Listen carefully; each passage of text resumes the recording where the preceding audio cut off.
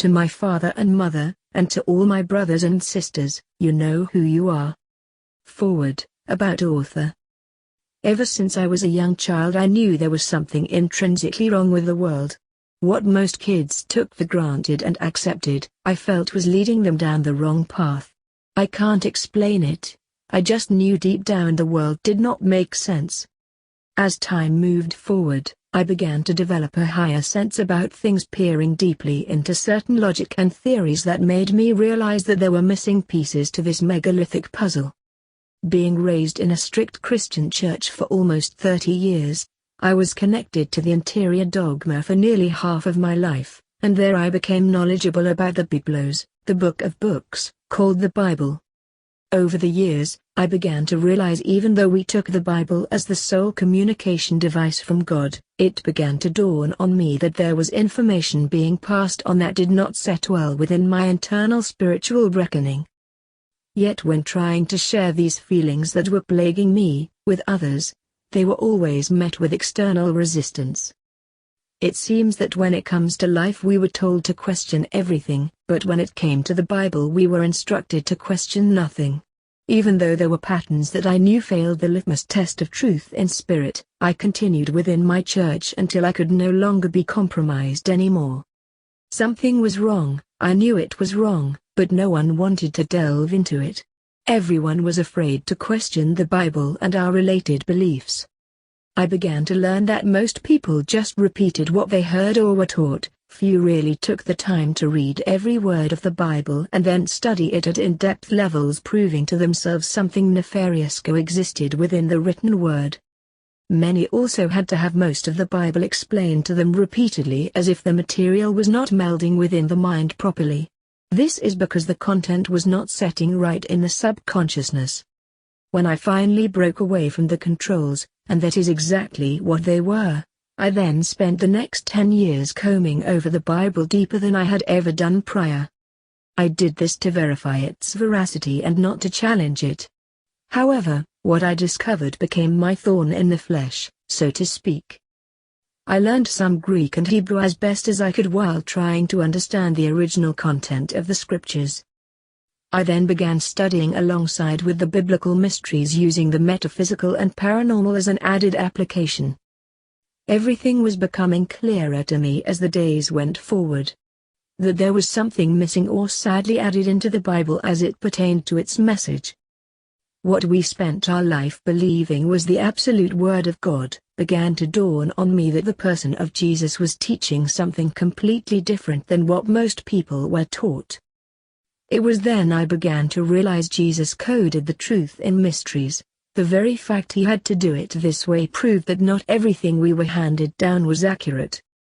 Having the knowledge of the esoteric, which simply means understanding something that was confidential or secret, helped me tremendously to uncover the mystical element in Christ's own words. It was then that my studies deepened into unraveling the mystery. I then began to slowly crack the code that few have ever been aware of. However, what was shocking to me is that it was not really that strange and mysterious. The fact was, everything I began to learn, pertaining to the mysteries, were already revealed to me, when I was a child. All that study, all that time researching and delving deeper and deeper only led me back to where I was when I was just a child. I thought, wow, this is so simple, why hasn't this been understood? I began to realize that there is this tendency to believe that the truth is too difficult for the average person to comprehend.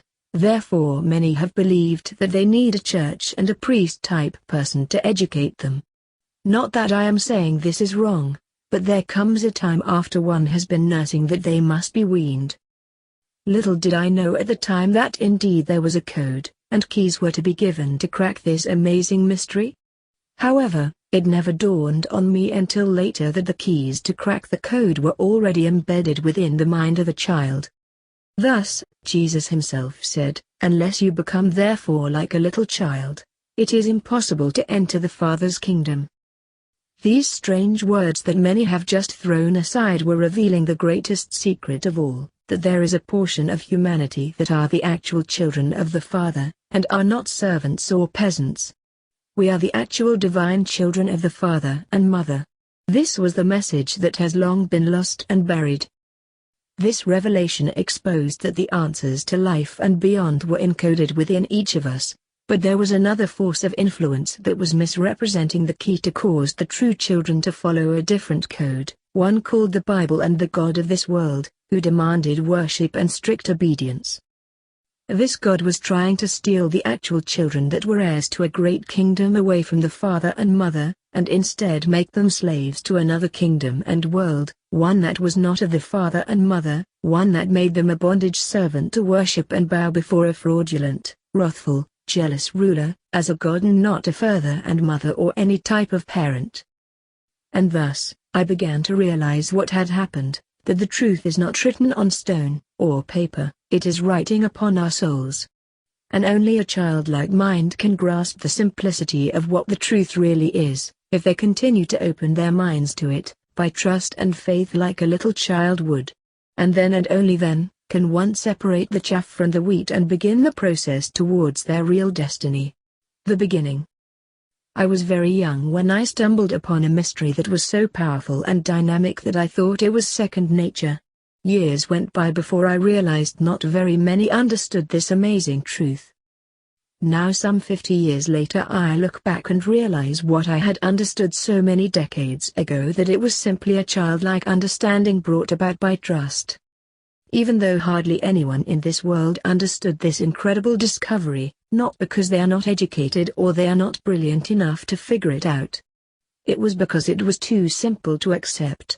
And that is when I had come to realize why. This understanding was purposefully removed from humanity under the cloak of something divine and spiritual. And in its place, this internal connection was removed and then supplanted by something called God in a theistic mold. Religions and secret societies began to transfer the truth of the Creator within unto an external force or an entity that exists outside of us, towards an impersonal God, whom we are not connected to. You didn't misread that. I'm being totally forthright in revealing this last message, in that the simplicity of truth was changed into an enigma, by masking our intrinsic connection to our father and mother, and hiding it under the veil of a detached God.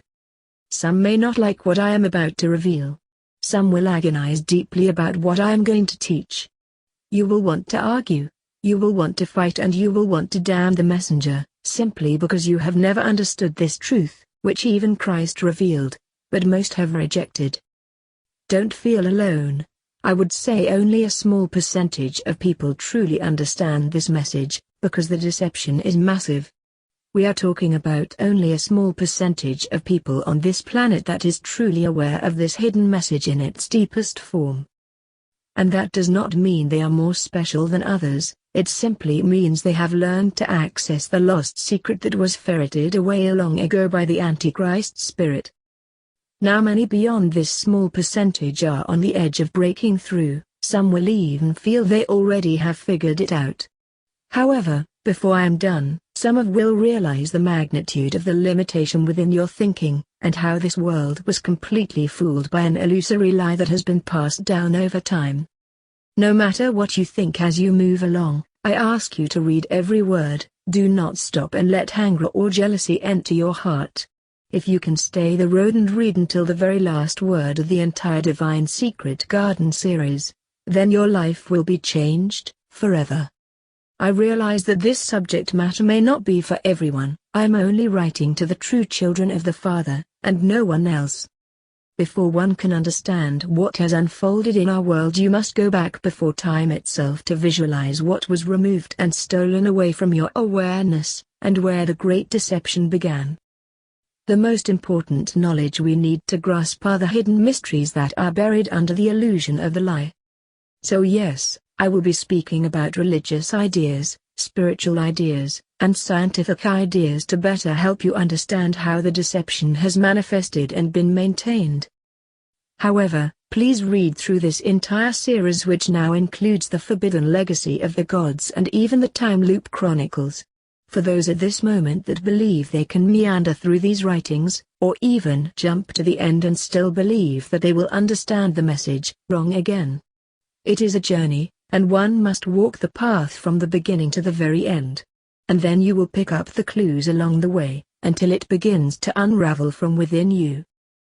It is time now to understand that what I will share is already encoded within you. You will never again need an arbitrator, a middleman, or some sort of go-between to access this personal revelation. You will simply learn to recognize something very deep and intrinsic within you, using a simple decipher key called compassion. The journey begins. Chapter 1, Just Who Am I and Why Are We Here? Romans 12:2 And be not conformed to this world, but be ye transformed by the renewing of your mind, that ye may prove what is that good, and acceptable, and perfect will of the Father. Greek word for transformed is metamorpho. English, metamorphosis, which is a transfiguration, a reformatting. Breaking news: your life will never be the same again. According to the perception of the biblical scriptures, only a few will enter into life. The majority do not access the true way. This has led to religious wars and conflicts debating who has the truth, who is better, who is more righteous, which one is the correct church, etc. As we shall learn, there is a reason to this seeming madness as to why only a few eventually seem to succeed, and once you recognize the journey and its endless boundaries, then you shall know the summation of this amazing riddle. Matthew 7:12-13 Enter through the narrow gate. The wide is the gate and broad is the road that leads to destruction, and many enter through it. But small is the gate and narrow the road that leads to life, and only a few find it. The verse above does not lead to one having much confidence or belief in the overall plan that seems dismal at best. When one begins to contemplate the message that is staring them in the face, there is not much hope. It seems futile to even try. If most of the world's people are moving towards destruction and only a few find life eternal, then this game plan seems like a lost cause before it ever begins. An example: a boxer that has never trained and then gets into the ring for the first time against a seasoned veteran. This fight is not going to last very long before the inexperience of the novice is quickly unraveled. This is a losing battle. There is little to no chance that this boxer is going to come out unscathed, and more than likely they will be knocked out completely. One might say this is a losing prospect, and the continuation of this event would appear as insanity. However, for the next fight, one may train and become aware of certain techniques, and before long they may even master a few of them. So, it is true, going into the fight unprepared is a losing battle, and will result in your defeat. However, with time and training one can then master the fight and become victorious. Thus, one may say, many travel down this road and are defeated, but only a few are victorious. This is the beginning of the key to the first mystery. The mystery reveals that being defeated does not mean the end, it is just the beginning of one's training to ultimately win the prize. The concept behind this spiritual program does not appear to allow for much success. However, to the contrary, if one is only viewing this as a one-time event, then correct, it is absolute abysmal failure. However, if one is given multiple opportunities to succeed, then with time all things are made possible to eventually master the fight. My friends, the message was encoded in a mystery. Keys were provided to decipher the code, that in all things there is a process, and even though many may not appreciate the wonder of this due to a lack of understanding, the true encoded message is one of hope. And this is the message behind this book, that there is hope, there is possibility, and there is potential. It is not limited to a few, and even though the process appears to have great limitation, it is a process that continues to function until all true souls eventually succeed. And at its ultimate core, the message reveals the true gospel that most have never heard. The forbidden knowledge of the good news. Gospel, via the Greek, euangelion. This book is about to reveal the meaning of the word gospel. Obviously, many take this to mean some sort of religious protocol of spreading some type of information, usually damning. However, most have never understood the true nature of what the gospel is and what it means. And thus, most of the time the information has been somewhat a distraction from its truest core representation. The term gospel literally translated means glad tidings, or good news. It does not mean condemnation, it does not mean destruction. It does not mean if you do not believe the way I do, then you will ultimately fail. The truth is and always has been, Christ came to tell the true children of the Father, the good news about who we are and why we are here and ultimately, how to escape. So be prepared. This is a message of hope, not condemnation, but it does have its twists and turns. The most debated philosophical question has long been, just who am I, and why am I here? Are we just the physical offspring of our parents that came into existence when the seed connected with the egg? Are we just a simple expression of life germination where we entered this world via a process that is no different than the average garden plant? Where did the seed and egg come from to create our little vehicle of awareness? As in planting any garden, first, one must plant the seeds, nourish and feed them, water them and give them sunlight.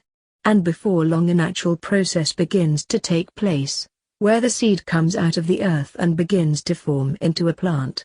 That plant then begins to formulate a fruit, whether it is a leaf, fruit, vegetable, it is fulfilling the process.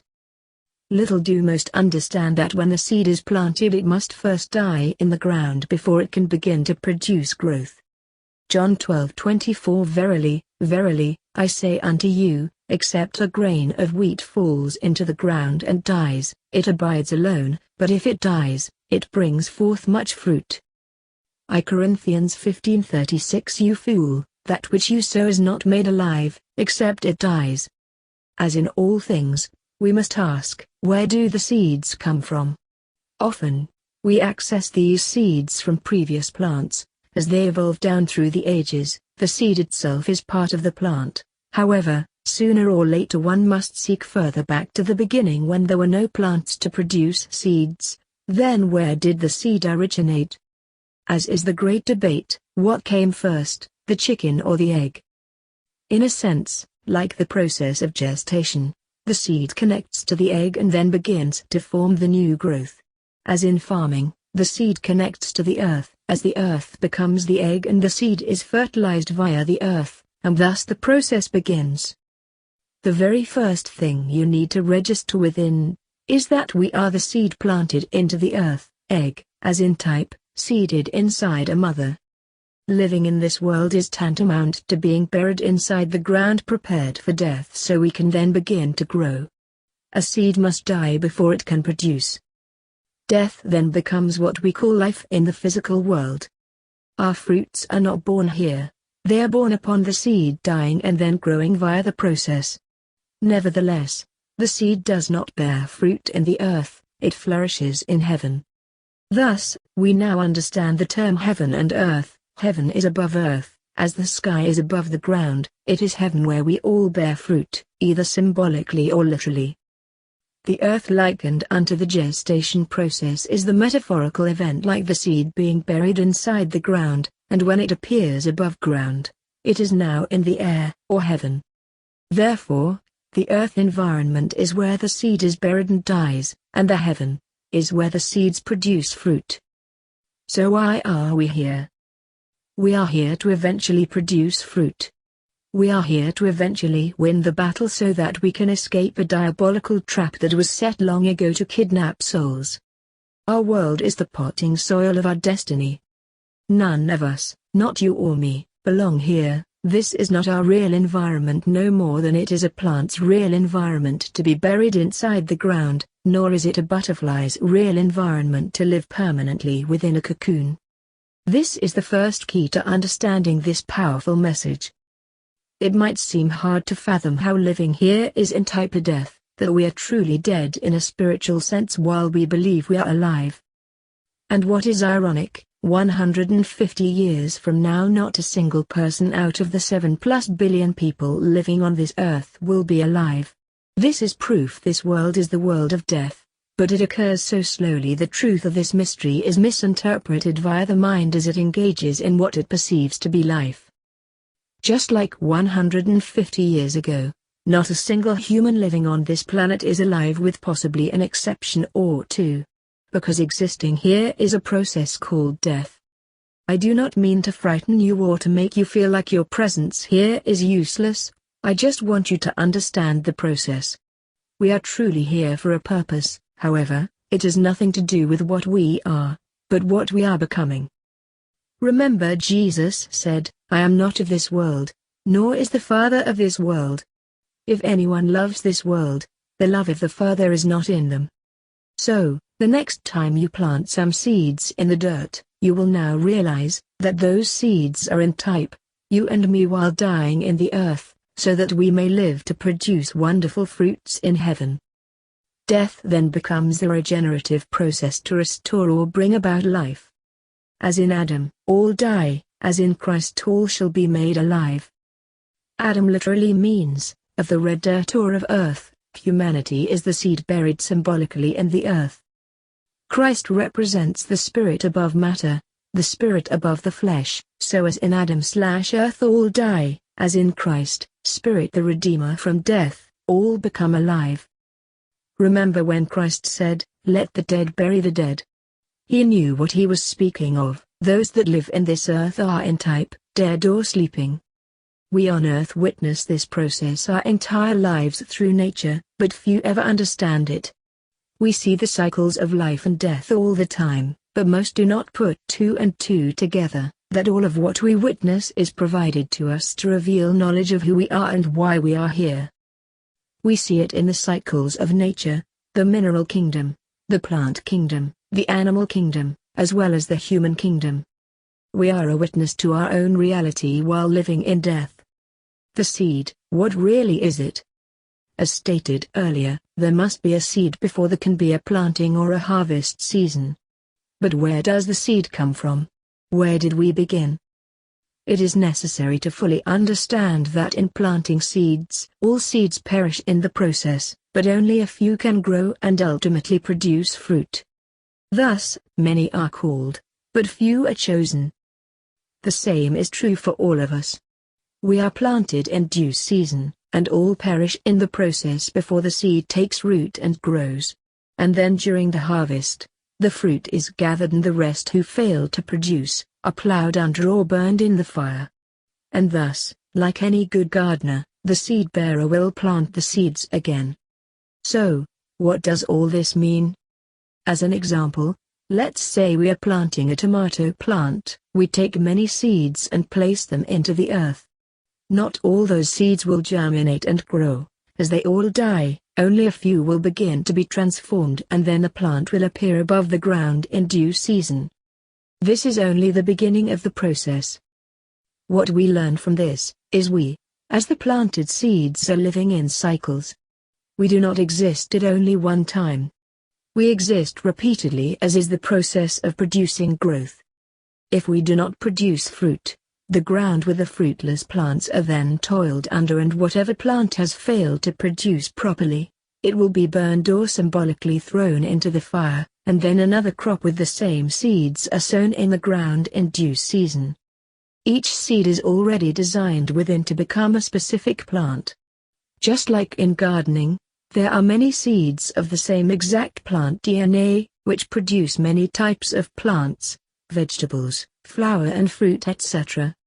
Each individual seed based on its DNA equivalent will grow the same plant repeatedly. It might need to be planted into another plot of dirt, another area, it doesn't matter, even if it is planted simultaneously into hundreds of different areas at once. The same identical plant grows with only a few different characteristics depending on how the process was maintained and cultivated. In a sense, the look and the personalities of the plant may have changed slightly, but the same DNA structure is there. That is, if you planted a tomato seed, it will become a tomato plant. What is so important for you to comprehend in this amazing message is that each of us is already coded spiritually within a spirit DNA molecule. When we were created as a soul spirit and planted inside a seed, as the offspring of the very Creator and its essence. And like a plant, we were the seed buried into the earth, having not yet matured. We might even say a child inside the mother's embryo, yet not having become form and life as we know it. We were given all the potential as the Creator itself has, but we had not yet become. This is the missing ingredient to the secret and all the metaphysical descriptions of who we are and where we came from and what our true ability really is. Some believe, since we are of the same makeup as the Creator, then we are in type the Creator having the same powers, abilities, knowledge and character. I assure you, this is where the lie has been promoted. We of ourselves are nothing, nor can we do anything of ourselves in full knowledge. We are seeds that have yet to become our purposed identity that can only come about by our fruits via growth throughout many manifestations. Take the child inside the embryo of its mother, it has the DNA of its parents, it has all the potential of its father and mother, but what can it do of itself that is not already set in a natural process? Of itself it can do nothing beyond the parameters of its growth pattern and design. It might be somewhat conscious. It might be somewhat aware of its surroundings, it might be able to kick, punch, laugh, cry, but of itself it can really do nothing outside of the governing process of its life potential, provided by the mother's egg via the father's seed.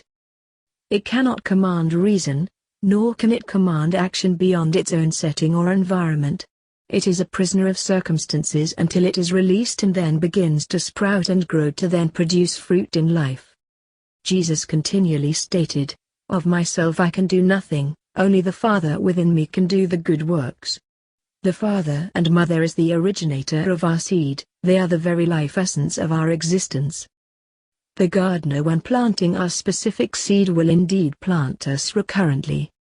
Not someone new, not a different plant, but the same spirit DNA seed hoping this time that it will bear fruit.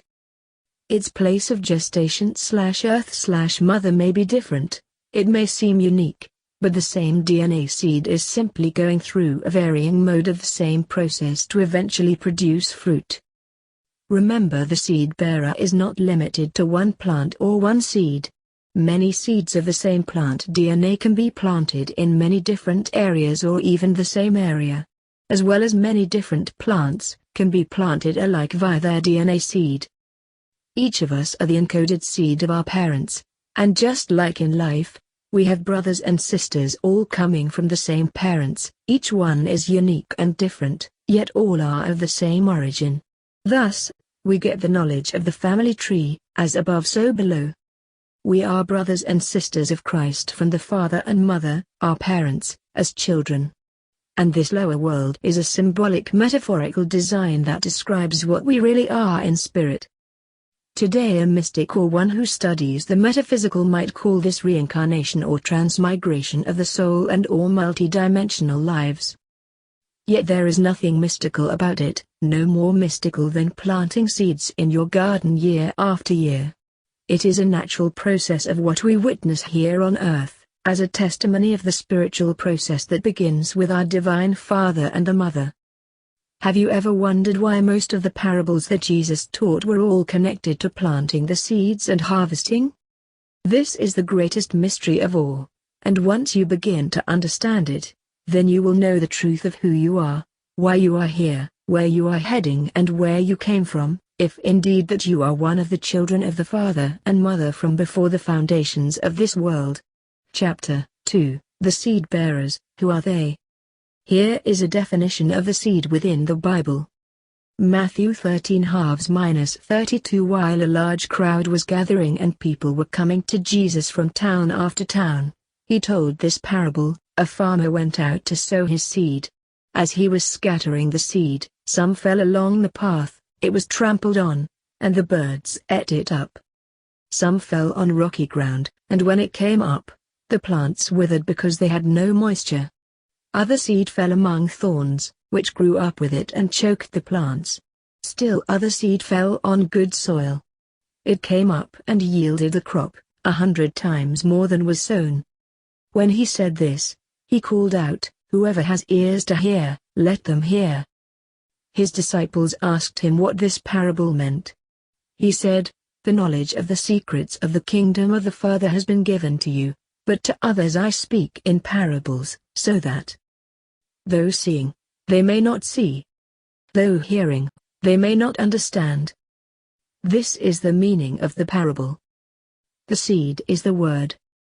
Some things written in the Bible were given orally as mysteries or codes, and it was done so those of the dark ones would not comprehend.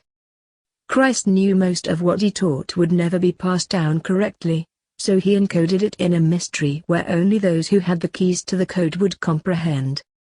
When these codes were given, the keys to crack the codes were also provided, yet most have not been able to find the keys, and they are left wondering what the message pertains to.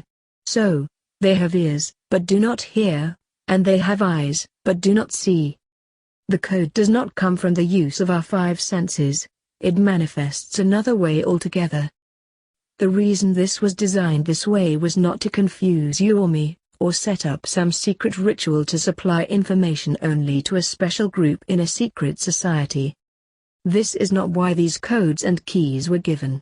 They were given to be a connection between the source seed bearer and its seeds. The seed itself was encoded with the key inside of the spirit DNA, so that one could comprehend the mystery, even if the mystery was corrupted via external sources. Only the true seeds would be able to understand, unless some force or power has come to intervene and steal away the knowledge within, and caused them not to yield any fruit or growth. However, what does it mean when it states that the seed is the word? The word is the knowledge that the Son brought from the Father and Mother pertaining to each of the souls that were planted here. Sadly though, because of the world and all its lures and enticements, much of the word or seed did not find a proper ground to grow. Some fell on rocky ground, and when it came up, the plants withered because they had no moisture. This refers to when the word is revealed that some enjoy it and with joy they accept it, but when trials occur they become offended because the word never took root into their mind, and then they walk away or reject what they learned. Other seed fell among thorns, which grew up with it and choked the plants. This occurs when the cares of this world and the deceitfulness of riches choke their word, and they are unable to produce fruit. Still other seed fell on good soil. It came up and yielded a crop, 100 times more than was sown. This reveals how some take the good word, understand it and then produce much fruit, many times more than even their number of seeds planted. However, the mystery in what Christ was teaching us was far greater than what he revealed in person. The word in definition is also coded in these references. The word is also Christ. It comes from the ancient Greek language to represent spokesman, or teacher, or master. So, it makes total sense that the word is a spoken or revealed knowledge from one that is a teacher. The word is Christ, and the good seed is the word. The two are united. The seed is the word and the word is Christ. Christ is the one planted. And through Christ many more seeds are manifested via the fruits of Christ. Thereby Christ is the first fruit. And from those seeds of the one planted comes more seeds and eventually more fruit. John 1:1 In the beginning was the Word, and the Word was with the Father, and the Word was the Father. The same was in the beginning with the Father.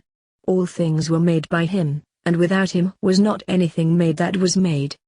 In him was life, and the life was the light of men. This is not saying Christ is the Father. We know Christ is the Son. This is revealing that in the beginning the Father was the Word, the first and foremost. He gave the Word to his Son to send it forth to all that would come into the fold from the original seed which was made manifest in Christ.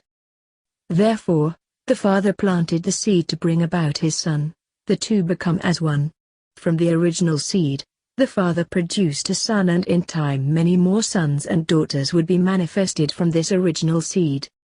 The correct understanding of this previous verse reveals, in the beginning was the Word. This is the planted seed of truth within the Son, but the Word was also the Father. This is because the Father was the original seed bearer. Just like those who come to Christ now, they are in Christ as his seed via the fruits he produced.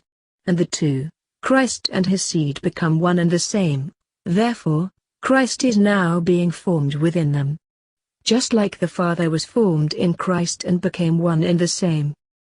It is necessary that I explain why I am using the term Father, and or Mother and not the term God. The term God is not now nor has it ever been an accurate description of the Father. God implies a secular external entity, whereas the Father abides within one internally as being part of the original seed. The term God was maliciously used to confuse people about the parallel of the ancient belief systems, versus the truth about the Father, which Christ alone introduced. What does this mean? For many this is just religious rhetoric, and has no real inherent meaning for most people outside of some religious symbolism. The message is part of the key. You can't toss this away and hope to understand the code. Yet if Christ is the Word, and the Word is the seed, what does it mean that the seed was sown all over? Does this mean there are multiple Christs? Isn't there only one Christ, so how can there be a sowing of seeds, plural, if there is only one seed, one Christ? Notice something interesting above. Another key was revealed. It stated that in him, the seed was the life. And the life was the light of men, humanity. Now it is starting to add up. The seed is a life generator of Christ, and this life is the light of the true children of the Father. Whenever men or man is being used, it is not referring to a specific sex, but to the creation of the Adam, which includes all humans, male and female, which is humanity or the ones pre-chosen. Now add this to this unique scripture. Ephesians 1:4 According as he hath chosen us in him before the foundation of the world. The seeds are within Christ as the main plant or the trunk of the tree, whom is also the seed/word.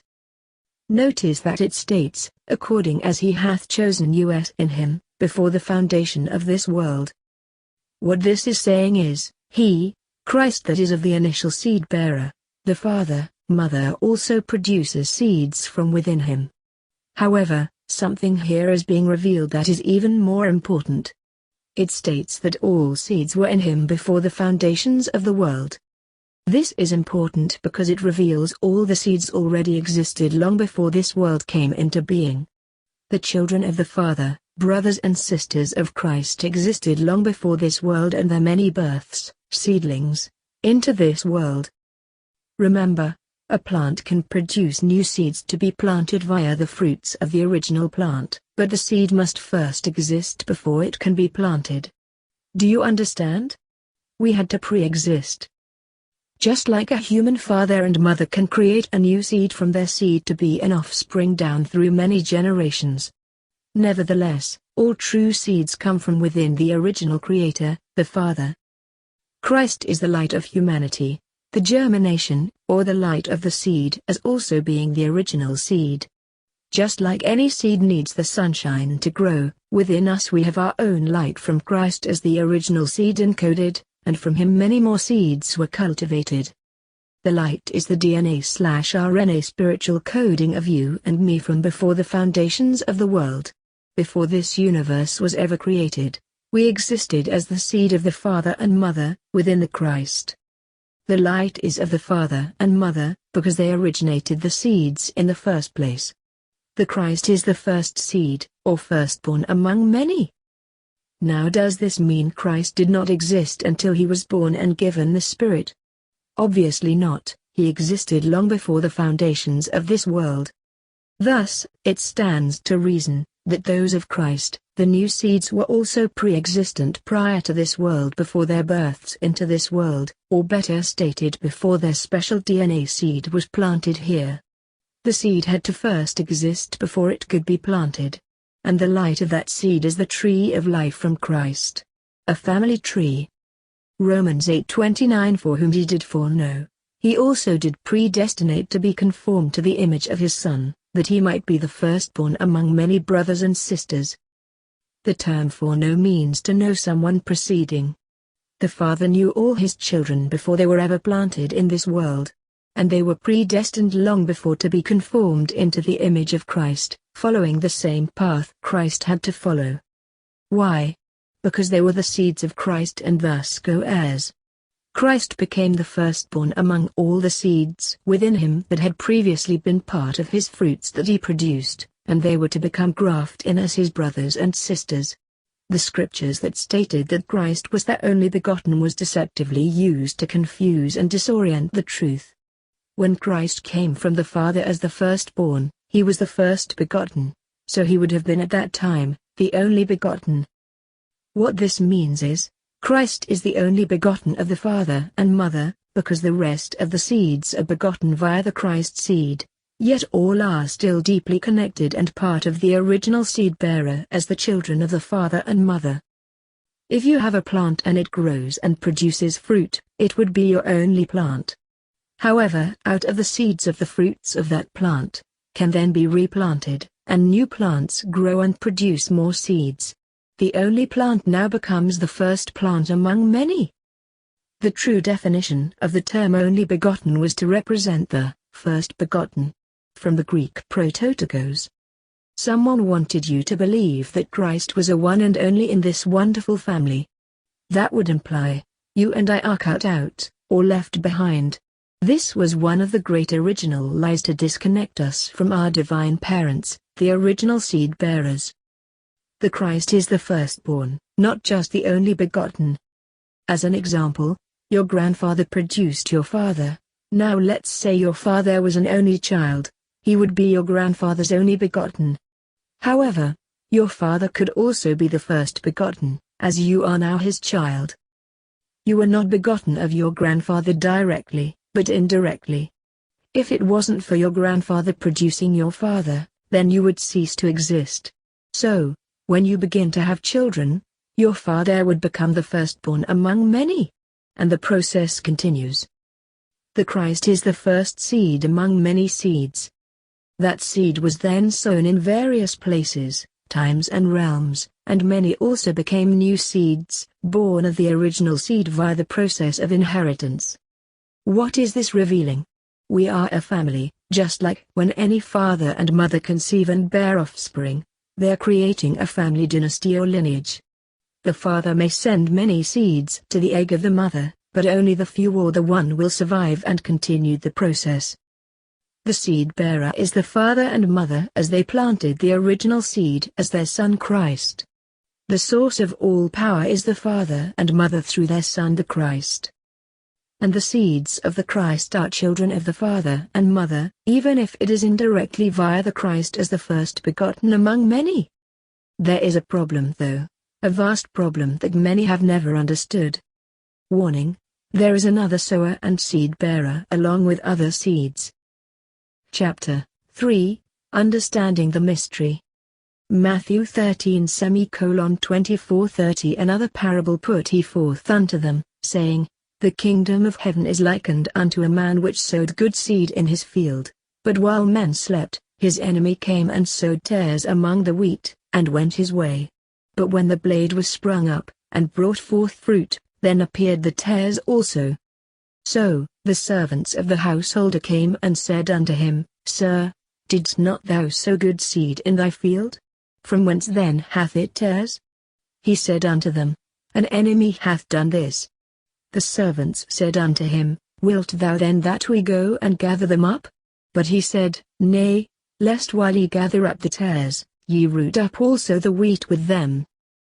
Let both grow together until the harvest, and in the time of harvest I will say to the reapers, Gather ye together first the tares, and bind them in bundles to burn them, but gather the wheat into my barn.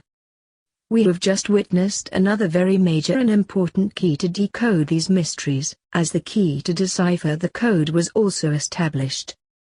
Christ is the seed, or firstborn among many. Those who were also of the Christ were conceived also as new and unique seeds. These are all the offspring of the Father and Mother through Christ the Son. And as the Father, by virtue of having a Son, so also the Christ became in type like the Father by also having children, or producing new seeds. The new seeds of Christ are also likened unto Christ or fashioned after him. Thus, they carry the DNA gene of Christ within them. But notice, the seeds all fell asleep during this process, as was written, But while men, the good seeds, slept, died, these are those that were fashioned after the Christ, his newly planted seeds, his enemy came and sowed tares, a foreign seed, among the wheat, the true seed. A brand new mystery was given within this new parable, and although like the last one, this one reveals a brand new characteristic of the codon key. As prior it referred to the seeds as the word being spread among many. Yet according to this new parable, it is revealing an enemy coming and planting divergent seeds right next to the newly planted virtuous seeds that were in the process of death, sleeping. This is when the enemy planted a substitute seed. These diverse seeds were called tares. A tare is a form of a problematic weed. They are in type like a virus. They can choke and kill the other plants and stop them from producing or growing. Weeds unchecked will take over the entire garden where the actual plants will be covered, hidden and even destroyed. When the good seeds of the original seed bearers were planted, some nefarious entity called the adversary, enemy came along and planted different seeds among the original seeds. And the sower of the original seeds, which was Christ, whom came from the Father and Mother, was asked, "What shall we do? Should we remove these tares?" The sower said, "No, do not remove the tares, let them grow up together until they are ready to bring forth fruit to the harvest." He said, "If the tares are removed before the time of the harvest, then some of the wheat might be removed also." How many of you have planted a garden and weeds began to grow but they were so young? You inadvertently removed some of the real plant in trying to remove the weeds. This was the warning: in trying to take hold of the tares before the time of the harvest, the wheat or good plant might be accidentally removed in the process of removing the tares, and this could result in a serious repercussion. What this is referring to is that in the early stages one cannot tell the difference between the two plants. It is not until the harvest that you can clearly recognize the alteration that another seed was planted among the original seeds. When the plant starts taking shape, and the harvest is near, then you shall realize that a different plant is growing up among the original plants. And then they can easily be removed during the harvest. This is vastly important for you to properly understand this mystery. The fact is, some weeds are usually easily detected as different from the plant. So why was it that the tares could not be removed prior? The mystery of the parable being revealed in this instance is that the two seeds, although vastly different in origin and DNA nature, obviously appeared identical. One could not tell the difference. This is the mystery of the parable. The parable of the wheat and tares is twofold, and it will become the truth-bearer from here on out. Everything will be exposed by the complete understanding of this mystery. When the Father and Mother brought forth this new seed, it was planted into the earth of this three-dimensional realm, within the human body. It was to allow the seed to go through the process of death, and then become alive again, as to bring forth fruits as was the very same nature of Christ the firstborn. During this time, the enemy came along and planted their seed, a foreign seed, one that does not belong to the true sowers of the seeds, yet it was seemingly identical in appearance as it began to grow together with the original seed. The importance of this parable cannot be underestimated. It is imperative that everyone understand the process of the sowing of seeds, and the harvest is all based in cycles. There is a planting season and then there is the reaping of the fruits during the harvest season. At the time of the spiritual harvest, the weeds are then gathered together, bound and destroyed, and the wheat or the fruits are gathered into the barn for safety. Any plant that is not cultivated, that doesn't bring forth fruit, is toiled back under the earth that is ground, and the earth is burned with a consuming fire to purify the field or land for another planting season, as the land becomes ready for another yield via the cycles of rebirth. I want you to understand something. In the beginning, I spoke of how there are many seeds of the same type plant. Each of us represents a unique and individualized plant, just like each child of a parent is unique. We all have our own personalities, qualities and potential. Every good seed is unique via its own DNA, and all seeds supplied by the true sowers have their own personality and character, representing the multifaceted uniqueness of our divine ancestry. These qualities are in our divine pedigree. Their combination spiritual DNA/RNA is passed down onto us, and each of us grow according to the unique design was placed within us to become an inimitable offspring. Just like a human father and mother can have many children, yet all being different, although all coming from the same source. Our spiritual father and mother have within themselves the vast characteristics of distinctiveness, and they passed that down to their only son, who then, by virtue of being the firstborn, passed those same traits on to all of the seeds within him as they developed. Like I said earlier, when seeds are planted, none of them survive the process. All seeds die inside the earth. And thus is the mission of the Christ and his seeds. All must be reformed by a process called death, while the metamorphosis produces a change unto life eternal. Nevertheless, only those that can pass through the fire or test, germination to become a plant via the death process will be qualified, and then that plant is nurtured to bear fruit. Therefore, we hear the words, "Many are called but only a few are chosen." This is not an ultimatum or a one-time deal, it is a process where a few at a time qualify for a reward. And then a new planting season begins to allow the rest to accomplish the same in time. Just like earlier, the boxer who trains to fight, surely it will take time and much practice to get it right before the boxer can defeat the enemy. Only those that prevail while producing fruit shall become alive or awakened from death. The rest are buried or toiled back under and return to their sleep, as is the process in every new cycle. For you to truly comprehend the majesty of this process, you must begin to understand, eventually, the seed that is divinely connected, which creates your individualized soul, will indeed eventually produce the necessary fruit. The father and mother will never give up, they will never forsake us nor ever leave us. They just continue to allow their offspring to be replanted time and time again during the sowing cycle, and patiently hope for the best in the harvest while nurturing these tender plants, their offspring. Another mystery: the seed is neutral. The seed from the beginning is without any formed character, so they are planted again and again until fruit is born to establish their personalized finished product. Therefore, it states, as in Adam all die, meaning, all the seeds die, none of them survive the process. As the Adam was born unto death in the earth, he shall always return unto death in the earth. However, as in Christ all shall be made alive. And so also as with Christ each seed must follow the same process of death being brought unto life, each in their own time. Each soul in their own order of development. So, just what is death? Death is living in the world we call life, and life is the place we call death, including the afterlife. When we die via the process of coming here, we then gain the opportunity to enter back into life. If we do not or have not produced the fruits, then we are sent back to death to undergo the process all over again.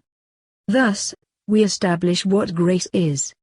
A. Unmerited divine assistance given to humans for their regeneration or sanctification. B. A virtue somewhat akin to patience received from the father and mother, to assure our development. So as in Adam, all die, as in Christ all shall be made alive, but each in their own order or based upon their own development. Adam was of corruption, meaning, of the earth, death. The Christ is of incorruption, meaning, heavenly, perfection, immortality, life eternal. However, to be transformed from Adam to Christ, all must enter death continually, until they can be reborn unto spirit. If the seed is planted often enough, eventually it will survive the process and enter life with bountiful fruits accumulated, leaving death behind them forever. However, there is a problem. There was another sower of seeds, one who planted their seed among the children of the father and mother. I revealed how the parable above is twofold, and once you understand the wisdom of this process, you will begin to understand the entire mystery. The secondary sower, the one that planted a false seed, was called Lucifer/God/Satan. The term God and Satan are interchangeable. They represent a false power. Before you flee back into your guarded belief systems, you must begin to understand the message before it is too late, as indeed the next harvest draws near. An adversary came on the scene and planted a false seed, an enemy, which was an evil seed planted among the good seeds. Yet they looked identical, but seemingly were the same, but were infinitely different. Now remember, the seeds represent the Word/Christ that came from the Father and Mother. It also represents the children of the Father and Mother via the Christ before the foundations of this world. And Christ the Son was the firstborn among many. Christ represents the Father and Mother as well as the older brother, sister, our sibling, that went through the same process, being the original plant, creating the way back to life for all of us to replicate in one form or the other. He came to die as the good seed planted inside the earth egg as the Word, the life and the way, so that he could reveal the process back to life from death for each of his own that the Father had given him before the world was. Yet his death was not in the crucifixion, of which was just a metaphor revealing the entire process. The crucifixion was the beginning of his regeneration or life eternal or death unto life. His death was in living in this world as it is for all of the true seeds that came forth from Christ. Christ had already died when he sacrificed all to enter death from before the foundations of this world. He gave up the divine nature, which is in corruption, to come into the death of corruption to produce fruit and bring forth many more seeds back home by giving them the same pattern to follow. He gave up everything to die among us all, to have us follow the same process so that we would all produce like he did, as is the process of the plants and their fruit. Now understand the mystery. Christ was the original plant that the Father and Mother created, as the Word that existed from before the foundations of this world. That is correct.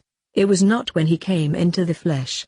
This was just an allegory of events that took place before the world was. Before the world came into existence, Christ and his seeds also pre-existed. The original plant from the Father and Mother also developed seeds that could also be planted and bring forth fruit. Just like when we gather seeds from a plant that has already produced fruit in the gardens, those seeds can then be replanted to produce new growth and produce more fruit. However, the seed must pre-exist. It is not a new seed that is planted, but one that was already created long ago. Christ is the firstborn among many brethren, that is brothers and sisters. Christ is our older sibling in the family, as big brother. There is nothing less special about any one of us than Christ himself. All children are equal before the Father and Mother, they are all loved equally, yet nevertheless they all are unique in their own individualized personality. Therefore, it reveals we are Christ's brothers and sisters, not his servants and slaves. Christ revealed that he was providing a place in his kingdom to sit at his table for each of us. We are his equals, his siblings. Romans 8:17. And if children, then heirs, heirs of the Father and Mother, and joint heirs with Christ, if so be that we suffer, die in the process with him, that we may be also glorified or made alive together. Therefore, it states as speaking of heirs in this family lineage. We are heirs of the Father and Mother, and co-heirs of the Christ. How can this be? Because we are the offspring of the Father and Mother as they are the originators. Nevertheless, we are also joint heirs to the eldest sibling, the Christ, as we are the seeds from his fruit. Chapter 4, The Evil Seed Bearer. We were told that from the very beginning in this planting cycle that a false or evil seed bearer had planted his evil seeds among the good seeds. As spoken earlier, it states that the seed is the Word. As it states, another seed, Word, was planted by the enemy. Now Christ, as we know, became the living Word via the flesh of death. The Word of Christ is the voice of the Father and Mother.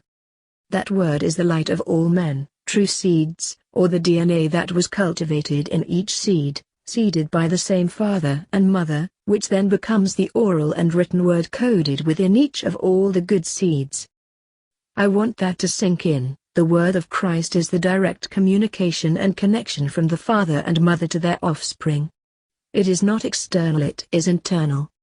When the Word is spoken, it is spoken into the heart/mind and soul of the children. It is not written on papyrus, stone, or rock per se. It is written in the testament of your soul, seed. Thus, the Word is coded within all true seeds. What this means is, The characteristics of the seed that was planted by the father and mother hold the true pattern of design, created by our divine parents. Within the design, they installed a communication and connection stratagem that is direct from the father and mother through their son the Christ. The DNA/RNA of the seed is connected to the father and mother internally. The true seeds are part of their father and mother. Each true seed carries the codes and characteristics of our divine parents within our seed, soul, or the seat of our soul. Remember, this DNA is not of the flesh and blood, it is spirit and divine. So, within the coding of our DNA we are the father and mother, direct heirs of their heritage as an offspring. Therefore, I and my father are one. Father and the mother. Christ. The seeds, the children of the harvest. I really want you to grasp this. The true seeds are unique. Each of them have their own personalities, traits and characteristics. Yet all in their own way are deeply connected to all that the father and mother are and have always been. From this we know, we were formed after their spiritual likeness and image. Our true DNA is not of the flesh but of spirit. Our fleshly DNA is not of the Christ, but of the Antichrist. Flesh and blood cannot inherit the kingdom. Only the true coded spirit within the seed can inherit what is rightfully theirs. The flesh, or human body, was made after the image of God, and it is not in the image of the father and mother, it is in the image of a false god, a usurper. Remember, this life is death, and death is the beginning of life as fruits are born. Therefore, in this world we have what is called a god representing death and rebirth, building and destruction, and laws and corruption, as a usurper of the father and mother. And in the spirit world, or what we might call heaven above earth, we have what is called the father, mother, and son, which are life, regeneration and incorruption. Death represented by this earthly realm is not our true home, nor is it where we belong. Life represented by our heavenly realm is our true realm, and this is where we came from before the world was and where we truly belong, before we fell. The spirit does not need gimmicks and tricks. If the father and mother wants to speak to the seeds, they speak through their soul, because what is in the seed was theirs originally. We do not always need, nor should we heavily rely on secondary information from anything external, because we are already the seed and direct heirs of the father and mother via their son. We are all directly connected to them as a conduit of their force and power and might from within. But what if you are not of the seed of the father and mother? You will then willfully reject the father and mother and follow another who brought in an artificial spirit along with the foreign seed. Simply saying, you will not care. Thus, the word was branded into our hearts and minds, until one came to steal away the word and pervert it. Today we believe the word is the Bible. This is not true, and that is part of the lie and the false encoding. The word is Christ, and it is direct from the father and mother. That same word is connected into us as part of our spiritual DNA/RNA. If we do not have that internal word, we are not of the father and mother and won't even recognize them if they spoke to us. Those not of the father and mother adhere to another force and will. They follow the god of this world. Now this is where it gets tricky, yet if you begin to understand this, then you shall be greatly rewarded.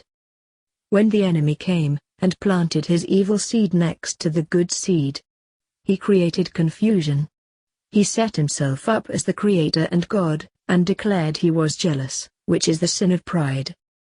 He said, there were no other gods before him.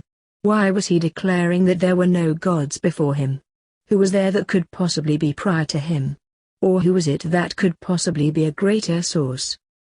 The one who claims to be God, rejected the father and mother and tried to usurp their glory by creating his own parallel kingdom, and then declaring he was the only God and there was none other. It is time that you finally grasp once and for all, that the name God does not represent the father and the mother in any sense or form of its meaning. The term God represents rebellion against the divine parents, as one trying to glorify and take all homage unto himself as a jealous entity. From the very beginning this false god declared and presented before humanity two trees, one that was the tree of life and the other the knowledge of both good and evil. In truth, he did not present anything to us but a lie. The tree of life is the true children's heritage. They are heirs of eternal life, because they are the true children of the Father and Mother. What this false god offered was a new kingdom, one that did not belong to the Father and Mother, one that was living within the existence of death eternally by what was called the knowledge of good and evil, the mixing of truth and error to create confusion. He then tricked the true seeds to follow the wrong way by using one of his own to become a serpent in disguise. More detail will be provided in Book 2 of this series. I want you to think about it for a second. The knowledge of good and evil. This should already be sounding familiar if you have been reading closely enough. There were two seeds planted, one was the good seed by the Father and Mother through the Christ. The other was an evil seed brought forth by the enemy adversary that contained both good and evil combined. It was a misrepresentation, a trick. This adversary was trying to usurp the loving connection of the Father and Mother and their children, to rule over both seeds by combining them together to seduce them through misperception. The problem is, God not the Father and Mother, as stated, in the beginning, he was the God of both good and evil. Notice Genesis 3:22 And the Lord God said, Behold, the man is become as one of us, to know good and evil, and now, lest he put forth his hand, and take also of the tree of life, and eat, and live forever. What happened in the garden is the true seeds were seduced, tricked and removed from their own divine heritage to follow a fallen God who planted his own word and children among the good seed to create an internal confusion. This was the God of good and evil, the God of confusion, the God of war, vindictiveness, vengeance, wrath and jealousy, none of which are characteristics or fruits of the divine parents. As Christ often stated, by their fruits you shall know them.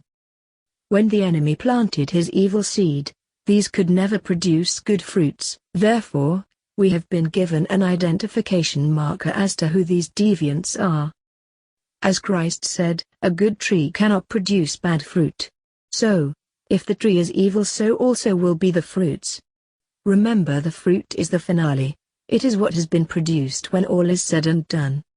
Now we have a clearer understanding of the twofold method of this parable. The twofold method was that the seed is both the children of the Father and Mother as well as the children of God, that is Satan. Also, the seed is the mixture of the divine word mixed with a false word, creating confusion. Christ warned us, not only would there be false offspring growing up within the true offspring that appeared identical to us all, there would also be a blending of the true word with the false word that would appear identical. The Bible is not the word. It is Babel, a word representing confusion. The Bible is the blending of both truth and error together by its own admission as the beginning of good and evil. It is the family lineage or tree of the knowledge of good and evil. This is what we were tricked into accepting as the word in replacement for the Father and Mother that was encoded within the true seeds. Therefore, you cannot take the entire Bible as the word because it has been laced with poison at every angle. It is a mixture of both good and evil. If you drink it all you will perish, and not be able to access the tree of life. This was the trick. The Bible was created to trick you and to deceive you into following a false god under the guise of the true Father and the Mother. Thus, it stated, you must rightly divide the word of truth, as well as prove all things and hold fast to that which is good. It doesn't say accept it all. It reveals to us within that we must diligently seek the code using the key so that we can understand the mystery, which was given to make sure the evil ones did not understand. Though seeing they could not see, though hearing they could not hear. Jesus spoke to the followers of the God of the Old Testament. These were the temple priests, and these were the guardians of the law. These were the faithful followers of the old way, the way of bondage and confusion. But what did Christ tell them? John 8:40-45 But now ye seek to kill me, a man that hath told you the truth, which I have heard of the Father. Ye do the deeds of your father. Then said they to him, We be not born of fornication, We have one Father, even God. Jesus said unto them, If your God was my Father, ye would love me, for I proceeded forth and came from the Father, neither came I of myself, but he sent me. Why do ye not understand my speech, even because ye cannot hear my word? This is because the false seeds are not encoded with the true spirit or communication cipher key. Ye are of your father the devil, and the lusts of your father you will do. He was a murderer from the beginning, and abode not in the truth, because there is no truth in him. When he speaketh a lie, he speaketh of his own, for he is a liar, and the father of it. And because I tell you the truth, ye believe me not. Christ was not pulling any punches, he was telling them that the God that they have served was not the Father but was Satan. Can it be clearer? It is important to grasp the fact that Jesus was speaking to the high priests of his day, the religious power, and he revealed to them, as I am doing now, that his Father was not the God of these priests, of whom these priests followed, that in fact their God was Satan the devil. Can this be proven? Easily, just look at the fruits. Jesus said you shall know them by their fruits. It was stated that Satan was the god of munitions, the god of forces. Satan is the god of war. Satan is the god of wrath, jealousy and disharmony. These are the fruits of darkness. The God of the Old Testament proclaimed he was a jealous, wrathful, vindictive and avengeful God plotting against his enemies. These are not now nor have ever been the fruits of the Spirit. The father and mother have no need to be jealous. They do not seek our worship, they seek our love as being their children, not their serfs and peasants. They deeply love their own children. Only a foreign false entity would seek for worship and create slaves and bring men and women into bondage, as did the God of the Old Testament. You shall know them by their fruits. Now some will say that this God brought forth the commandments and he taught love and principles, and that was good, so how can you say he was a false God? Yes, there were good things that this God and his children brought forth, and Christ always established every good thing that was spoken must be adhered to, but every lie must be revealed and removed. Remember, a seed can grow into a magnificent tree, but if the tree is corrupt, so also is the seed. And the revelation of this seed revealed that this usurper is the God of both good and evil. The evil ones always use good as a trick to follow their evil, using confusion to mix up the soul, and it is still going on today. People have been long believed that Jesus Christ came here to save us, but they never ask, save us from what or whom? Why is there a need for a savior? Who condemned us in the first place that we need to be saved? Would a father and mother of unconditional love ever condemn their own children? Remember, the hero comes to save us from the villain. This is what being saved or protected means. If the so-called hero is the one that we need to be saved from, then the hero is really the villain and is not a benevolent or good parent, but malevolent evil usurper. Based on many religious teachings, we broke God's law and then we were condemned to death, but for some reason he decided to send his only son to give us a reprieve of a law that we contravened, wherewith he had condemned us. This is nothing but confusion. God here is acting as the villain and hero that we need to be saved from. The God of the Old Testament was not the father and mother, he was a false entity who came here to sow an evil seed among the good seed, including sowing himself within the seeds also as a false Christ and a false father and mother under the illusion of being an external God, not an internal parent. He brought forth his own children to live among the children of the father and mother, and they all appeared to be the same on the surface until their identity could be revealed. This God was seen continually talking with the people, living among the people, walking to and fro among the people. It even states that Moses was the greatest prophet that ever lived because he spoke to God face to face. Yet Jesus does not agree. He said no man has ever seen the Father, heard his voice or looked upon his shape. This was in direct refutation of the words we read in the Old Testament. We were told that the enemy would plant a false word right next to the true word, and it would be blended all together to create confusion as is both good and evil. And unless you were using the code key, you would not be able to decrypt the difference. The code key is the DNA/RNA connection to the father and mother, and it is within us. However, if we are looking externally, whether in a law, teaching or writing, or even to a false god, then we become disconnected, unless these things comply with what is encoded within us. It is just like if you are listening to a radio channel and then switch the channel, then your attention is on another frequency, and the original frequency is no longer connected to your awareness. Thus, you could be receiving the wrong frequency under the pretense of it being the correct signal. If the word can be both good and evil, so also can the seed of humanity which was initially planted also be both good and evil. This revelation is to help us understand that a false seed, or false children were planted among humanity as the tares among the wheat, just like the false word was planted next to the true oral writing inside the Bible to create confusion, Babel/Bible. Are you starting to get the message? Not everyone we see is of the father and mother, just like not everything in the Bible is the true word, it is mixed with the lie. And the same follows, that there are humans that belong to their seed-bearing parent known as Lucifer as well as Satan the devil or the archon of this cosmos. You shall know them by their fruits. There are humans walking amongst us right now that are not like the true seed, they are not from the father and mother nor can they be. They do not have the same characteristics, same qualities, and same mind. They are the children of God/Satan. Now what happens when one does not remove the weeds in their garden, and they allow them to grow until the harvest?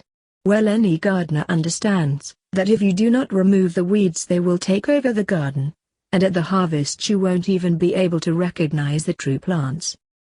This is revealed in the parable of the fig tree. The figs are the true children, but the leaves covering the tree are Satan's children.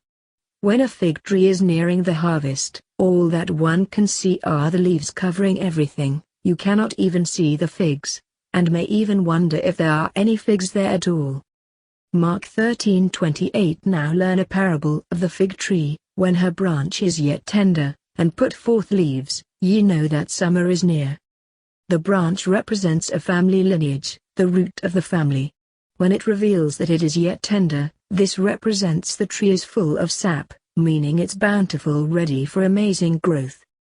When it speaks of putting forth leaves, this represents the tribe, kindred from the Greek source word phile, which becomes phylon, and it means the descendants of the lineage.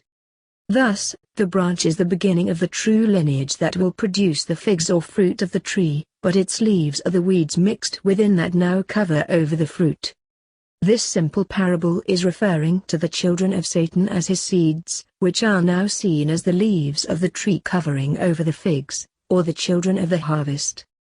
Remember, when weeds can grow, they will take over the entire garden. When it states, summer is near, this is referring to heat throes, representing the heat is being turned up. This is when things are ready to get very bad and ugly. This is revealing the time prior to the harvest, or the summer prior to the fall, when the children of Satan will saturate the entire world, covering over the true children of the father and mother, as they will scarcely be recognized. Now you know what Jesus meant when he told those people, they were not children of the father, they were children of Satan. This wasn't a metaphor. This did not represent, in type.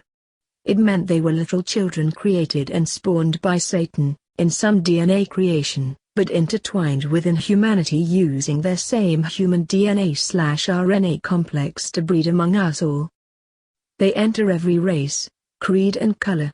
There is no specific group or people on this planet that represent who they are all side by side to each of us, appearing as we do, but their fruits are darkness. And the only way you will be able to tell the difference is you shall know them by their fruits.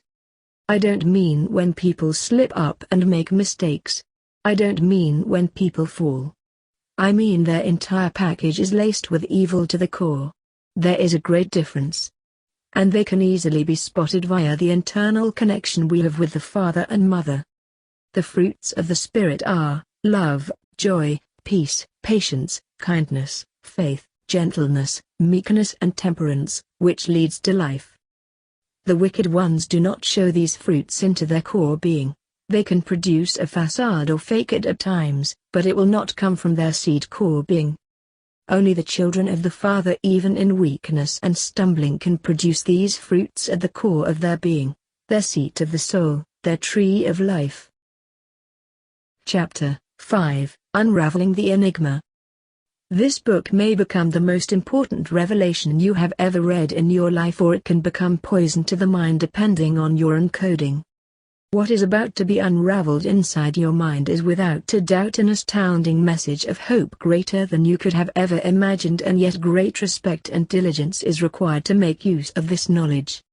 When we go back to the knowledge of the seed, we begin to unravel the ancient texts in such a way that will present a code, which will open your eyes to see and your ears to hear, a code that was implanted within our spiritual DNA.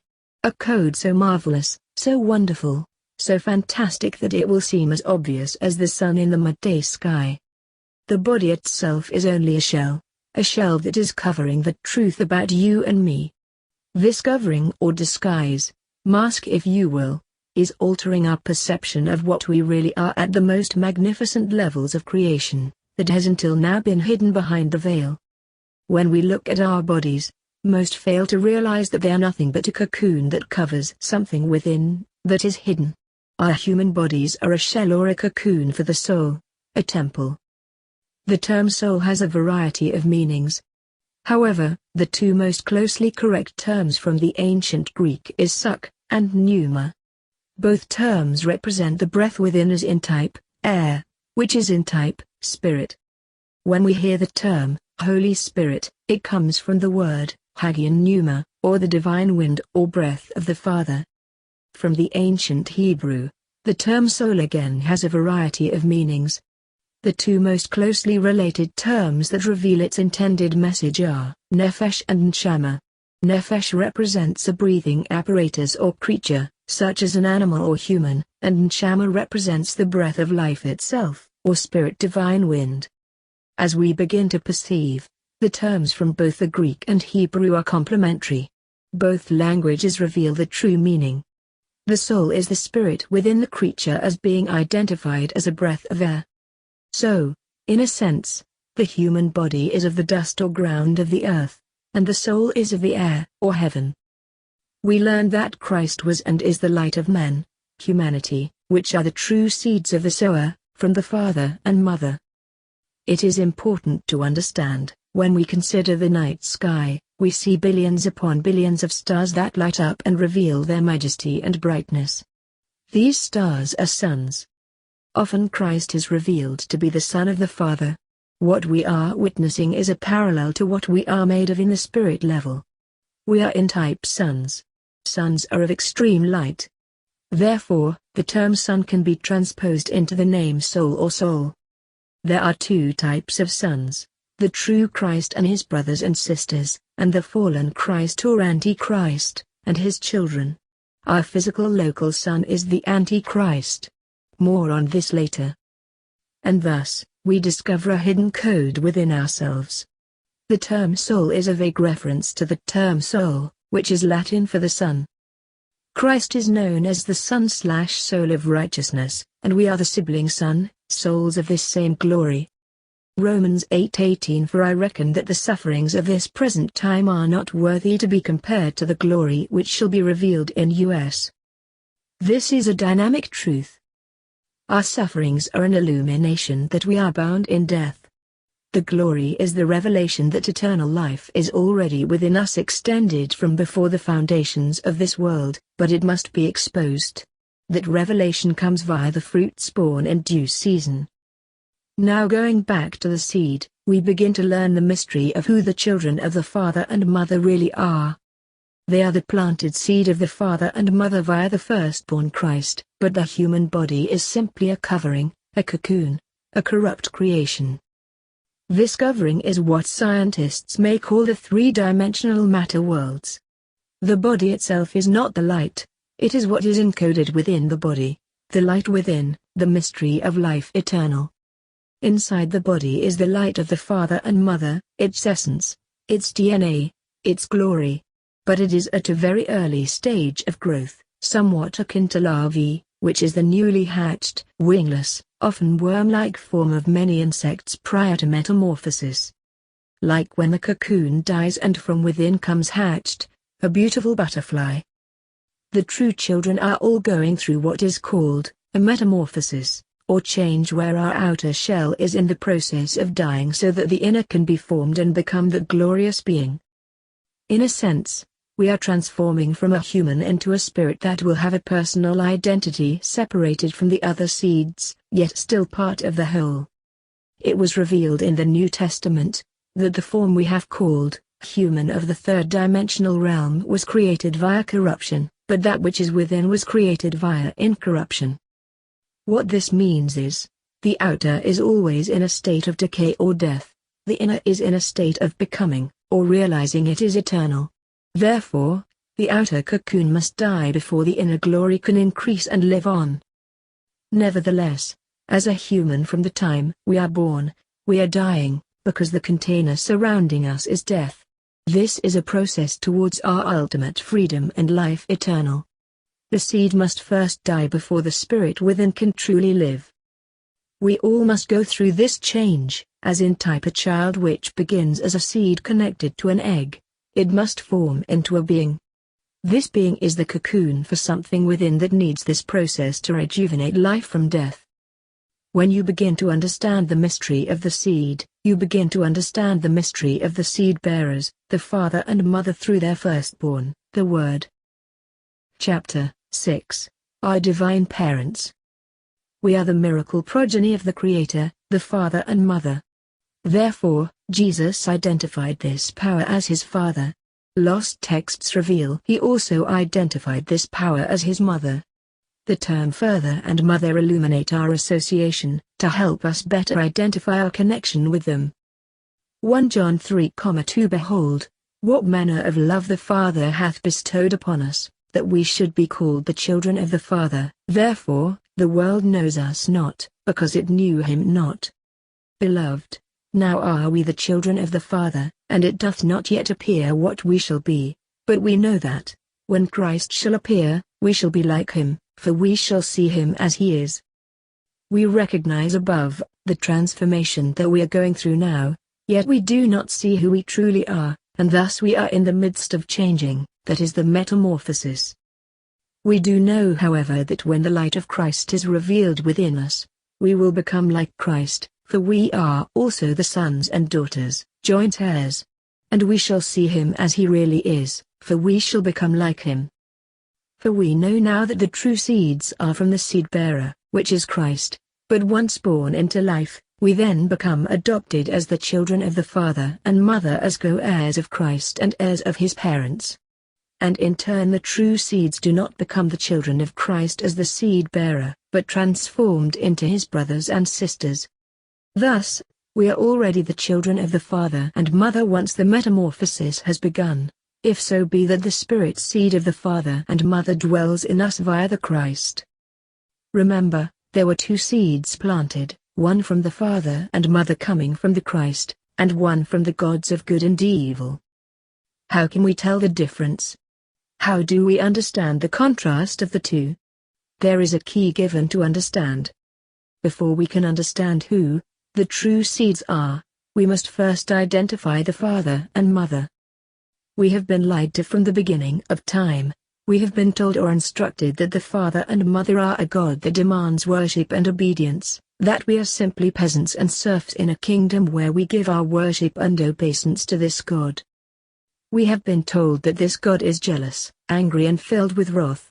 And at the same time, we have been instructed that he is also loving, merciful and a kind God. The problem is you cannot have two separate characteristics of life and death and combine them into one. The Father and Mother's flowing unconditional love cannot be compromised by wrath, jealousy and hatred. The gods of old revealed who they really were by their fruits. The Father cannot lie, the Father cannot be tempted by evil, nor will the Father ever use evil for any reason. If evil is not of the fruit of the Spirit of the Father and Mother, and it is part of the error, then how could the Father and Mother, which is not part of evil, use evil?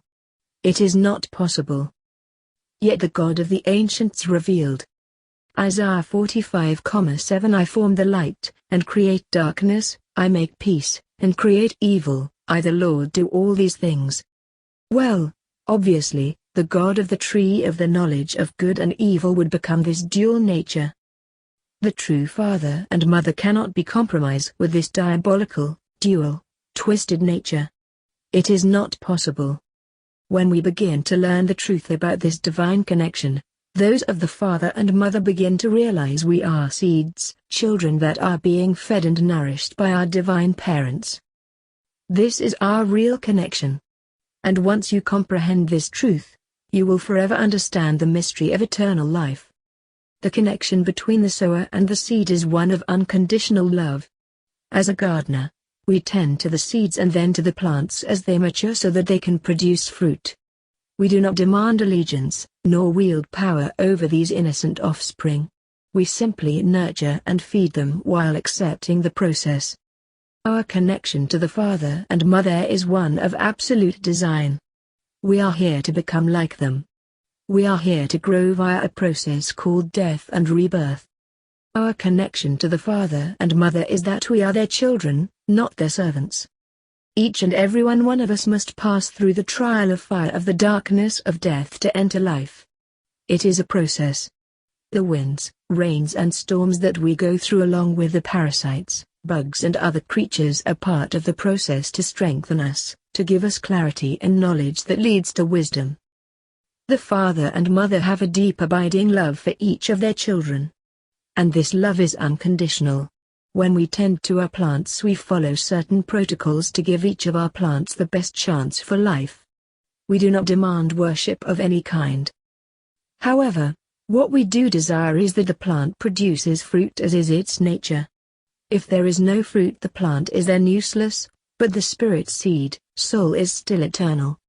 All indications of worship written in the Bible were brought forth by the fallen ones who brought unto us the corrupted word, because they demand allegiance and worship as one filled with pride and ego. Normal loving good parents never demand worship from their children. They never threaten their children with horrendous acts of punishment to destroy their children, because their child failed to obey or follow correctly. These are the works of Satan, which means adversary to the light seeds of the father and mother. Teaching and correction is a valid course to help a loved one fulfill their responsibilities. But it is never through coercing, force or threat. Our divine parents can never be jealous, wrathful and vengeful. It is not part of their perfected character. There is nothing beyond, prior or above them greater than the Father. Before your plants produce fruit, do you hate them? Do you despise them? Do you demand worship from them? Of course, not. You know it is a process that takes time. Yet you continue to feed them and nourish them no matter what happens. Because this is your dedicated responsibility as you allow for the process to unfold. This same truth goes forward unto how we handle our children. We have been seduced to believe the lie, and thus we struggle and fail continually, because we fail to understand the simple true compassionate love of the father and mother. They know what we need before we ask. They know what we need always, and they give it to us freely, if we allow. The problem is the wicked ones have been soiling the ground with poisons and deadly conditioners, and we are absorbing these things into our growth process, which is killing the plant and making them fruitless. And yet what is so amazing is that nothing the dark side ever does can ultimately destroy us. Remember, the seed must indeed first die, before it can live. If the seed does not produce fruit, then the cocoon or human apparatus will be toiled under the soil and then sent back to recreate the process. It must be born again and again in this human veil until it produces enough fruit to verify a change unto eternal life. Death may come 1,000 times before we produce fruit, but eventually our glory will be established. Because that which is in the body cannot die, it is eternal, it only lacks definition of identity established by the fruits. Each seed is given full potential, but it is also neutral at creation. By our experiences, tests and difficulties, we become, based on our uses of that potential, the spirit that we will finally change into as a child, heir of the Father and Mother and co-heir to Christ. I am sorry if I am repeating things, but this understanding is so lacking it will take some time before it permeates the consciousness. Remember, the glory shall be revealed in us. The Father and Mother will never forsake us, nor ever leave us. If it takes 1,000 lifetimes, we shall produce fruit, because it is a process of life coming out of death. So, as children of the Father and Mother, we can never truly die, meaning not exist, because our spirit divine nature of creation was and is eternal. When the Father and Mother created us as the light in the body, we were eternal, based on their own image and likeness. The Father cannot create anything other than life eternal. That which was created as flesh and blood is corruption. Nothing the Father and Mother creates is corrupt, nor can it be. Everything is like after like. Eternal spirit cannot create death, it can only create life eternal. Below you will see the difference between what the Father creates and what God has created, when speaking of the human body. I Corinthians 15:42 It is sown in corruption, it is raised in incorruption. It is sown in dishonor, it is raised in glory, it is sown in weakness, it is raised in power. It is sown a natural body, it is raised a spiritual body. There is a natural body, and there is a spiritual body. And so, it is written, the first man Adam was made a living soul, the last Adam was made a quickening spirit. This reveals that flesh and blood is not the creation of the Father and Mother. Based on the law of death in this world, our human form, as stated prior, is not in the image and likeness of our Father and Mother, but it is in the image and likeness of death, given to us by the false gods and their leader. The cocoon is not life eternal. It must die, because it is corrupt, meaning it does not have eternal life. Therefore, to the contrary, the body is always perishing. The question remains, then what is the dark seed container of the fallen ones? It is also the human body, the cocoon. The seed that was planted by the Father and Mother is the unfinished product of our developing soul. It was planted inside the human body of death, so the seed could be regenerated, which is one that is becoming spiritually reborn or renewed. Often it is spoken that one needs to be reborn. There are two types of rebirth, one in the flesh via direct reincarnation, and the other in the spirit via the regeneration or the resurrection from death or the awakening unto life. When Christ told Nicodemus about one needing to be reborn, there was a veiled reference to being reborn in the flesh. However, what Christ was referring to is being reborn in spirit. As a seed, we were neutral, not yet developed, likened as the seeded egg within the mother's womb. Therefore, as a true child of the regeneration, we are fully formed and have returned to the state of incorruption or spirit, that is being born again. The seed of light is our soul experiencing death through the creation of darkness, the human body. The soul which has the light of Christ within, was planted into the earth as being the human body of death. The outer is not reflective of the inner, the outer is a shell, a veil that is hiding that which is within. And only upon the production of fruits will it be visible to recognize what is truly within. What this means is, there are those that do not have the soul of the Father and Mother, they have the nature of their father, the adversary, which is darkness and evil, or the mixture of good and evil, as a combination that creates chaos and confusion. Tares are not a valid growth, they are a weed interacting in this realm. The tares and wheat may appear alike from the beginning and via the process. And thus, all humans appear as alike in the beginning. When a baby is born, they appear similar until the child grows up and exposes outwardly their true inner reflection. It is the ultimate growth that will eventually verify the fruits.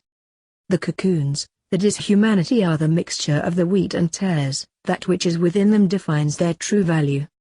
Thus, we have been taught that flesh and blood cannot please the Father, because it is death, not life. It is that which is within that will ultimately bear fruit. 1 Corinthians 15:50 Now this I say, brethren, that flesh and blood cannot inherit the kingdom of God, neither doth corruption inherit incorruption. Romans 8:5 For they that are after the flesh do mind the things of the flesh, but they that are after the Spirit the things of the Spirit. So, then they that are in the flesh cannot please the Father. But ye are not in the flesh, but in the Spirit, if so be that the Spirit, seed of the Father, dwell in you. Now if any human does have not the Spirit, seed of Christ, he is none of his. If the father and mother created flesh and blood, it would be pleasing, but the father and mother did not create the human. However, when God created the human, this is what he had to say. Genesis 1:31 And God saw everything that he had made, and, behold, it was very good. And the evening and the morning were the sixth day. I Corinthians 15:42 So also is the resurrection of the dead. It is sown in corruption, it is raised in incorruption, it is sown in dishonor, it is raised in glory, it is sown in weakness, it is raised in power, it is sown a natural body, it is raised a spiritual body. There is a natural body, and there is a spiritual body. And so, it is written, the first man Adam was made a living soul, the last Adam was made a quickening spirit. The first man is of the earth, earthy, the second man is the Lord from heaven. As is the earthy, such are they also that are earthy, and as is the heavenly, such are they also that are heavenly. And as we have borne the image of the earthy, we shall also bear the image of the heavenly.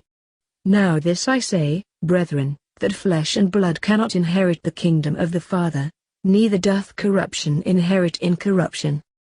Behold, I show you a mystery, we shall not all sleep, but we shall all be changed, in a moment, in the twinkling of an eye, at the last trump, for the trumpet shall sound, and the dead shall be raised incorruptible, and we shall be changed. For this corruptible must put on incorruption, and this mortal must put on immortality. So, when this corruptible shall have put on incorruption, and this mortal shall have put on immortality, then shall be brought to pass the saying that is written, Death is swallowed up in victory. O death, where is thy sting? O grave, where is thy victory? We are now getting closer to the ultimate truth that will indeed awaken the true seeds. Chapter 7, The Enemy Within. I am sure in one sense it is shocking to realize that humanity is a mixture of good and evil seeds. And yet in another sense, it is quite believable since that seems to be the way things really are. Our world is a mixture of good and evil, truth and error, right and wrong. Everywhere we look the world is mixed with the opposite polarity. As I stated recently, Babel comes from the word meaning to mix, to create confusion. It is like with anything else, if you mix together a good with a bad, you dilute the original potency. We live in a world where everything is combined and it doesn't matter what it is that is mixed. When a distortion has been added into the formula, it will create a dilution or delusion. I am sure for most it might be a shock to learn that the Bible was mixed with a combination of truth and error, good and evil and right and wrong. It was done to throw you off the correct path. If everything you do is laden with a mixture of the opposite, nothing truly positive could ever be accomplished.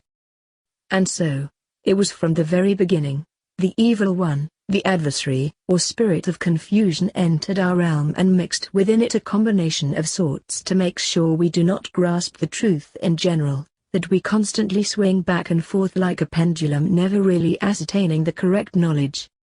I am not saying to throw the Bible away, I am not saying that it would be better if you did not read it.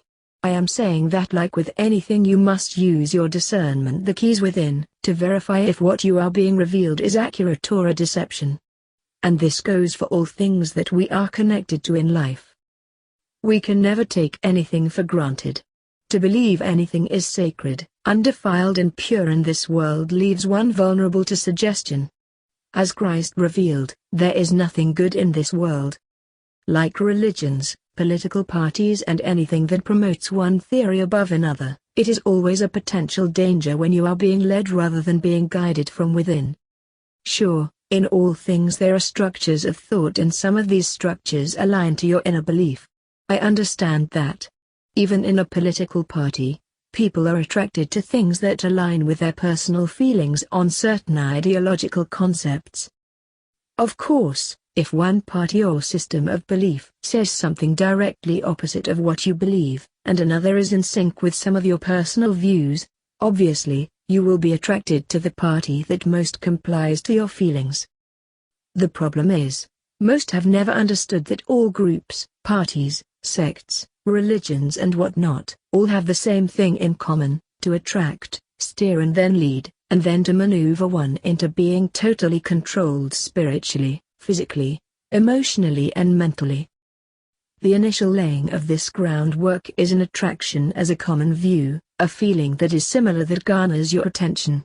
Afterwards, when you have given your attention over to this compatible concept, then the initiator tries to steer you into more of their foundational principles.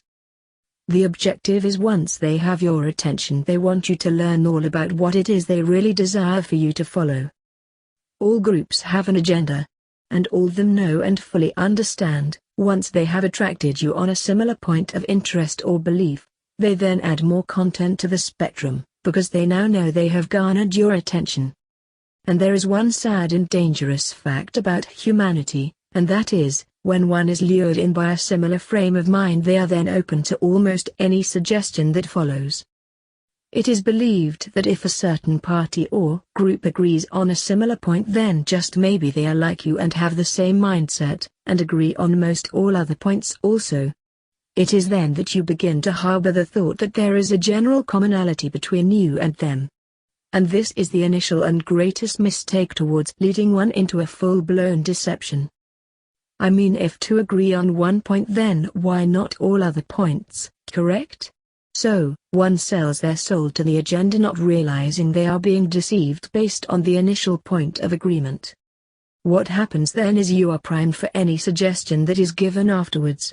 Even if a red flag pops up, you will ignore it because in your limited awareness, you are thinking to yourself, hey, if we agree on this topic, then we must agree on the other topics also.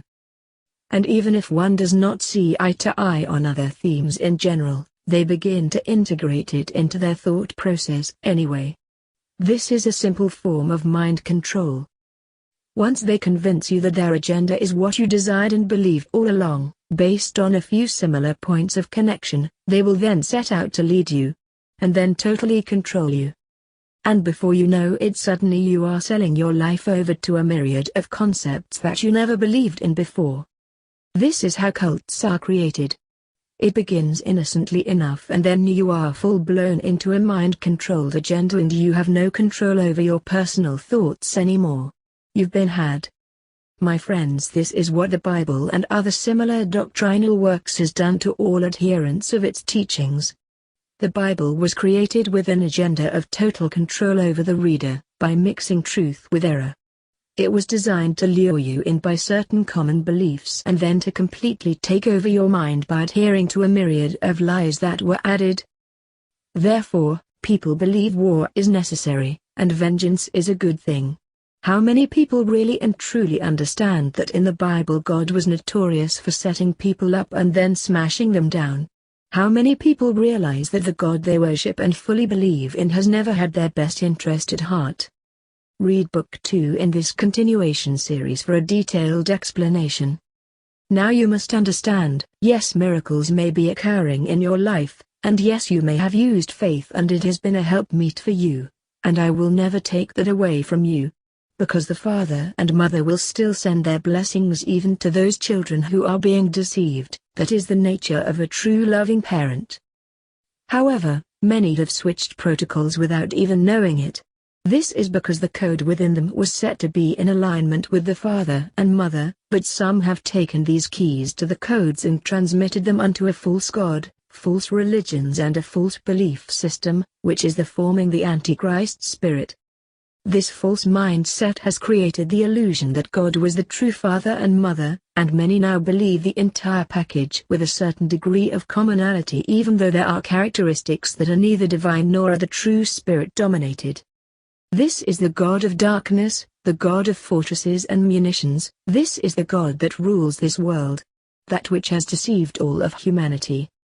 2 Corinthians 4:4 In whom the God of this world hath blinded the minds of them which believe not, lest the light of the glorious news of Christ, who is of the image of the Father, should shine unto them. Do you understand what this is saying? The God of this world is not the Father, nor has ever been. Therefore, Jesus said repeatedly, "This world is not my world nor is it the Father's world." So right off the bat we know that anyone claiming to be the God of this world, or aligning with anything of this world is not the Father and Mother despite what most religions teach. Secondly, it states, "the light of the glorious gospel of Christ who is after the true image of the Father." Remember, Christ is the Word, the original seed. His light shines upon all seeds which are the children of the Father and Mother. It is the soul that is in the image of the Father and Mother. However, the human body made up of flesh and blood, which is death and corruption, is in the image of the God of this world. The world has been blinded, and lied to, and deceived by this false God, and therefore many have been disengaged from their true heritage and ancestry. The God of this world, like any other organization or group, set out to lure masses in by saying things that gives one a feeling of a common connection, that is feel-good protocols. And then when one gives their allegiance over to this God, hook, line and sinker, he then establishes new and dangerous protocols that may have continued to follow and believe, even when deep down they knew it did not comply with the fruits of the Spirit. This God set up laws, created covenants, statutes and rules of conduct based partly on what was true. And then humanity became transfixed on the lie that reckoned, since good proceeded out of this God, it must be the true God, for why would he have such order and rule of law? Most believe Satan would never set up rules, laws and covenants. That he is the author of chaos and war. Well, of course he is, but he also knows how to use law to create bondage, which leads to war. Satan is not divided against himself. He leads by law and regimentation. Satan has laws, rules, covenants, contracts and clauses. May have believed that this must be the true God, because of the protocols that seem good, yet we forget, this entity is the God of both good and evil. He uses good mixed with evil to set up his control over the mind to lead one into confusion. The fact is, Lucifer is the God of the rule of law, the law of bondage. The mystery is revealed here that having the fruits of the Spirit establishes there is no law. Law is used to identify sin and create law breakers, which leads us to understand the next mystery. The fruits of the Spirit are love, joy, peace, patience, kindness, faith, gentleness, meekness and temperance towards life. Against such there is no law. When one comes under law, then one comes under sin, and when one comes under sin, one is condemned by the very same law. The very body we wear is under the law of sin. It is condemned, and no shedding of blood can remove the law of death from the body. How do we know this? Because the body is in a state of decay, because it already has come under the law of death. If the body was not under the law, it would be eternal. Romans 6:6 and 8, knowing this, that our old man is crucified with him, that the body of sin might be destroyed, that henceforth we should not serve sin. And if Christ be in you, the body is dead because of sin, but the Spirit is life because of righteousness. When we sin, it is often due to the body of sin, which comes under the law. So, it is not you that sins, but the body of death is under the law of sin. And the body is dominated in sin because it has been condemned under the law of death. Romans 3:20 Therefore by the deeds of the law there shall no flesh be justified in his sight, for by the law is the knowledge of sin. When something is revealed about this God that makes absolutely no sense, and someone begins to question his authority or manner, they are often then restricted from proceeding with that thought. Many are told they have problems, because they are questioning God and his motives. How dare anyone have any disagreement with God? Many who do question are then set in their place and made to conform to the belief that they have no right to decipher the code using the internal keys. They have been denied use of their internal eternal key spirit DNA encoding. What just happened? Well, once upon a time we had a common belief, and that is what led us into this new God-ordained connection, and now we have lost any control of our own awareness. Now someone else with another agenda is controlling us at all levels externally, and we are no longer allowed to go within to ferret out the truth. We are then blocked from access to the DNA code, because we were deceived. Therefore, it is important that you judge the fruits. I am not telling you to condemn someone, but we must judge all things so that we ourselves are not judged by our own false actions and false beliefs that has led us astray by deception. There are two types of judgment. One is condemnation, and we should never condemn anyone. The other word for judgment is decision, or determination via discernment. Example, we all know that rape is wrong, we all know that murder is wrong. It doesn't take a genius to understand that these are horrific crimes against one another, and they are evil. We must judge the action as evil based on the fruits of the Spirit that do not align with these actions. There is never a time when these evil atrocities can ever be deemed acceptable. If you can accept murder and rape, then you have been compromised by confusion, as is the spirit of Antichrist. Yet what happens when this God allows or even instructs there to be murder, pillaging and rape? How many realize that the God of the Old Testament instructed not only his own people to be part of this type of violence, but he also used foreigners to come in that used these violent acts against his own people because they either disobeyed or were deemed as heathen? He instructed that women be raped in front of their husbands, that the men be murdered and the children crushed and even the animals all wiped out, and all their possessions looted. And how do we respond? Well, that is God's prerogative. He can do whatever he wants to do. He is righteous, and when his laws are contravened, this is what happens. Are you kidding me? Can you say that with a straight face? Have you been that royally compromised? My friends, righteousness is based on the fruits of the Spirit. It is not based on an action because it supposedly comes from a godly decree. This mentality is a demonic intrusion which has created this change in the mind to allow evil, all because we were told God was behind it. How could we go from the fruits of the Spirit into a violent demonic mindset and then say this is God's prerogative, that God is simply using evil to teach us a lesson? Correction is a lesson. Destruction is emptiness. My friends, many have been lured into the lie of the demonic warlord called Satan, the adversary. This is his mindset, his ways, and his wicked fruits. Once we have been conditioned to believe evil is a necessary remedy for disobedience, we then become conditioned into accepting evil as part of the nature of the father and mother, and then we begin to accept it as part of our nature. And thus, the truth is, Satan is a nature spirit, a spirit of death and destruction, and it can be anywhere at any time and in anyone. Where do you think things like the Inquisition came from, and what inspired it? Why are many religious groups always involved in war and dark deeds?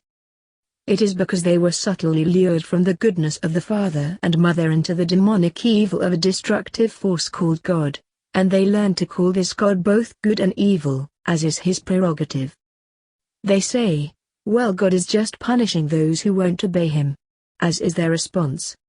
And then this leads into the greatest error ever taught, the belief in a hell. A burning fire that torments and roasts the flesh off the body and continues to do so for all eternity for some mistakes made in a single lifetime. How did anyone come to this conclusion? How could anyone claim God is good, God is love, and then believe in this fiery retribution against disobedience? What sickness in the mind could ever convince one to allow such horrific evil in their hearts and then somehow be twisted enough to call it good? I mean, even with our limited awareness and love, when we see an animal suffer, we put them out of their misery. We do this in love so they won't suffer anymore. But we don't condemn them to an eternal fiery hell. As the old book and movie stated, they shoot horses, don't they? How could we ever have been deceived to believe that the father and mother could even conceive of such evil in their minds? Oh, you disobeyed me, now I am going to make you suffer in pain for all eternity. And then you will know my wrath. There is only one way that we could have been lured into this deception, and that is we were compromised. What we allow for the acts of God we would never allow against our own children. Do unto others as you would have them do unto you. The problem is we never separated the chaff from the wheat. We never separated the lie from the truth. We became compromised because we did not remove the deception, and we drank all of it and ate all of it without conscious remorse as to what we were truly doing. And let me be straightforward, whether you believe in a God or not, or even believe in the Bible, this same control is being governed over all people in all walks of life through a myriad of different protocols, religions and other control factors. So never think because you are not an adherent to any religious faith that this doesn't concern you.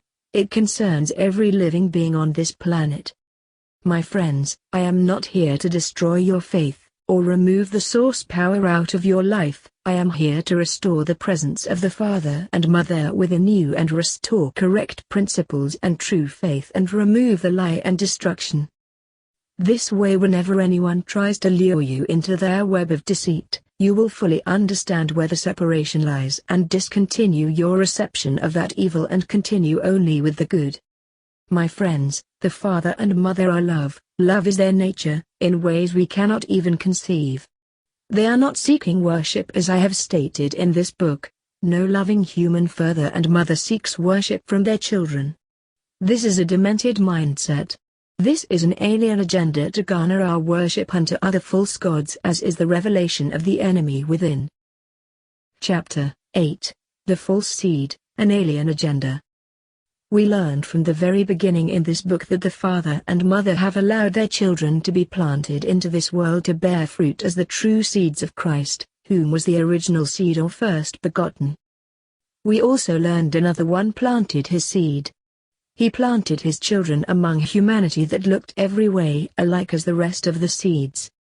We also learned that this mixing of the two races of humans was done to create confusion and bring an alliance and allegiance to a false god and his children, a god that demanded worship above all other gods, because this god was jealous and filled with wrath. We then learned that Christ said to allow the false seed, children, to remain until the harvest. Let them grow up together as one. And then at the harvest the separation will occur for those that are ready. I am sure all of this sounds extremely odd and weird to most people. Sadly, the inhabitants of Earth have an alien breed created by the Dark Lords to intermingle among the children of the Father. These beings are not the true seeds. They do not think the same, they do not react the same, they do not have compassion or remorse, and they do not have the fruits of the true spirit encoded within them. However, we cannot condemn anyone. Understand the mystery, all have been compromised by this mixing. It is a fact of reality. Even the children of the Father and Mother have dangerously regressed due to this mixing. And they have fallen into the deception, and either they begin a rapid change before the harvest or they must be toiled back under. The fallen seed that has germinated into our world is also a spirit, a false spirit. A compromised spirit within that guides these fallen children to obey their master, which is the adversary to the Christ and his seed. They have what is called an artificial spirit. They were created by their father and his legion that had fallen away long ago, called their fallen angels. Some of these angels and their children live among the children of the Father and Mother, others are hiding in different places and dimensions. Just like our soul resides within the body, they have the spirit of their Father, which also is housed within the human body when they enter this realm. It is in their seed, their children, which is the spirit of darkness and rebellion. And this same spirit is in all the children of the Dark One. It is an adversarial spirit always trying to corrupt what is right and good. There are aliens among us. The term alien is a combination Sumerian name along with Hebrew and Aramaic, and it means Lord gods. These aliens are themselves gods and their children are children of God, but they are not of the Father and Mother. Jesus, quoting from this verse in Psalms 82:6, where he said, "Are ye not all gods?" He was speaking to the rulers of his day. These were the children of the fallen ones. And the verse in Psalms revealed, "Ye are all gods, and all of you are children of God." This psalm was revealing how these fallen gods were controlling the earth, and they were bringing darkness and wickedness upon this planet. Christ had told these people that they were the children of Satan. Now he is telling them, they were also the children of God. Again, it is important to separate the difference between God and the Father. So often when Christ was speaking to the other seed, he brought about a different discourse because he knew these people were not of the Father, his Father. They were of a foreign God.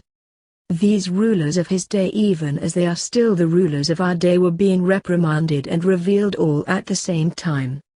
The verses in Psalms continues to reveal who they really were.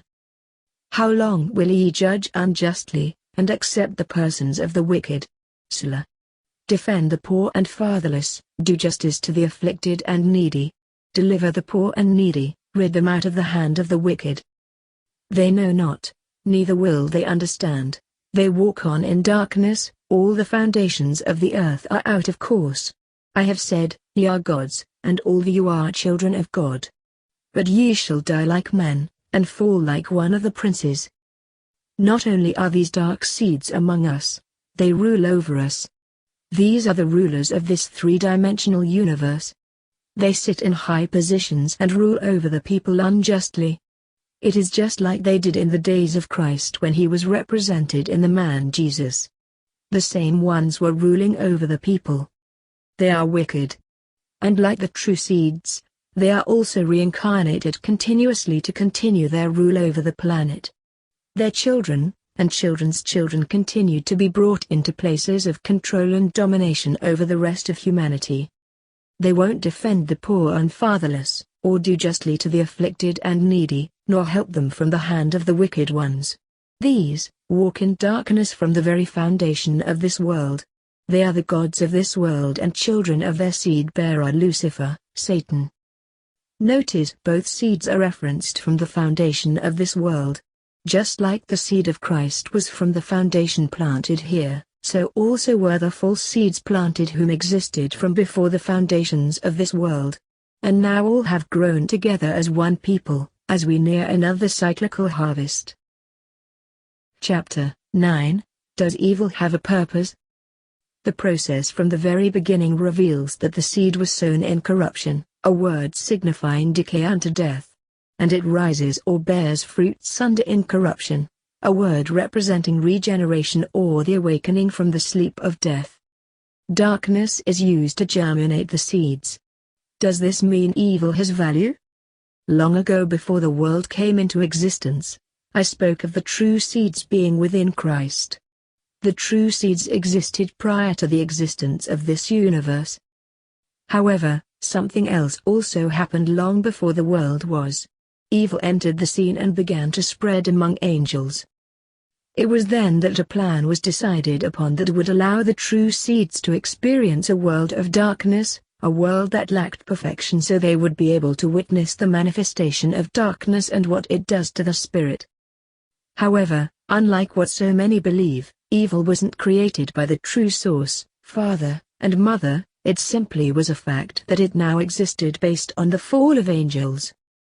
It was then decided to allow a playground to be created that would allow for both good and evil, and then allow all the true seeds the opportunity to learn firsthand where evil and wickedness eventually lead by experiencing it without completely selling over one's soul over to this malignancy.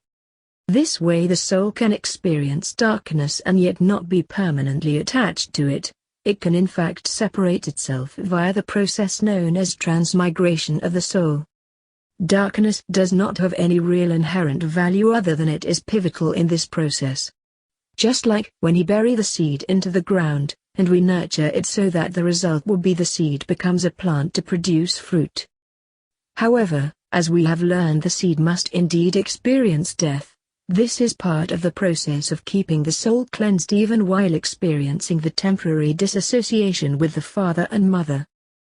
The earth in a sense becomes the mother carrying the seed within until it can be born. And then the seed proceeds to bear fruit. If the seed does not bear fruit, the plant is unproductive and must be toiled back under the soil for new seeds to be planted at another time. This is how the soul returns to finish the job that it had failed to accomplish prior. The process allows the soul to shed its connection to darkness while being re-established back into the process of death and rebirth. The soul is thereby cleansed of all past errors and allowed to begin again to finish the job, starting again, renewed. And this process will never end until the soul fulfills its responsibility. Thus, as it states, the father and mother, nor the son will ever forsake us or leave us. This is the true unconditional love of parents, not benefactors, not custodians, but real loving parents. Could you have ever believed otherwise? This process occurs time and time again. It is not a one-time activity that may have been seduced into believing. So now it is time that we begin transitioning this formula from a cryptic metaphoric message, into a down-to-earth process where we can ascertain how these terms really apply to us in our everyday life. We the soul are the planted seeds into the veil of a fleshly body, which is called the decaying avatar. The soul within is the seed of the father and mother planted into this human being having not yet been regenerated. There is also an evil seed. These are the children of the adversary, which are also planted inside the cocoon of the flesh and blood human avatar. Humanity is made up of either the seeds of the Father and Mother and the Christ, or the seeds of the fallen ones or the fabricated ones. Read the Time Loop Chronicles series for more information. The difference is, the dark seed establishes the cocoon as their true habitat. And the good seed must indeed learn that this cocoon must be shed through this process to become perfect again like their father and mother, through this lengthy transition, as the metamorphosis, which is unique for each soul. The seeds also represent the word or oral connection of the father and mother as it pertains to wisdom, instruction, guidance and knowledge. However, as we have learned, the word was never intended to be written down on some physical apparatus, because matter is in decay and it becomes perverted. Thus, the word is spirit and not matter-based. Therefore, Christ said, He was the Word, He was the bread of life. He that eats my flesh and drinks my blood hath eternal life abiding in them. Now let us begin to formulate this ancient wisdom into concrete knowledge where we can then use it to benefit us in our lives today, allowing for a better understanding. Chapter 10 The Word is to be consumed. When the Father speaks to us via the Son or the original firstborn among many, it is done in spirit, not in flesh. Understand, our connection to the Father and Mother is always via the Spirit. As the hidden word enters our minds, it is being consumed. Christ through the man Jesus represented this word in the flesh, so he rightfully stated, He that eats my flesh and drinks my blood hath eternal life. But this was only a metaphor, and that is what he revealed, and yet many did not understand. And even today Christians the world over do not understand what Christ exposed here. This is the most misunderstood gnosis in all religions. And it is the central core reason for all the confusion. First, as in type, when we go to school at whatever grade level we may be in, we are consuming the knowledge that is given to us by the teacher. We are in a sense, eating and drinking the knowledge. In the flesh this knowledge is dispensed via oral and written teachings, via the senses. This is how knowledge is disseminated via the flesh. The very word disseminated means, sowing the seed. Therefore, the seeds are implanted into the minds of the students, and then it finds root to grow within their understanding. If the knowledge does bear fruit, then one can be rewarded with more knowledge. If it fails to grow within, the student is held back to go over what was revealed prior, and this occurs many times until the student has finally passed to the next grade level. We see this is how it works in our everyday lives. Nevertheless, it is only symbolic in how it works in the spirit. When oral or written dissemination occurs, it is a physical process for the human mind to process new information. This process does not reveal the true word. It is not the Christ. The true word is brought into us via the spirit senses, not the fleshly senses. Just like love, compassion, faith, mercy, and joy, these things come from within. One does not need physical knowledge to obtain these fruits of the Spirit. They feel them within the soul. When Christ said in the person of Jesus, Whosoever eats my flesh and drinks my blood in John 6, he was revealing the true way. He was not saying that people were to drink his blood and eat his flesh, physically. When the people of his day heard this mystery, they did not understand. So, He had to use a physical interpretation to help them understand the spiritual process. He then said, "I am the bread of life." Remember, he is the Word. The Word became flesh, which means the Spirit entered the human, or within the avatar. He was revealing that he is the bread of life, because what is in him also needs to be in the true seeds. He then realizing since most of the people he was speaking to were confused, he then stated, just as it was with Moses, he gave you manna to eat, and so it is with the Christ, he is the bread of life. Again, though the people had no clue what he was talking about, they argued and said, "Give us of this bread so that we may eat of it and live forever." They wanted something physical to eat because this is all they understood. Christ then came back and said, "I am the bread of life, he that eats my flesh and drinks my blood will live forever." Again, like before, they still did not understand. They did not understand that the words he was speaking were spiritual, to be interpreted by the spirit senses, not the flesh and blood senses. So, he said, "It is my words that are spirit, and they are eternal." And just as the true seed, which was the original word, was eternal, so also were the planted seeds via the father and mother's children, eternal. John 6:63, "It is the Spirit that quickens, brings to life, the flesh profits nothing. The words that I speak unto you, they are spirit, and they are life." The people then as today were so wrapped around the physical senses of eating or taking in something through physical means, they were totally muddled. They did not understand what he was trying to teach them. Why was it so confusing to them? It is interesting and yet very sad that during this meeting every one of the people that were there with him stopped following him except the first disciples, and this was mentioned in the key verse, John 6:66. But why did they stop following him? Because they were not able to internalize the word within themselves. They needed some sort of physical process or way to grasp what he was teaching them. Christ was trying to tell them that one cannot process these things via the normal physical way. It must be done via the Spirit. Learning 2 + 2 = 4 is fine, but it won't profit one spiritually. Learning love, mercy and compassion via the Spirit within reveals all things. The fleshly attributes of dispensing information profits little, and spiritually speaking is basically useless.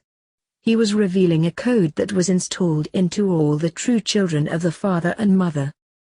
Today, people the world over are still unable to internalize the word within them. They need some physical apparatus or middleman to help them, as if they have no spirit to grasp or understand within themselves.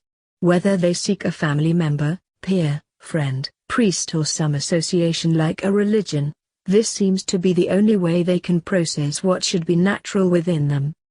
And often when you try to reveal the simplicity of love and the true merits of the process, many flee away, often angered, denying that which is so obvious, because they have been perverted by another way. They walk away from the Christ within to follow a secular and external Christ and God, because they fail to discern within themselves. They are led astray and often reject the true Christ for a false Christ. Therefore, the people abandoned Christ in the strangest of all times, coincidentally revealed in the verse, John 6:66. I believe it was to reveal what the spirit of Antichrist really is, which is leaving the bread of life within to partake of a false bread or false word externally. Many have taken the Bible, which is the corruptible physical manifestation of the Word, as being the true and undefiled Word, and may have begun, instead, to eat and drink of a corrupted word, one not being sent by the Father and Mother, and thus they completely ignore the spirit senses as they pertain to the true word coded within them. As an example, a father and mother would never abandon, destroy, and threaten to burn their children in a fiery hell and or demand worship from their children because of their lack or multiple errors. This should be encoded within all true seeds. This should not even be an acceptable belief with any true seed. And yet many allow themselves to be compromised, and instead of seeking the truth within, they begin to believe God does act in this manner. Many have allowed themselves to follow a new way, a new God, a new Christ, one whom did not follow these protocols, and they become corrupted. Christ was not and never has been the Bible. Christ is the Word, not the Bible, and the incorruptible Word of Christ is written within the soul, not on stone, papyrus or any other physical platform. Now learn a mystery. Christ is the spiritual conduit that extends between the father and mother and the children, or the many true seeds. One might say the pipeline. Just like a tree, the father and mother are the husbandmen, or farmers, as the sowers of the seed that plant the tree. The trunk or vine of the tree is Christ, the branches that extend from the trunk are the children of the father and mother, which came out of the Christ vine. These must produce fruit as the recipient of this energy process. It cannot manifest any other way. All of them are connected as one, but each play a pivotal role. When the father and mother sends its energy to us via the process, it must go through the main vine or trunk of the tree and then into the extensions, the branches. It is the same energy moving through the entire tree. Therefore, the energy is the life of the tree or the bread of life. Just as the original seed was the first begotten among many, so is the trunk the first of many branches. Everything extends from the trunk or main vine of the tree, everything. When a tree is watered, and receives sunshine, the nutrients come from the main vine and then into the branches. They do not come from any other source. There can be no other source to provide for the proper nourishment of the tree's branches. When the word is spoken via the father and mother, it is sent unto and through the entire tree via the vine or Christ, and the tree gets its power only from that source, not from anything external. The branch cannot look to another tree or source and say feed me. Its life comes from within. Now understand another mystery. John 15:19 I am the true vine, and my Father is the husbandman. Every branch in me that bears not fruit he taketh away, and every branch that bears fruit, he purges it, that it may bring forth more fruit. The term taketh away means to remove something that is undesirable. Why is the Father removing something from the tree? Obviously, as we learned earlier, a good tree cannot produce bad fruit, neither can a bad tree produce good fruit. Therefore the mystery is unveiled. That which the Father must take away is that branch that is failing to produce fruit properly. Is that branch forever gone? Is that branch forever lost? Of course not. Nothing on the Father's tree is evil or bad, it cannot be. A good tree cannot produce bad fruit. However, a good tree can produce the branch that is not acting in order of the tree process, and thus that branch must need be removed. Then it states, that which does produce fruit must be purged so that it can produce more fruit. The term purge means eradicate, remove, liquidated, and expelled. Ask yourself a question: if you have produced fruit as a good seed, as one of the branches, then why is the Father removing you? And if you are part of the tree, where do you go so that you can produce more fruit, since you have been eradicated from the tree, which is Christ in us? The answer lies in the truth most of all Christianity and many other belief systems deny. It is called transmigration of the soul. The taking of the soul from one body and seeding it again in another. The branch that has yielded no growth, as well as the branch that did yield some fruit, can both be removed, and yet they are never destroyed. This is because the energy that brought forth your branch was forever your personal soul energy or seed that existed before the world was. Yet notice what it states: the Father purges it that it might bring forth more fruit. How is this even possible if one is only given a single lifetime, as many believe? Do you understand the beauty of this? The branch that is cut off is not eternally destroyed, it is simply removed until it can bring more fruit at another time, wherewith it becomes a new branch grafted into the same tree at another time. Again, under most belief systems today, how is this even possible? Now ye are clean through the word which I have spoken unto you. Abide in me, and I in you. As the branch cannot bear fruit of itself, except it abide in the vine, no more can ye, except ye abide in me. I am the vine, ye are the branches. He that abides in me, and I in him, the same brings forth much fruit, for without me ye can do nothing.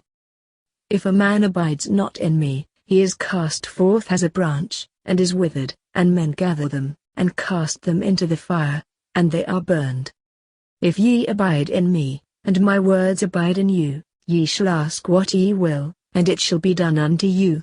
Herein is my Father and Mother glorified, that ye bear much fruit, so shall ye be my brothers and sisters. As the Father and Mother hath loved me, so have I loved you, continue ye in my love. This is the process of the regeneration. The children of the Father are the branches, and the glory of the branch is the fruits that the branch produces via the Christ. But the branch on its own cannot produce anything. It must rely on the energy sent from the Father and Mother into the vine. Nothing external can give anyone one iota of spiritual energy power that does not come from the main vine. This is the mystery of the Word. It is given to us from within the core of the tree, Christ, directly infused into all the branches. It is the code and the true word. As stated above, the Bible is the dual seed of good and evil. It is the combination mixed with truth and error to create confusion.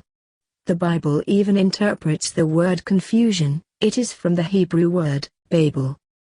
The original root form to this word was barrel. Vowels were added later. The key to understanding this is to understand the word barrel means to mix together or confuse. Have you ever asked yourself about the origin of the word Bible and where it comes from? It came out of the 14th century AD. It came into the language as Biblion, as a papyrus roll or strip of papyrus that contained scriptures. It was the combination Old and New Testaments that were brought together by the Eastern and Western Roman emperors and the English kings and queens, which is extremely telling. Now ask yourself the question, what is the greatest confusion factor in this world today when speaking of the Bible? Many would say that both the Old and New Testaments are combined. Some believe they are the followers of the Old Testament, but not the New. Others believe they are the followers of the New Testament, not the Old. And some even believe they can somehow follow both, even though the one often contradicts the other. This is confusion, barrel. The key is to understand that whatever it reveals, it shows a mixing that has occurred. A mixing of various books, songs, writings, prophets, kings, gods, Christs and many other attributes. And it is this mixing that has created all the confusion. And thus, the Bible is Babel. Remember, the Bible is not a fluent book of itself as an instruction booklet. It is a mixing of many books and writings from different time periods. The Bible is not a single story, it is a combination of writings from various people down through the ages, some inspired, some not. And then someone decided to take these writings and store them into a single book, or better known as biblos, meaning many books mixed together. And then they placed them all together as one. Therefore, we access the name, Biblion, Babylon. Yet these conspirators left out dozens if not hundreds of other writings so they could proffer this one single book per a set agenda, which amounted to 66 books in total. The Bible reveals the number of man is the number 6, based on his creation day, and here we have a chosen set of books all mingled or mixed together that created the number 66, and thus we have a symbol, or code. The Bible is linked to the number 666. Now we also learn that the Antichrist is the number 666. What is the Antichrist? It is a false Christ agenda and process, one that is opposite or against the true Christ, or better revealed anything that is outside the main tree, but is attempting to replace the true Christ with a false one. Remember, Christ is the Word, and all energy flows from the Father and Mother into the Christ. And then it flows into the branches, or children or offspring of the divine parents. It doesn't flow through the priests, ministers, bishops and rabbis and then unto the branches. It doesn't flow into your church and then into the branches. It flows directly from the main vine into the branches. Thus, Christ has personal control of every branch in him. Anything beyond that control is a false Christ. We also learn the barrel or Babel was the mixing or warping of the truth. This reveals another word has been added. a false word, to bring about confusion. So, the Antichrist is confusion, or a distortion of the true Christ/word. The Bible or Babel's origins are the tree of the mixing of the knowledge of good and evil, whereas the true Christ origins are the tree of life. It is now to be understood that the correct energy can only come from within. Any other source attempting to feed or nourish the branch can bring about death to the branches, and they will wither away and die, and then men will come and burn them. The books of the Bible, most of which are shreds of other older and more detailed works, are a mixing, and many of these works lack depth of knowledge. It is all surface knowledge to create confusion, which it has. The very fact that tens of thousands of religions were created from the same book whereas none of them agree with one another as to its content reveals utter confusion. However, the dark side uses this confusion to establish the idea that the reason the content is so misunderstood is only the true people can comprehend it, and although this is based in truth, it is being used to also create more division and confusion. What they don't tell you is that, yes, only the true children can understand as they are illuminated by the Christ. But, they also fail to reveal that the Bible is a mixture of both truth and error, therefore it is not wise to throw it all out because there is error, nor is it wise to accept it all because there is truth. Remember, until the time of the harvest, both seeds will dwell together in one field. If you attempt to rip out the false seeds, you might inadvertently toss away the good seeds. Therefore, it is not wise to reject the Bible in total, because it is some of the good seed that is within the true spirit. If you eliminate it all, you eliminate part of the truth, and therefore you could compromise the spirit energy within and forsake that spirit as it may reveal the same thing you just rejected. However, understand the key to the code. The word comes from within you. If what you are reading does not comply to that word, which is coming from within you, then you must not consume it, lest you die. If the word is coming from within you and it complies with the written or oral word, then the word is simply established and verified. You must use the keys to the code within yourself via the Spirit of Christ to separate the truth from the error and then hold fast to that which is good and refrain from the evil. What happens when a person tries to consume the entire Bible having this mixture? They become poisoned. They are not separating that which is error from the truth. They are accepting it all as truth even though it has been mixed. And what does this create? It is the inherent confusion within the soul, or the marker of the Antichrist, the one that has supplanted the father and mother and instead raised themselves up above all others to worship them. Therefore, consuming it, one may feel like it is sweet as honey to the lips, for the word appears to bring about eternal life, but when they swallow it makes their stomach sick, because the confusion is added and then the branch withers away and dies.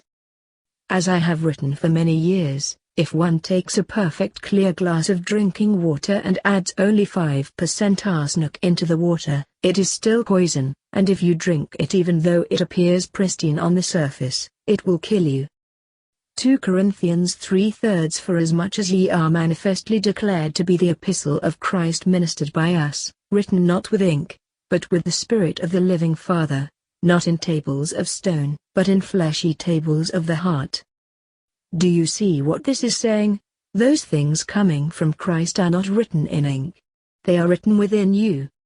Now how does one communicate through the heart?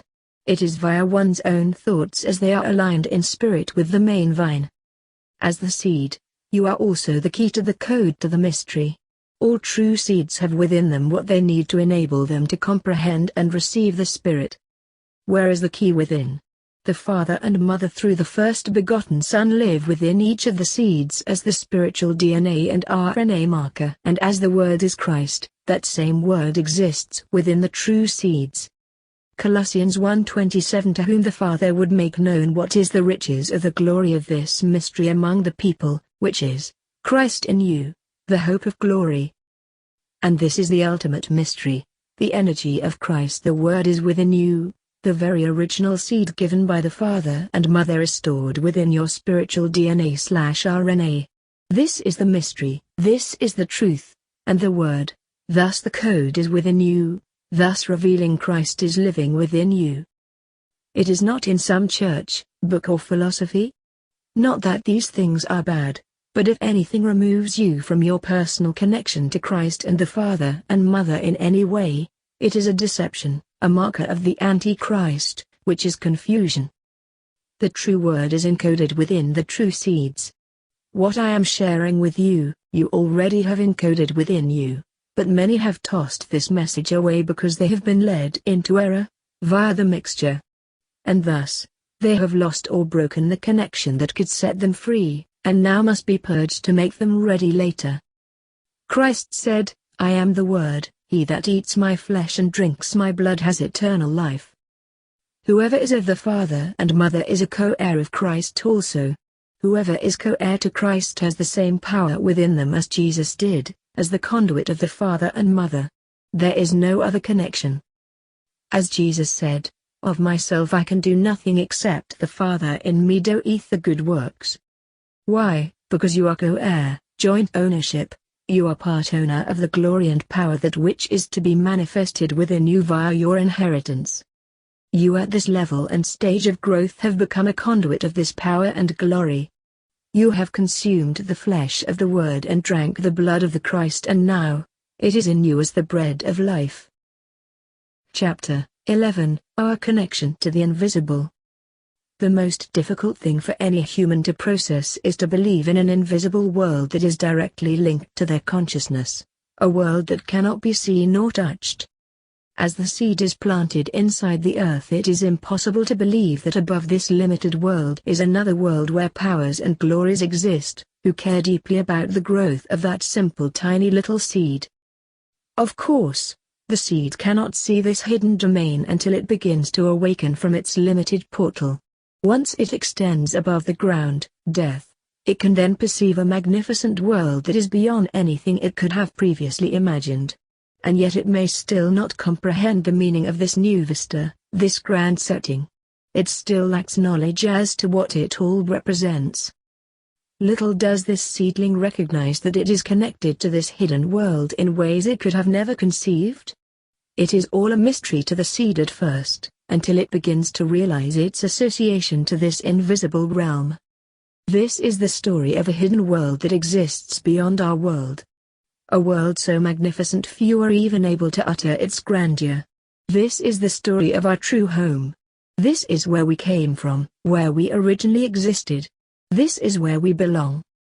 From the very beginning we were created out of the same spirit substance of our Father and Mother. We contain their resonance, their glory, their omniscience. But it is bundled inside a cocoon that is not yet ready to release its dynamic package of glory.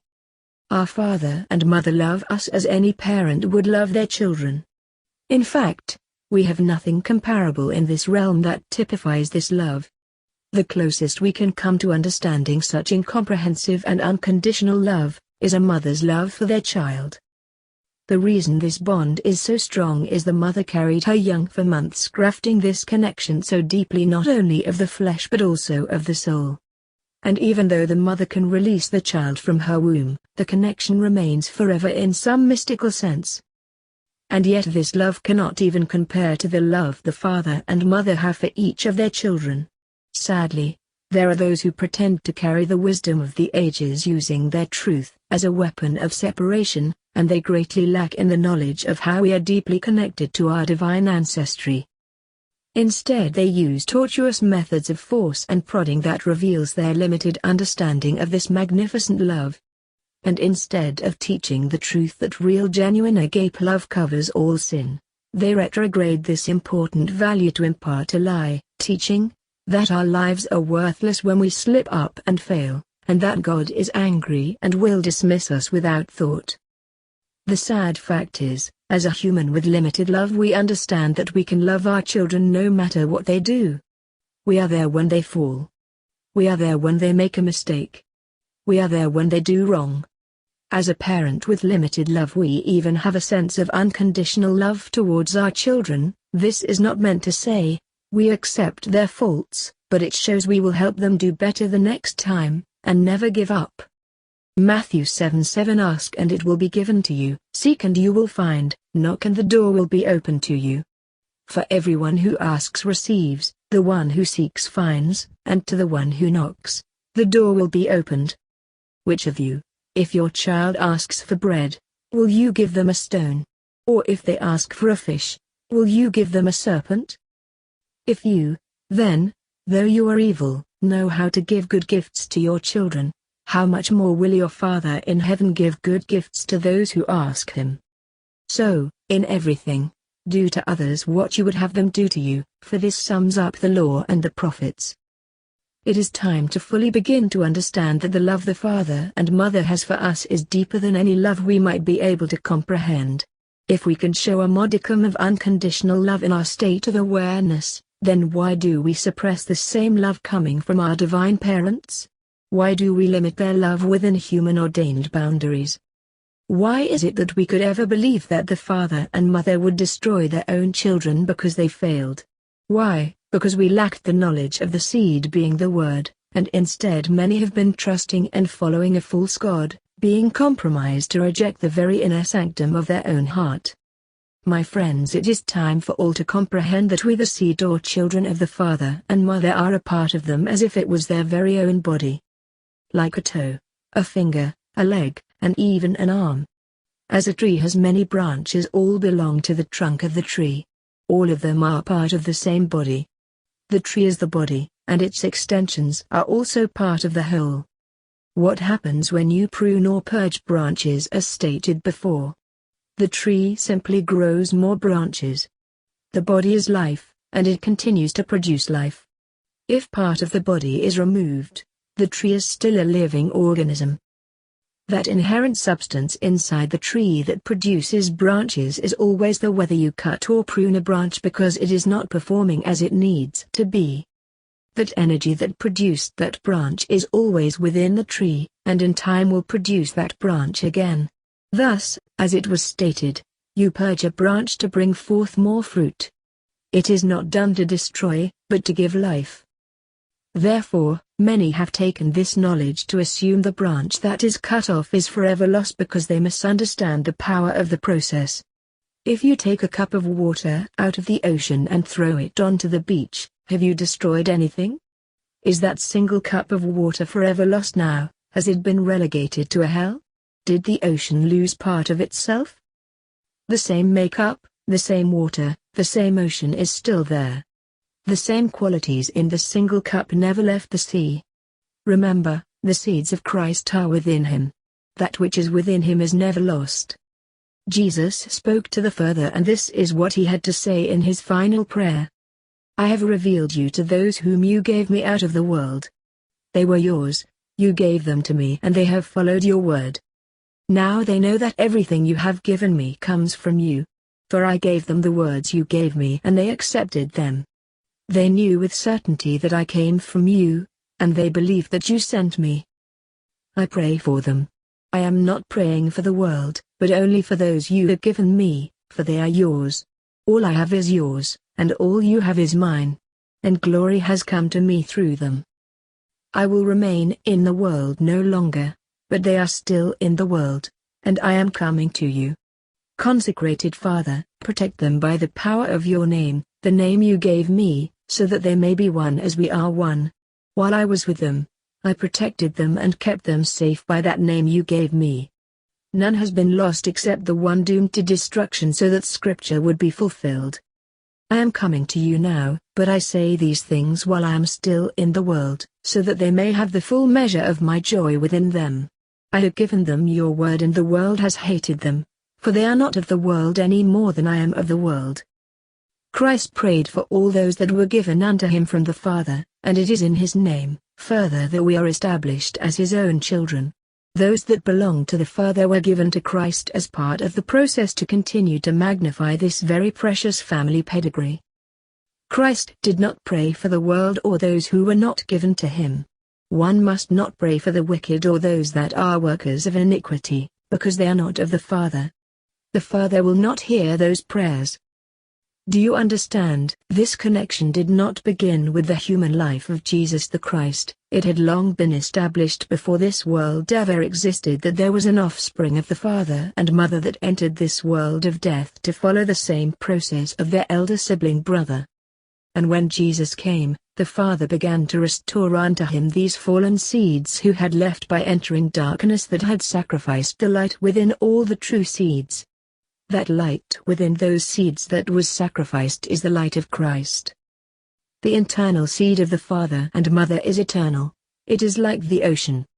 The only difference is, the seed before it morphs into its glory is the same exact composite as its parents, yet lacks definition of personal identity.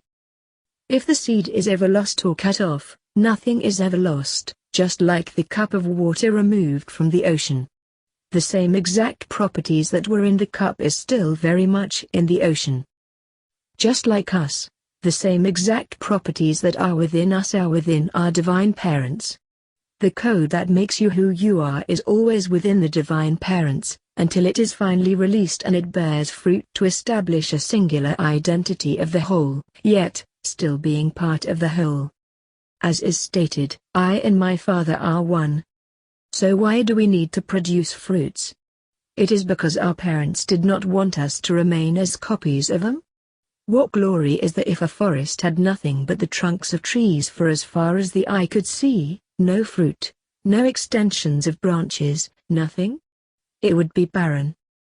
The divine parents wanted uniqueness, and an individualized reality in all their children, something most religions refuse to honor and accept. Our parents want us to be like them but with our own unique qualities. This is no different than human parents. No one wants a bunch of robotic automatons as their children. We cherish the unique aspect of each child. Our divine parents expect or desire nothing less. We were led away to become this unique part of the body, as each branch is different in some way with the tree, so also are the children of the Father and Mother. The reason a branch is pruned and a fruitless seed is removed is because it doesn't carry the unique qualities that it needs to have. It is part of the tree via the energy that created it, but it is not unique, it is still barren. Secondly, if a branch or fruitless seed does not develop based on the glory of the Spirit that sent it, it cannot exist in the Father's realm.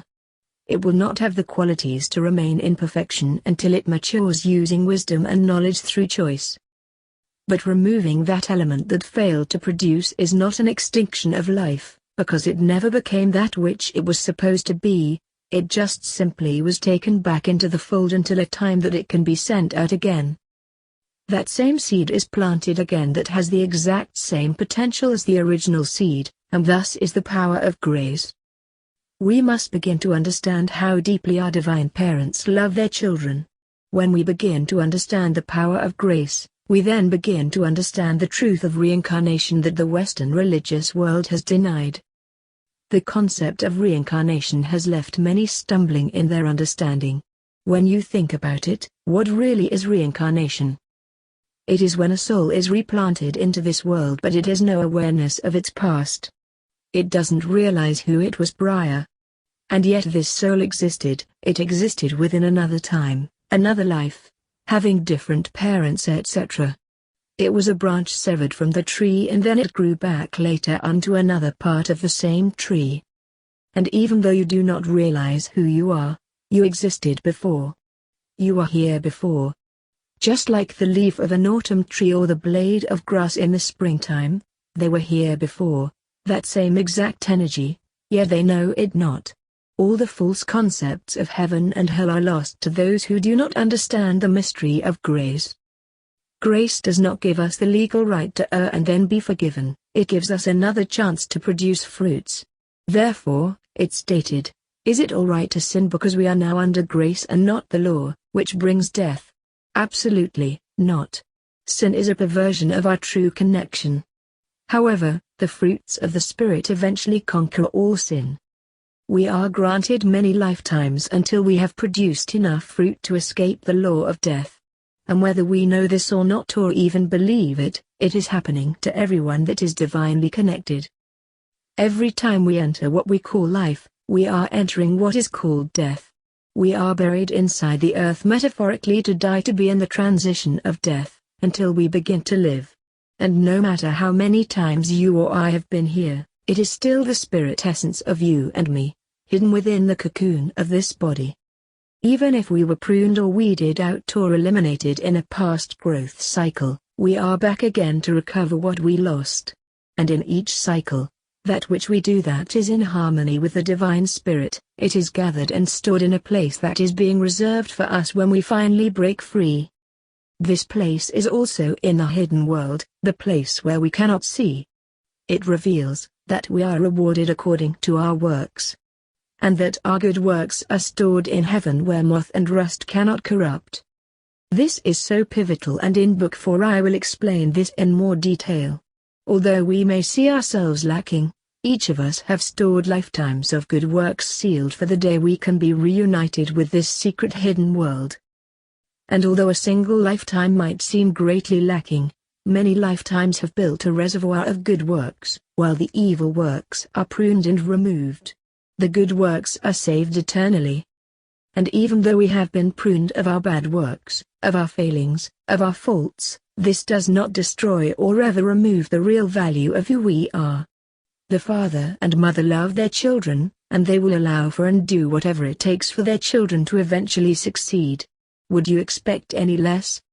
And unlike so many of the shepherds, pastors, priests, bishops and rabbis who have long taught the lie that we are here to worship God and do as we are told or we will be destroyed, we are now being given the whole truth of the process that each soul must go through to finalize their glory from within.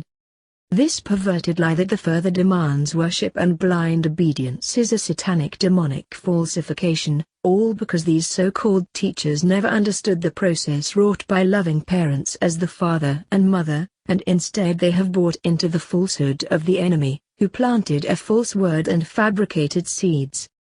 The plan of the father and mother cannot fail any more than eternity can cease to exist. The plan was revealed, as stated earlier. As in Adam's seed all die, as in Christ fruits all shall be made alive. For corruption must put on incorruption. This is the true divine axiomatic law of regeneration. There is no failure in the plan of the father and mother to produce children and offspring that are all unique and are all part of the divine incorruption. Now understand the mystery. If you take part of eternal life and send it out to produce fruit, then how can it ever become non-eternal, non-existent? Even if it does not produce fruit, the substance is still eternal. The father and mother cannot create corruption, death. For their very essence that they use to create is eternal, incorrupt. Therefore, the light within the seeds of the father and mother is eternal, everlasting, life. The male and female created in the likeness of a false god was from the very beginning corrupt, meaning it was death in the process, because the tree of life was hidden and disguised for another tree, a tree of corruption, a tree of death. This tree, this death, is being used to further the potential of the seed. Thus, the seed is buried into the earth, death, so that it may grow in heaven, life. This is because the likeness of the god of this world was the likeness of death, not life. The god of this world is the god of death, decay and destruction. And this same god has blinded the entire world by its lies. Because it has taught that death that we are living in called corruption is the only life. And the divine life in the hidden world is death. And from this point on we have been deceived into believing the cocoon is in the image of the father and mother and not realizing it has nothing to do with the father and mother, it is only that which is within the cocoon that belongs to them. It is not the outer that unites our connection, but the inner. Again, I repeat, flesh and blood cannot please the father, it is not possible, because death is not of the father. So obviously, our connection to our divine parents is not our human form, but what is inside the form. Our spiritual hidden essence exists in the same world we cannot see, touch, taste, hear or smell. The hidden world.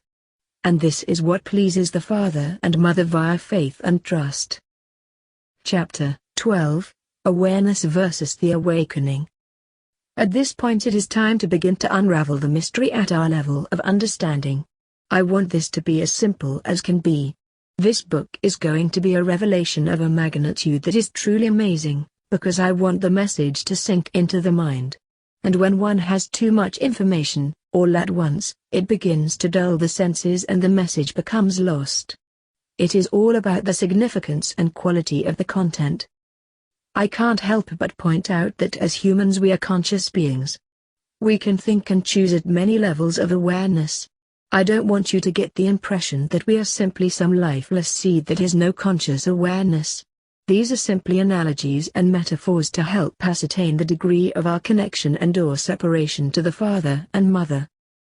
We live in a world where we must make choices all the time, and it seems rather odd that we are existing in a type of death when we seem to feel very much alive.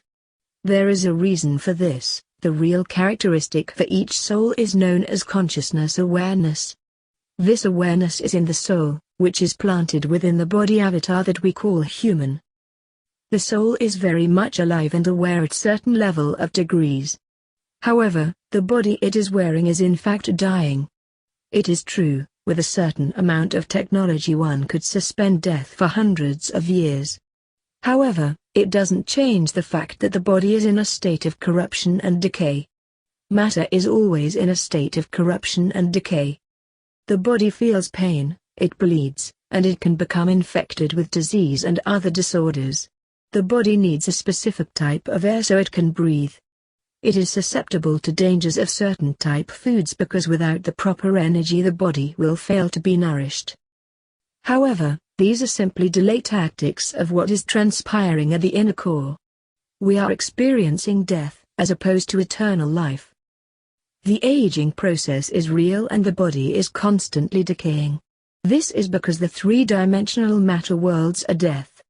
However, since we are seemingly aware and can use multiple senses, we believe we are very much alive.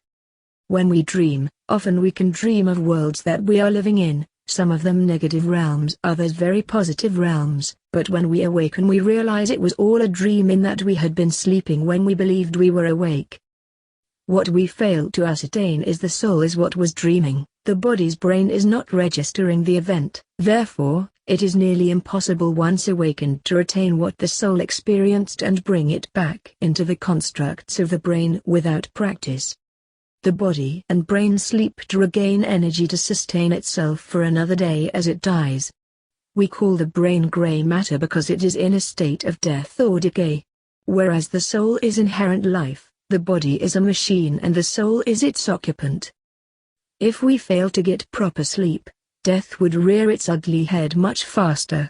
So, the first key into understanding the mystery of death is, what we call life is simply an energy that sustains a computerized biological machine. And the soul is connected using a mystical linking to this apparatus, as I will explain throughout my series of books. Something is giving us the illusion of life while the body is in the process of death. The ancients understood that the body is a parasitical worm-making machine. It is filled with worms as the body lives in decay. As disgusting as this may seem, it is a sound fact. The human body and its local realm, all of which we perceive as reality, is what is called an artificial spirit. Yes, you read that right. We are living in an artificial spirit realm, a fake realm, a realm that is not reality, no more than the strange mind event that you may have had last night that once awakened you realized it was just a dream. Jesus spoke to John about all this in the last Gospel of John. He explains it so well I wanted to share it here with my comments. I asked the Savior, Lord, will every soul be saved and enter the pure light? He replied, you are asking an important question, one that will be impossible to answer for anyone who is not a member of the unmoved race. Remember, not everyone is of the good seed, not everyone is of the father and mother. They are the people, true seeds, upon whom the spirit of life will descend and the power will enable them to be saved and to become perfect and worthy of greatness. They expunge evil from themselves and they will care nothing for wickedness, wanting only that which is not corrupt. They will achieve freedom from rage, envy, jealousy, desire, or craving. These are the false fruits of death. the physical body will negatively affect them. For it is in a state of death, they wear it. Notice the body is something we wear. It is not who we are, as they look forward to the time when they will meet up with those who will remove it. This is when this process is finally ended and those who qualify will meet their true heritage and family and will then be released back home. Those people deserve indestructible eternal life. They endured everything, bearing up under everything that happened so that they can deserve the good and inherit life eternal. They use the fruits of the Spirit to conquer this world of death over a very long process of time. Then I asked him, Lord, what about the souls who didn't do these things even though the Spirit of life's power descended on them? These are souls that do not produce proper fruit even though they are the true seed. They must be purged. Their growth had been underdeveloped. He answered, if the Spirit descends to people they will be transformed and saved. The power descends on everyone and, without it, no one can even stand up. These are the children of the vine. Every one of the true seeds receive the Spirit of life from the Source Father and Mother, through Christ, and they will eventually all be saved. The Spirit only descends on those who were chosen from before the world was, that is the pre-existent unmoved race.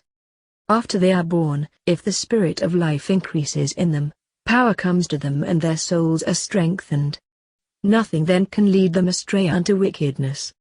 But if the artificial spirit comes into people, the false spirit of this world, it leads them astray. This is a false spirit or antichrist deceiving even the very children of the Father and Mother. Then I said, Lord, when souls come out of the flesh, where do they go? This is speaking of the afterlife and the transmigration of the soul. He replied, smiling, if the soul is strong it has more of the true power than it has of the artificial spirit, and so it flees from wickedness. With the assistance of the incorruptible one, the power of Christ, that soul is saved and it attains eternal rest.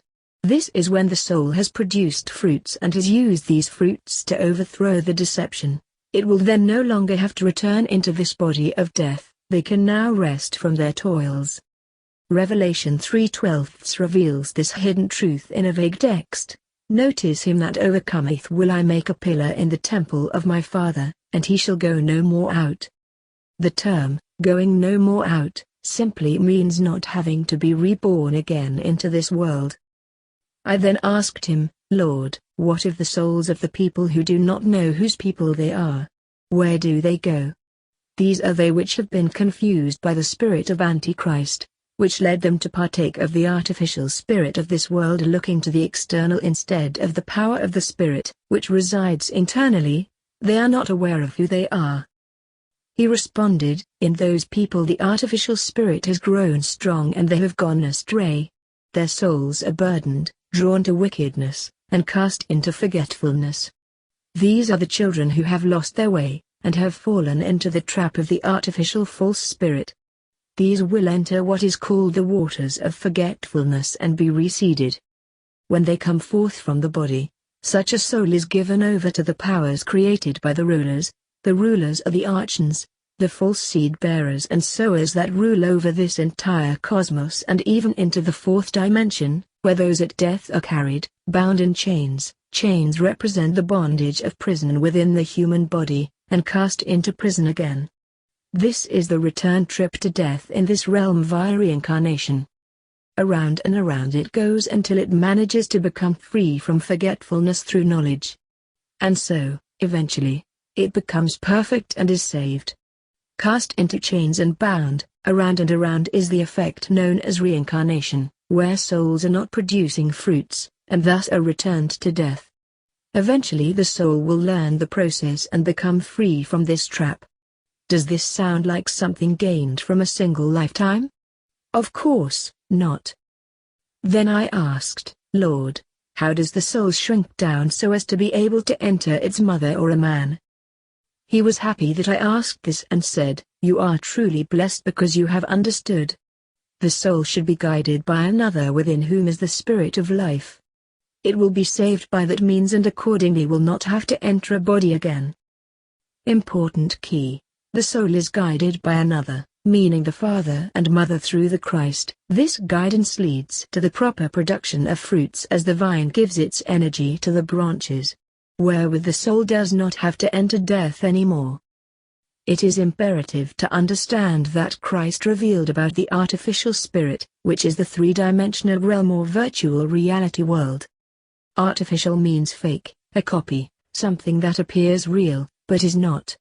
This information was altered in the Bible because it was too damning to the false seed-bearers of the dark side. They do not want you to understand that the world we exist in at present is a fraud, it is Antichrist. The world we perceive as reality is nothing but a programmed dream to serve a fallen angel who rules this world in darkness. 2 Corinthians 4:4 In whom the archon of this cosmos hath blinded the minds of them which believe not, lest the light of the glorious gospel of Christ, who is in the image of the Father, should shine unto them. However, whether the dream or what we call life is real or not, we are aware at another level. Our soul consciousness is aware of what is going on, and it gives us an experience using a virtual reality or what is known as a simulation, without having to directly be grafted within. Simulations can feel as real as anything we might perceive. It can create a sense of reality or artificial reality which mimics spirit. And often all that matters are, as we experience it, it indeed appears very real to the experiencer. So, when we speak of a virtual reality or an artificial spirit, we are speaking of something that is simply not real, in the sense of life eternal. Death being revealed by this knowledge is truly a non-real force. There is no such thing as death to the divine seeds other than your experience of it. It is not real, by virtue that our soul is connected to life eternal. When we go into a theater and watch a movie, what we are witnessing is an experience, but what we are seeing is not real. It is a virtual reality projection, a simulation created to entertain us at another level of awareness. Therefore, this is what makes it all possible to be living in death while seemingly being alive. Death equals virtual reality simulation. Life equals eternal reality. Death and life in this world is artificial, or a virtual reality experience. We as the soul consciousness are not dead, but our true consciousness is asleep and is not aware that we are not living in what we call reality. Most people are living inside a trance state illusion. They appear awake but they are being programmed in some other virtual mode of operation. It's stated that Christ came to awaken those who were asleep. And the term sleep is often parallel to death or the brother of death. Death in its literal terminology means one that is not fully awake or maybe completely asleep, yet one believes they are awake because they are aware. Just like what happens when we dream. While dreaming, unless one is lucid, which means you know you are dreaming while in the dream, chances are you have no clue that you are asleep at that very moment. Everything around you may seem real. In a dream, you can touch, hear, and even visualize and appear to use all your senses, and then like magic it is all swept away when the morning alarm blares. How is this possible? Because although one may be aware, most likely they are not awake. There is a huge difference. Being aware has little to do with being awake. Aware, having knowledge of something from having observed it or been told about it. Awake, fully conscious and not asleep, being alert and vigilant about all of what is going on around you. Thus, we sense this life is real to us. We believe through these sensations that we are actively part of something that is very real. Therefore, you are aware, but chances are, you are not awake. It is extremely important that just because we are consciousness awareness does not mean we are awake. And this is the separation between life and death. Therefore, Christ said, "Let the dead bury the dead." Although seemingly cruel, he was revealing the mystery of sleep. Just because people believe they are awake doesn't mean they are not sound asleep. Again, just like any dream, you may appear to be aware, but you are not awake. We are conscious beings, even though consciousness awareness doesn't mean we are awake. Death is an awareness, but it is not real. For when you exit the realm of death, then you become aware at another level. The mystery is realizing when one may have been asleep and then passed on to the other side. It doesn't mean they have awakened. It could be a dream within a dream. When our soul is sent to this realm of death buried in the earth, human body, we are sleeping at the soul level, and are aware of the process that is taking place while sleeping, yet knowing nothing of who we are or where we came from.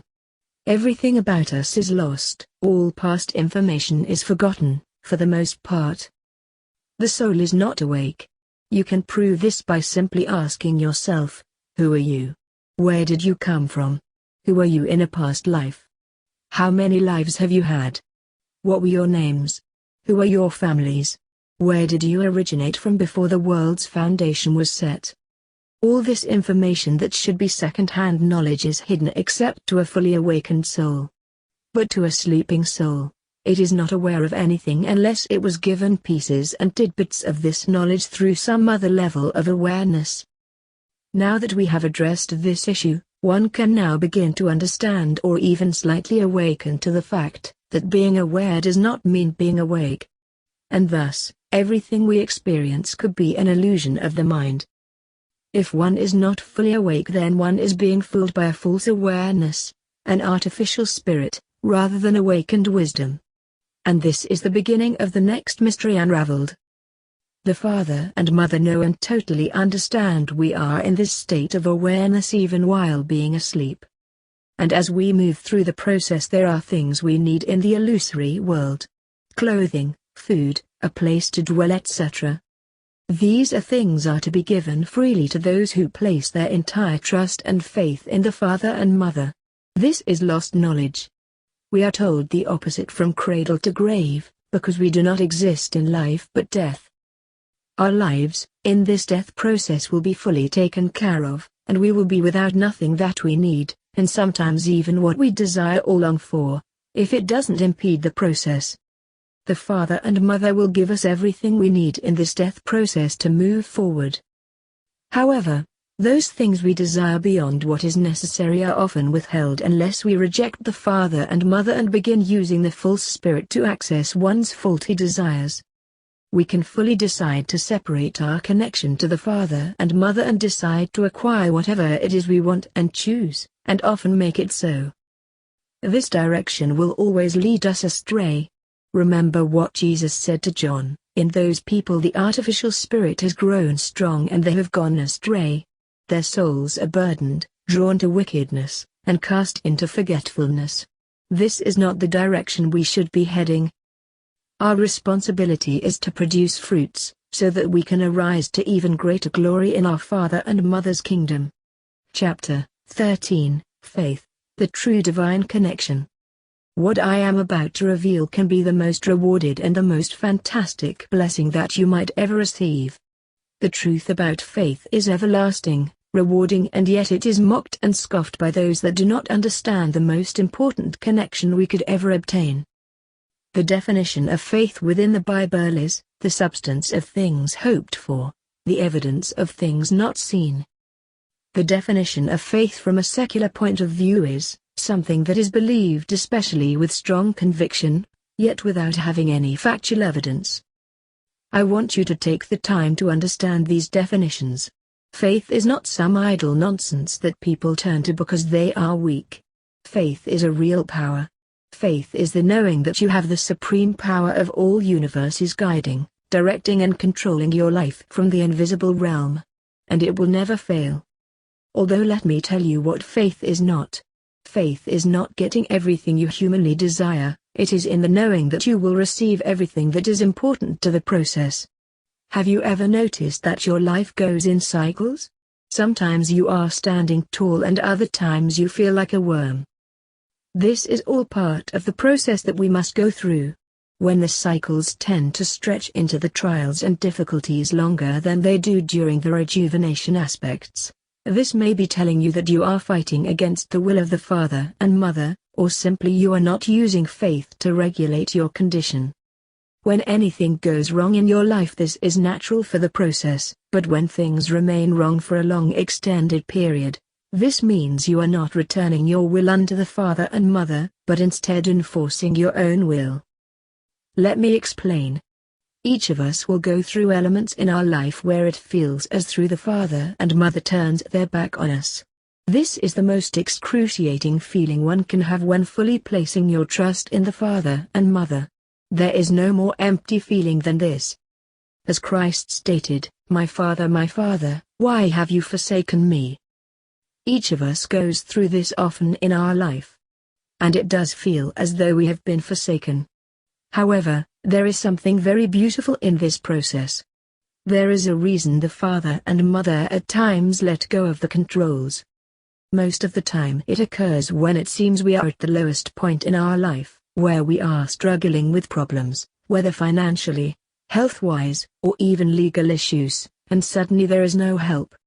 So often when we want help from the father and mother at our greatest time of need, we feel emptiness, we feel as if there is no one there, that we are all alone now. We feel betrayed, we feel mocked, and we feel that maybe we are just not that important. I have experienced this hundreds of times in my life. There are times I feel so locked into the father and mother where I feel nothing could ever go wrong, everything is in good hands. Then there are other times that I feel like I was kicked in the gut and abandoned, left bloodied, when I needed them the most. Let me tell you a secret. When things are going well, we tend to feel secure. When things go awry, we feel trapped, filled with doubt, terror, dread and fear. Faith is a power to overcome all things.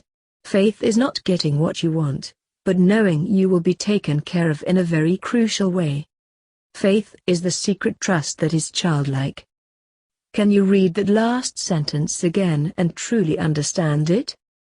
There is a reason the father and mother turn their back, so to speak, on us, especially when we need them the most. I am sure every one of you has read the poem, Footsteps in the Sand. This poem is partially correct, but there is a flaw within its perception.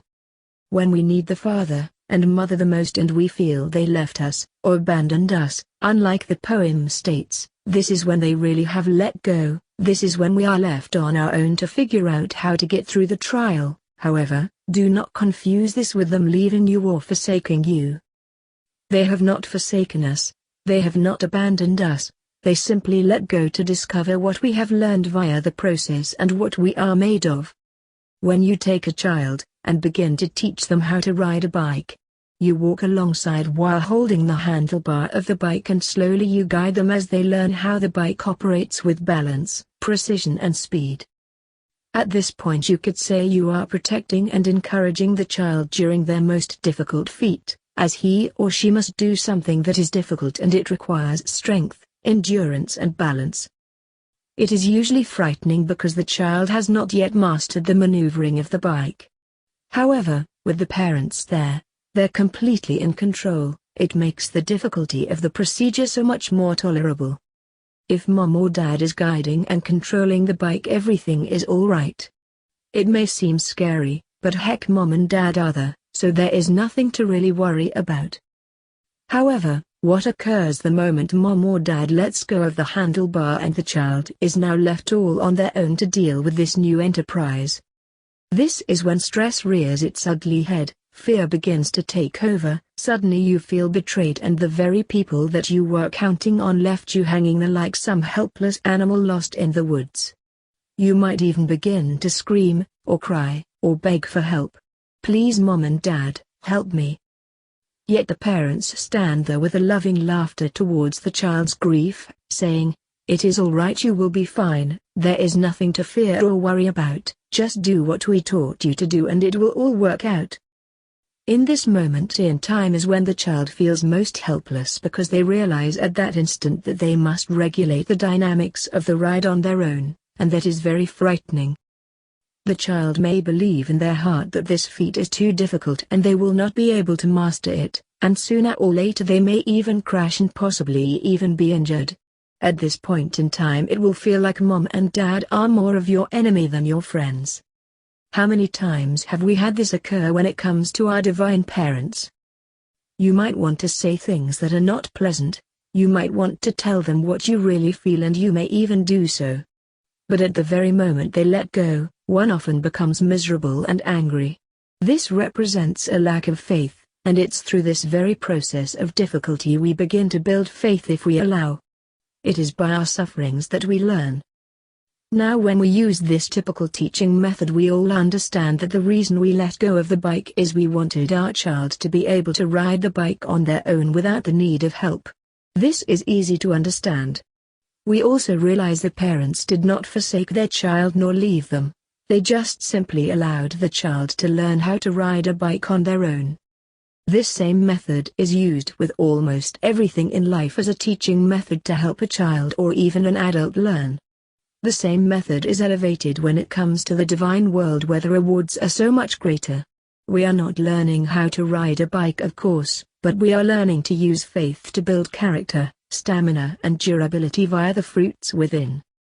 We can see the parallels in this world that help us better understand how the father and mother may handle us at times. They never forsake us or leave us, but they often let go of the handlebars of our life for short periods of time so that our branch may be able to produce fruit. Obviously, there is something much more significant that we are being taught. The bike in our life is called faith, one of the many virtues we call fruits. Faith is the catalyst that helps us move through the process of change.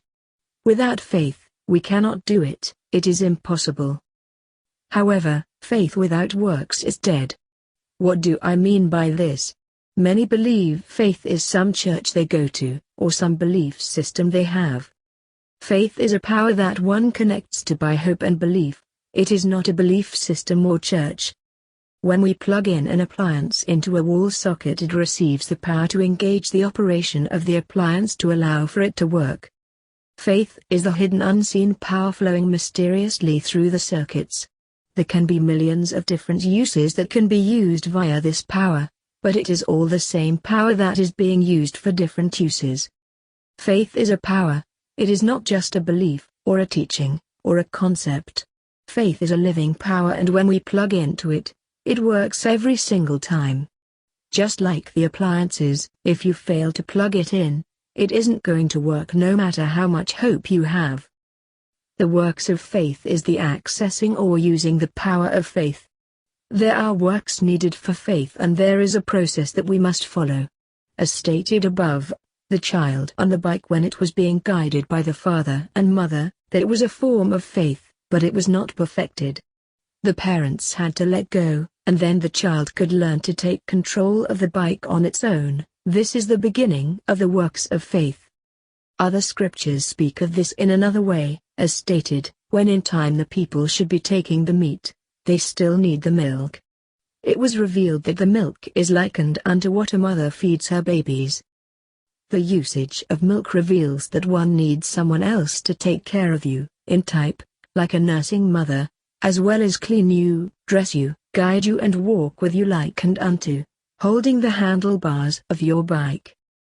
It was revealed that there comes a time when an individual must begin taking of the meat. This is the spiritual counterpart to being able to discern on your own from right and wrong and being able to choose right. This is called spiritual maturity. Often people are told that a church is there to feed them, once again, as in type, like their mother. How many times have you heard the term, the church is your mother? The problem is, the church is to guide one to Christ, to enable one to put on the entire garment of Christ, to become like Christ. And to do this, one must break away from the mother and begin taking in spiritual food on their own. Sadly, this never happens for most churchgoers. They were never taught that they must be trained to break away on their own and begin a life where they must come into a personal relationship with Christ.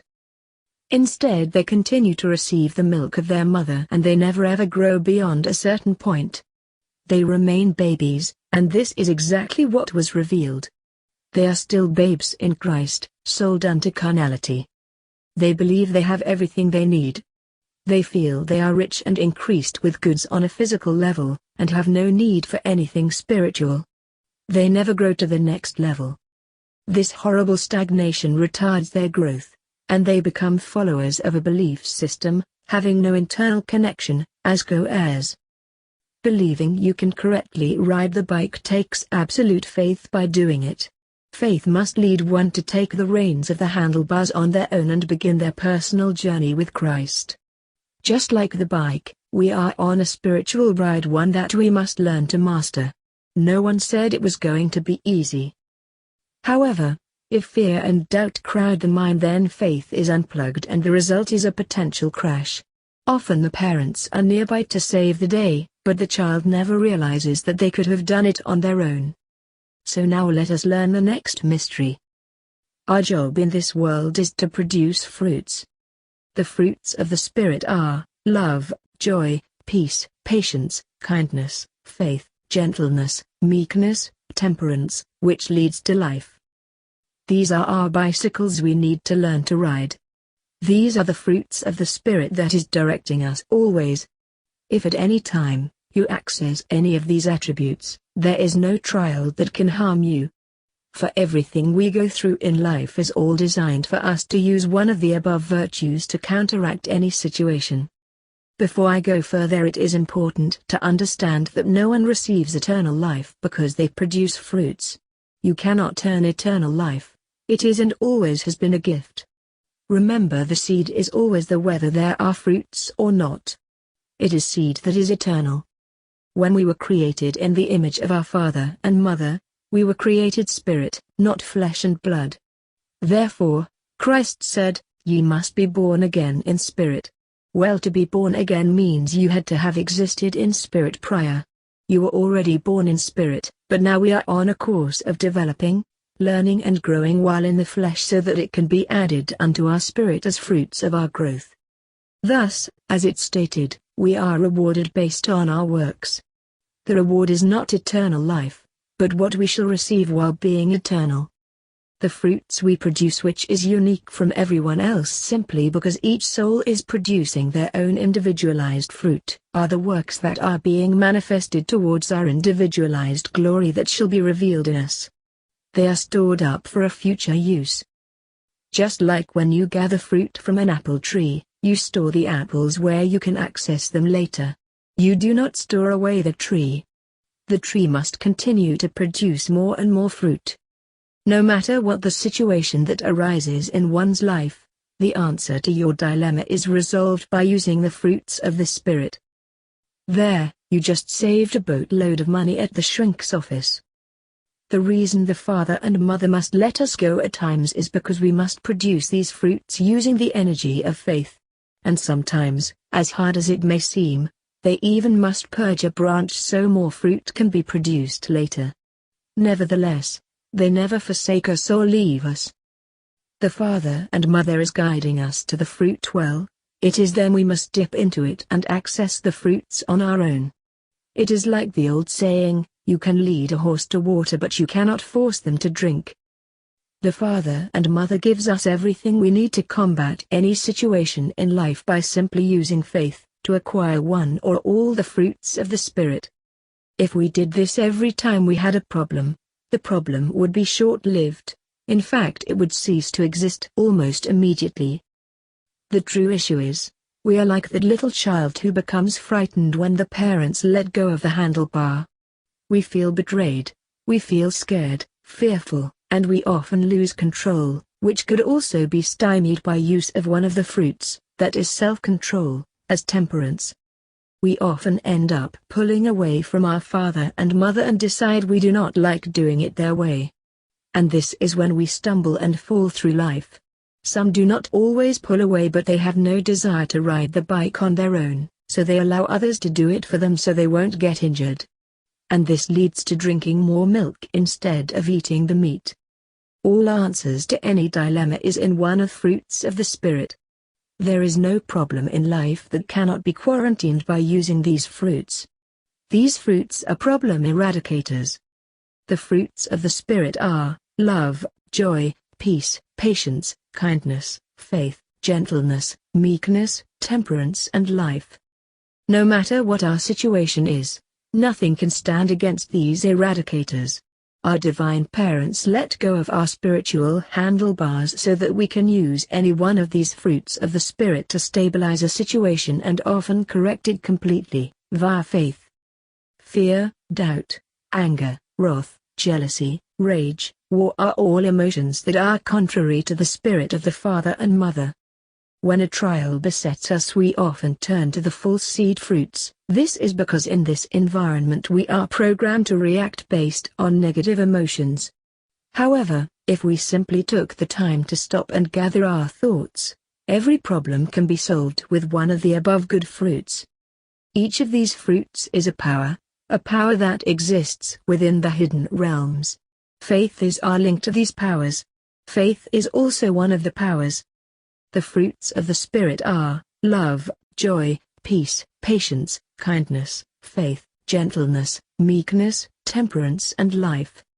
When we are feeling a disconnect from the father and mother, it is not they have forsaken us or left us alone, they are asking us to ride the bike on our own for just a little way, to give us confidence, to learn we can control any situation we desire instead of getting all up in arms and filled with the wrong spirit of jealousy, wrath and anger. If you practiced this any time something negative enters your life, watch what happens to your spirit. It is like a hidden power is granted you, as if you had a genie in a lamp, albeit a good genie. Trials occur only to help strengthen us to build fruits. We don't like them, often they are no fun. However, we have never been left alone. We are given a full assault team of fruits to defy any problem that exists. All we must do is take the reins of our spiritual bicycle and apply them to the situation. This is true faith. When we do this, we often feel this deep love coming from our divine parents as nothing we have ever felt before. In fact, we feel foolish to have ever doubted them in the first place. We feel humbled and filled with goodness and the mostly security. It is now that we realize the fruits are the qualities of our divine parents, that they never let go of us. They wanted us to hold tighter onto them. For the fruits of the Spirit are internal and the eternal qualities of our Father and Mother. When we are engaged using these fruits, everything seems right at that very moment, everything seems perfect, like there was never anything to ever fear or ever worry about, which is true, until the next time when mom and dad decide to let you do it on your own. And then we are back to square one. This is done continually until we finally realize there is nothing that can harm us. We have total power on our side. If we allow trials to negatively affect us, our parents will let us go time and time again until we realize that we can do it by simply using the invisible power of the fruits. And then at that moment we know we are truly connected to our divine parents. They truly are powers. The fruits of the Spirit are love, joy, peace, patience, kindness, faith, gentleness, meekness, temperance and life. Every time we use these fruits to combat anything in life, it becomes our reward. It is never forgotten or ever lost. As we build these fruits, they continually build interest and eventually it establishes who we are becoming. Remember, the entire process we are going through is to build fruits. And this is how it is done. These fruits are our weapons of peace against all that is of violence. These fruits are eternal life against all that is death. And the more we use them, the more we become them. That is correct. We are becoming these fruits, and these are the fruits on our branch that is yielding growth. And it is by faith that connects us to these harmonious patterns, which we call hope. The substance of things hoped for, the evidence of things not seen. Using these fruits, which are tantamount to spiritual attitudes, takes faith to believe that one can succeed in a three-dimensional matter universe where everything seems to be about the five senses. I assure you that these attributes work every time if you use them. The fruits of the Spirit are love, joy, peace, patience, kindness, faith, gentleness, meekness, temperance and life. If you are fearful and doubting, replace it with faith, trust. If you hate, replace it with love. If you are unhappy, replace it with joy. If you are agitated, replace it with peace. If you are intolerant, replace it with patience. If you feel betrayed, replace it with gentleness. If you feel used, replace it with kindness. If you feel proud and boastful, replace it with meekness. If you are tempted to do wrong, replace it with temperance. In all things replace that which is a hindrance against us with the use of the fruits of the Spirit. Using this formula will gain great successes and they will never be lost. Do you understand why I have so meticulously revealed the difference between the God of this world and the Father and Mother? When you read about the God of this world in the Bible, all you must do is align these fruits with the actions of this God. Do the fruits align with the actions, or are the fruits dark and illusory? The Father and Mother will never act or react opposite of these fruits.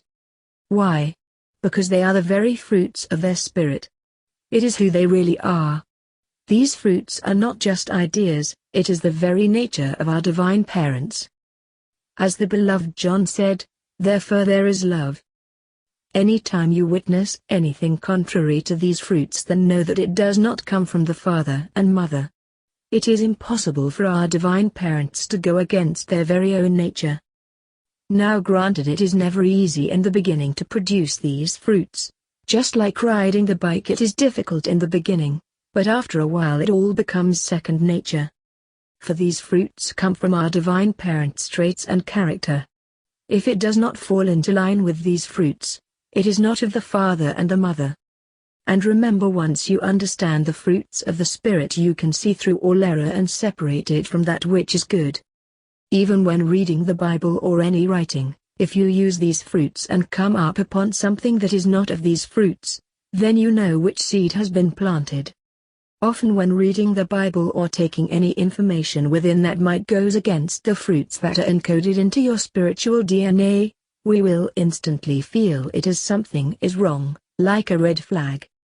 Sadly, though, when he questioned that which is contrary to that which is coming from within us, we often find ourselves in a battle of sorts. All my life I saw things in the Bible that made no sense to me. I mean, to the fact that I felt something was wrong deep down, the red flag alert. I saw certain aspects that were uplifting and that was good, and it helped me. I came across many things that were good for the soul. Yet when I ran across things that seemed wrong, and my soul was being negatively affected, whereas it didn't fit the picture, it seemed out of place. Then I knew where the error was. Yet when you are following someone else who demands that you take in the error with the good, you become confused, and there is the whole of the problem.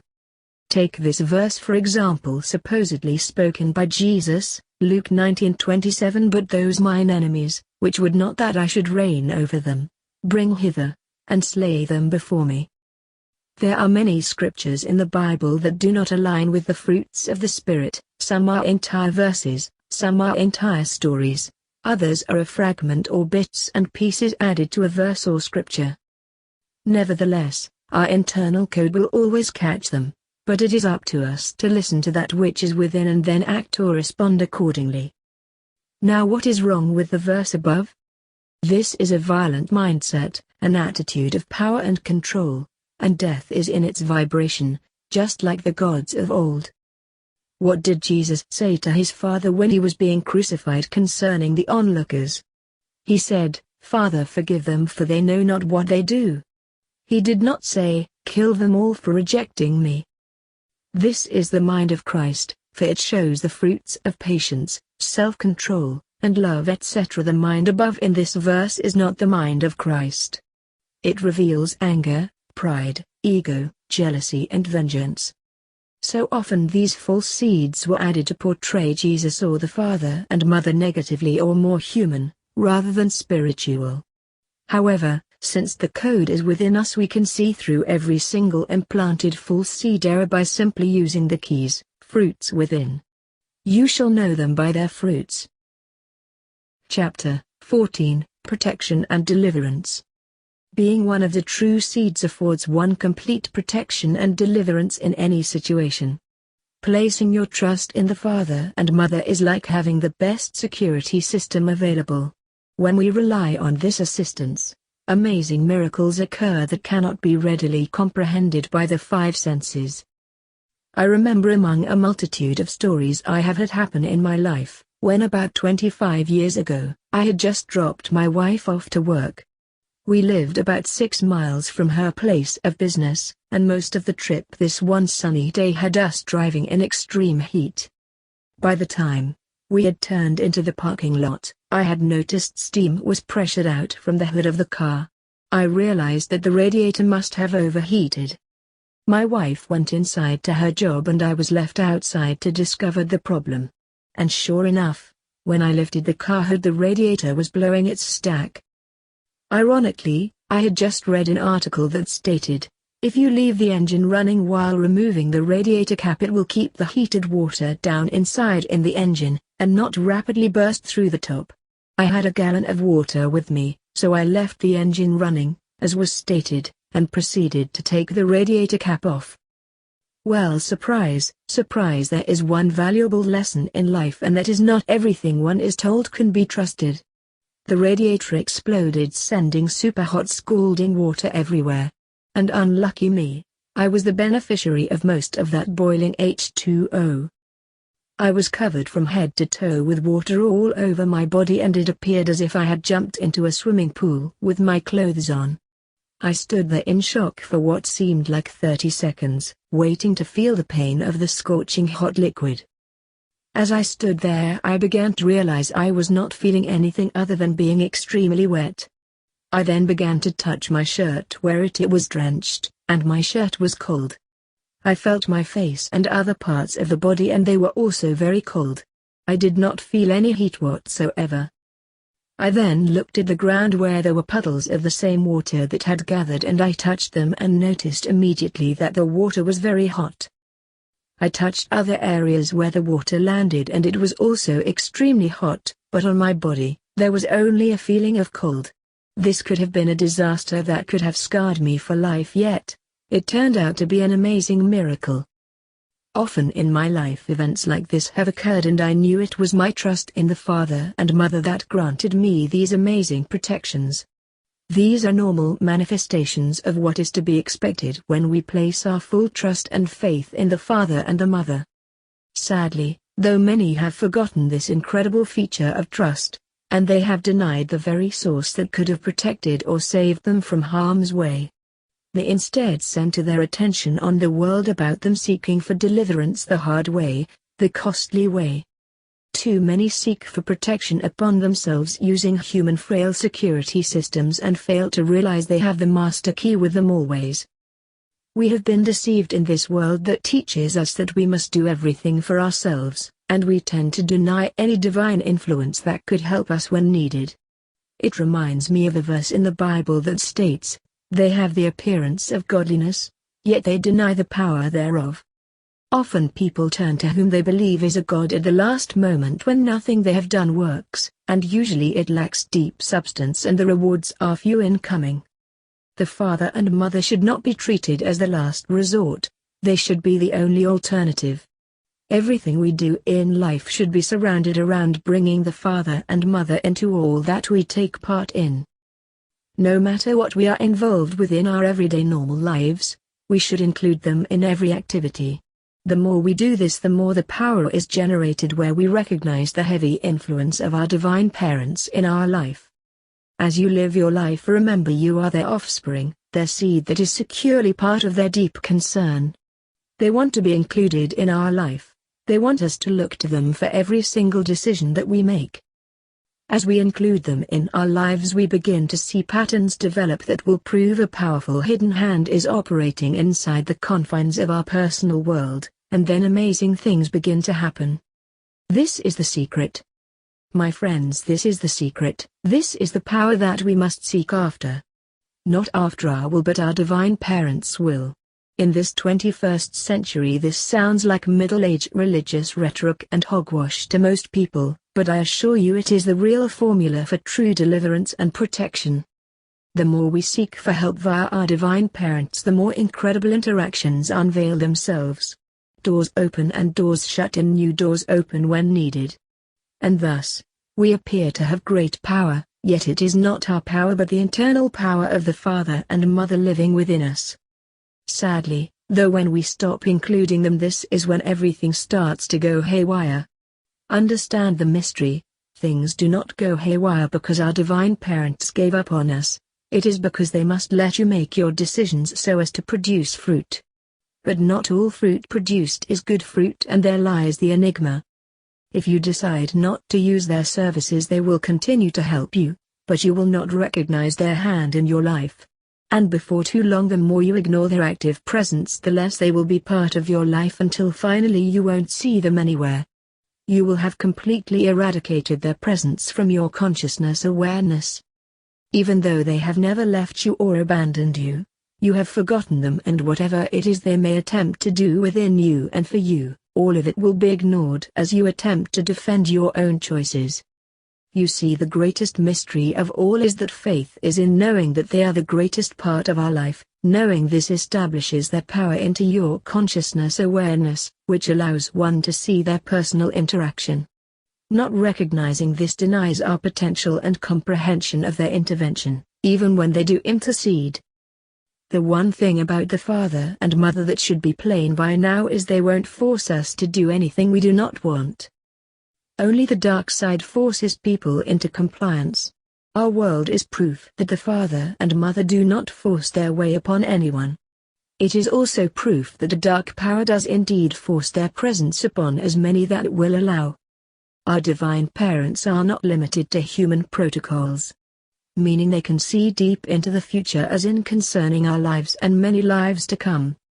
Remember, 1,000,000 years is but a breath of time to our divine parents. We are not lost in one world, or even a myriad of lives. We are simply within a process unfolding that is always connected to this benevolent force, even when we are not aware. And as sure as it is important for them to see us produce fruits of the Spirit, they are long-suffering, forbearing and patient to wait us out.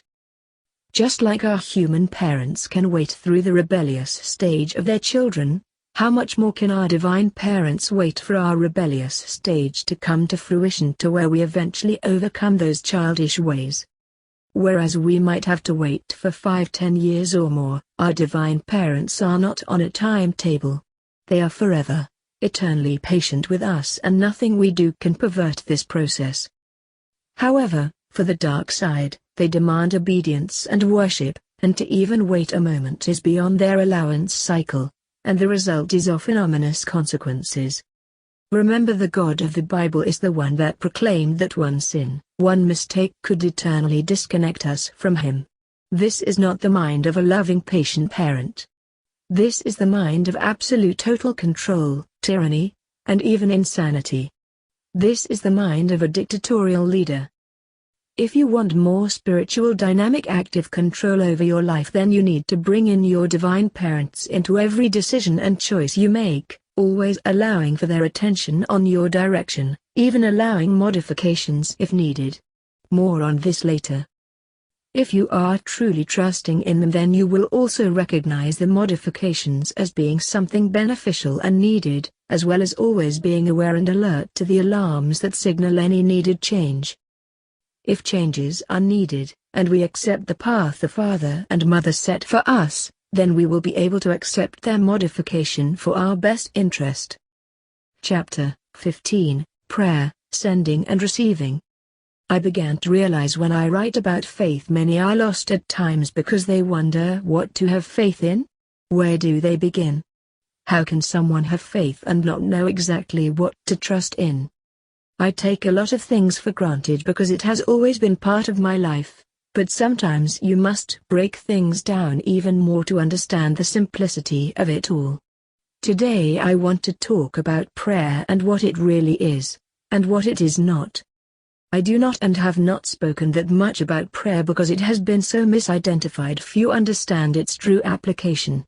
Some believe prayer is when we tell a God how sorry we are, as in a sense of confession. Others believe it is to ask God for what you want or desire. Still others believe prayer is a form of knowing, that we don't really ask for anything, we just manifest our desires in a sense of knowing, and voila, like a miracle we create the result.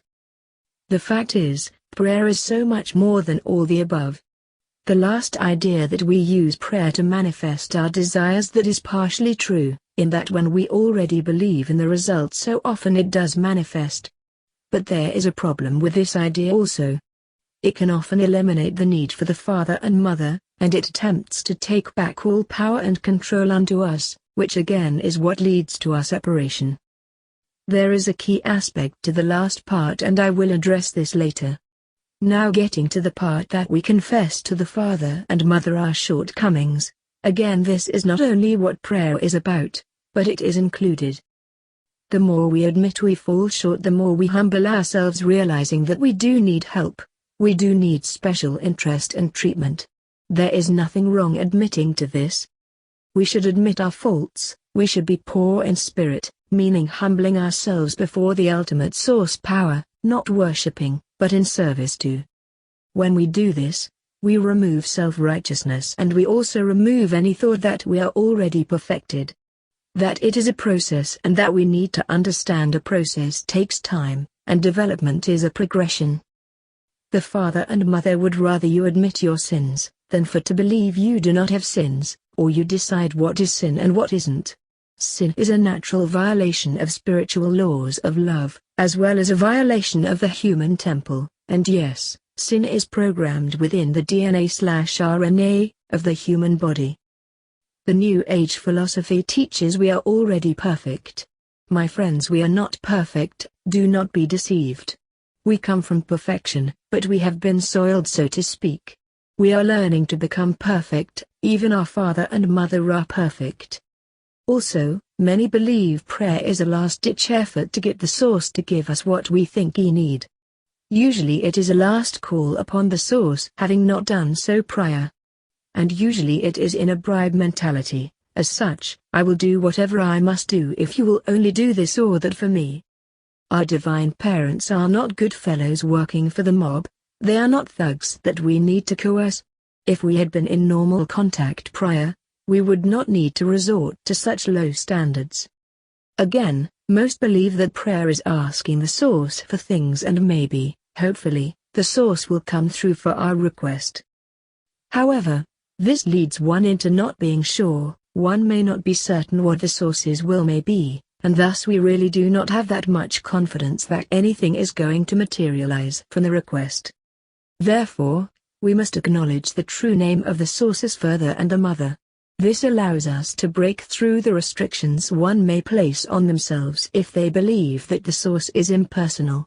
Knowing that the source is our true Father and Mother, it unites us to them as a family, as their children, and not serfs, slaves and bonded servants. It is because of this lack of knowledge about who the source really is that produces doubt in our prayers, because most are simply unsure where they stand as a recipient of blessings. And of course, once doubt enters, faith is eliminated, and the results remain hidden. Again, there is nothing wrong with asking the Father and Mother for what it is that you desire, as being no different than asking your human parents what it is that you may want. Now some believe we should not ask, we should just set it on the table of our desires and manifest it. Again, it is true, the more confidence we have, the more it becomes fact that the item desired will often be obtained. If there is real faith, there shouldn't be any disappointed. Ask and you shall receive. However, there is a problem with this ideology. We must never remove the Father and Mother from the equation. Once we remove them and believe we are the ones accomplishing the feat, or we at this level are the ones causing things to manifest, then we will lose in the big picture in this very dicey game. You see, when we fully trust in the Father and the Mother, we fully trust they are going to grant us what is best for us. Just as a child must rely totally on their parents that they will do what is best for them. Nevertheless, this does not mean that little Johnny and Mary can have whatever they want. Sure, a kid might want to have a year's supply of cookies so they can hide it under their bed and eat them whenever they want, but this is not good for them, nor is it expedient. We must learn to realize that our desires are often not in our own best interest. We must place our trust in the Father and Mother that our desire will be met with modifications if need be.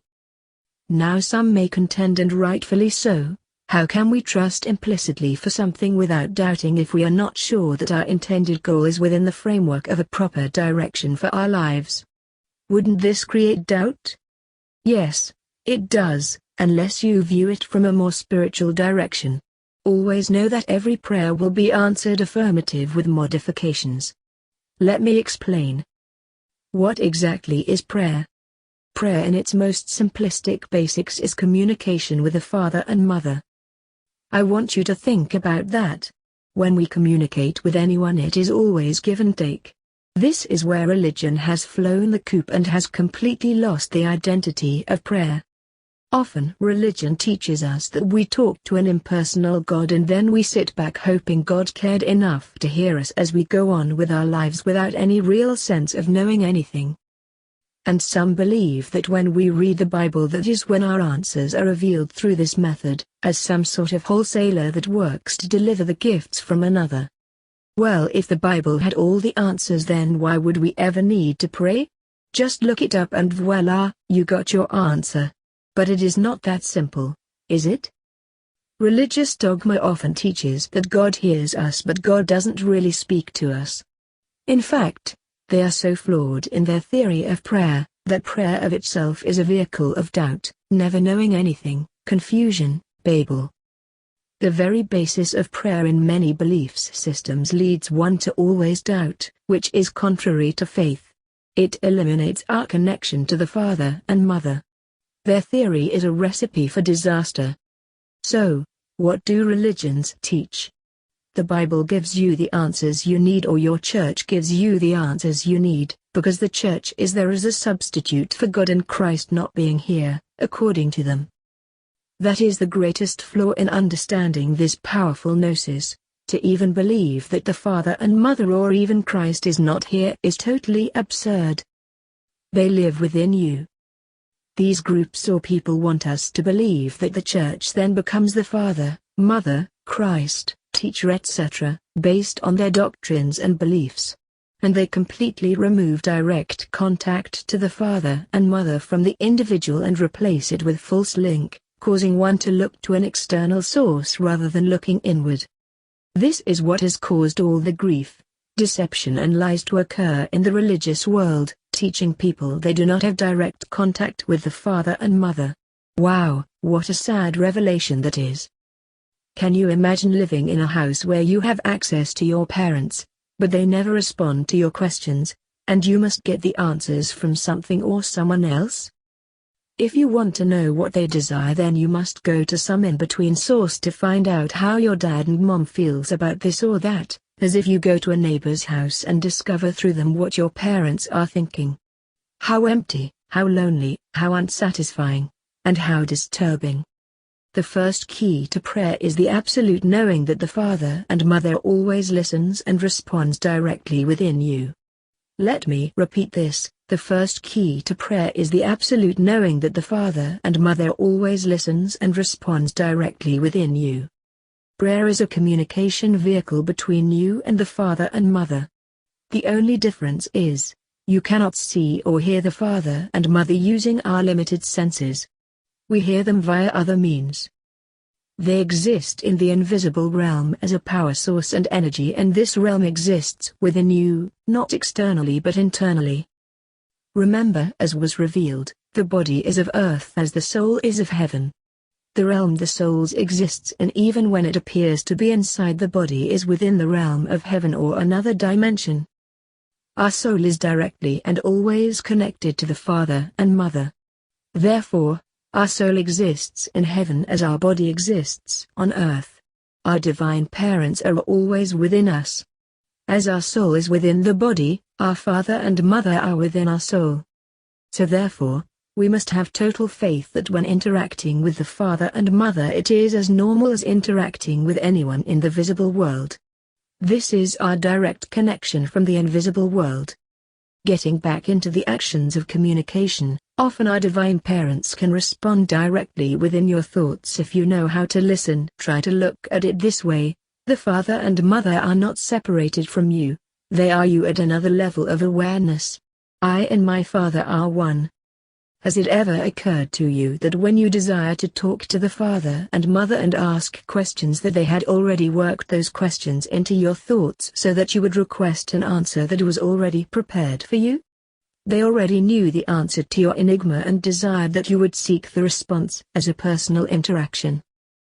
There is a key reason why we are led to ask or even desire for certain things. When we have our attention on something, we look for it to appear. If, to the contrary, we do not have our attention on something, even if it happens we will not respond to the apparent connection.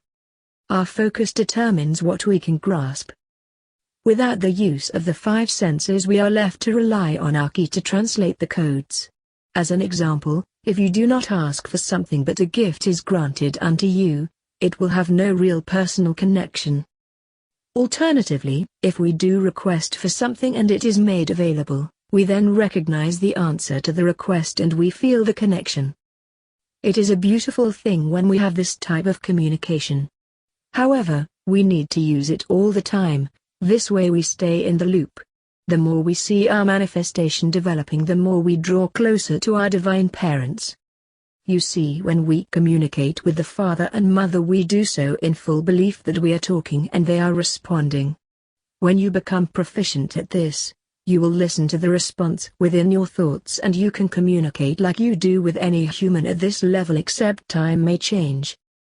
Now it may not be perfect at first, it will get better as time goes on when we can separate our lower thoughts, earthly thoughts and desires, from the higher thoughts.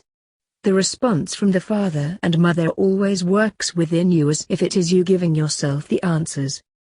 However, be not deceived, the Father and Mother is not the only connection that we will receive in our thoughts, so we must learn to feel and know the true fruits of the Spirit. Secondly, when we communicate with them we can do so at any time or place, location doesn't matter.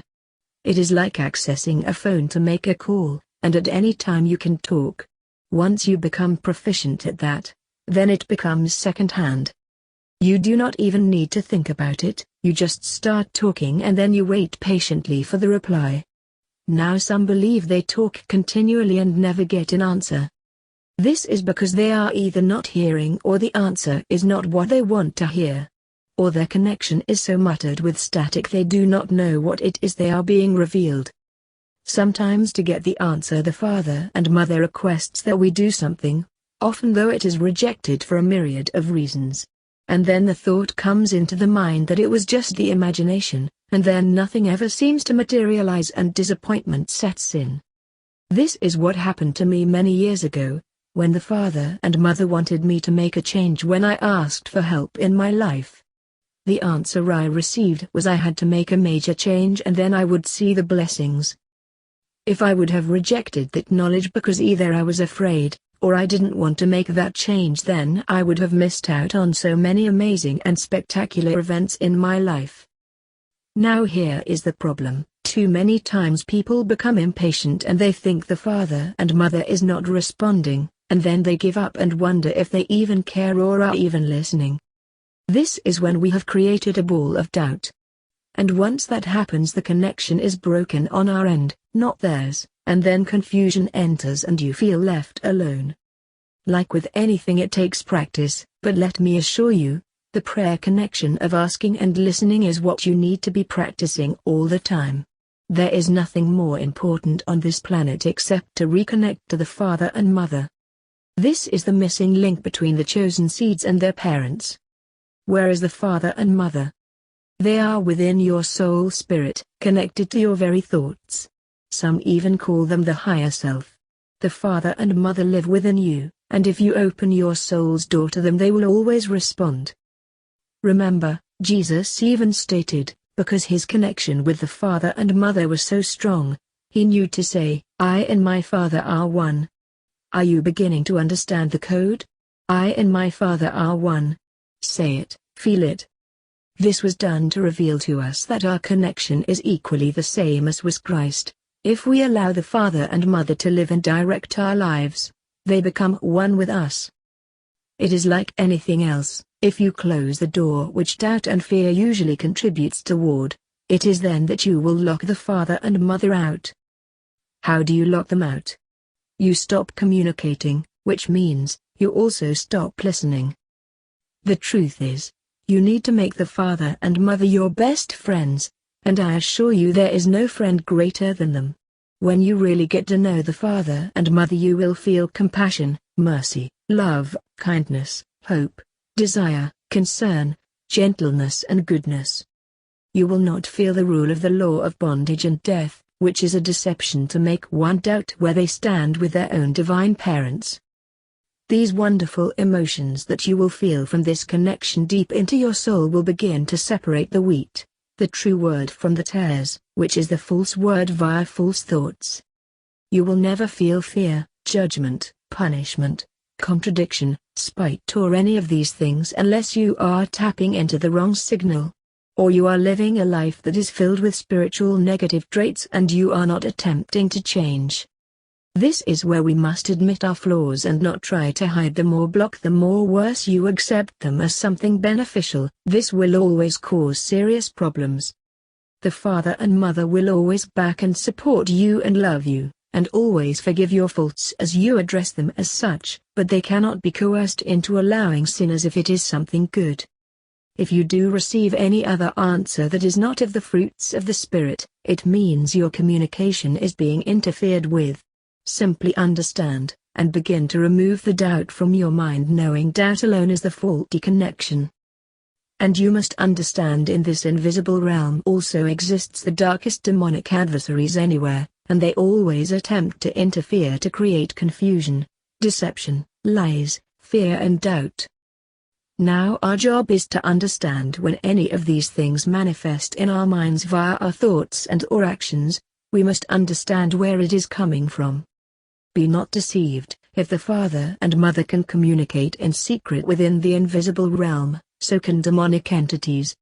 They can also throw thoughts into your mind to confuse you and try to get you to give up on the source, the father and mother. They can also throw thoughts into other people's minds to attack you. It doesn't matter where it comes from, you always have the code and the keys within you, just use them. Remember the story of the sowing of the seed revealed about the mixing, which creates confusion. The seed is the planted word of the father and mother, and the false seed is the word of the fallen ones. Obviously both seeds will be in your thoughts. Your job and mission is to divide and separate the two correctly. Both have power to access our thoughts. However, we have the master key to decode them, the fruits of the Spirit.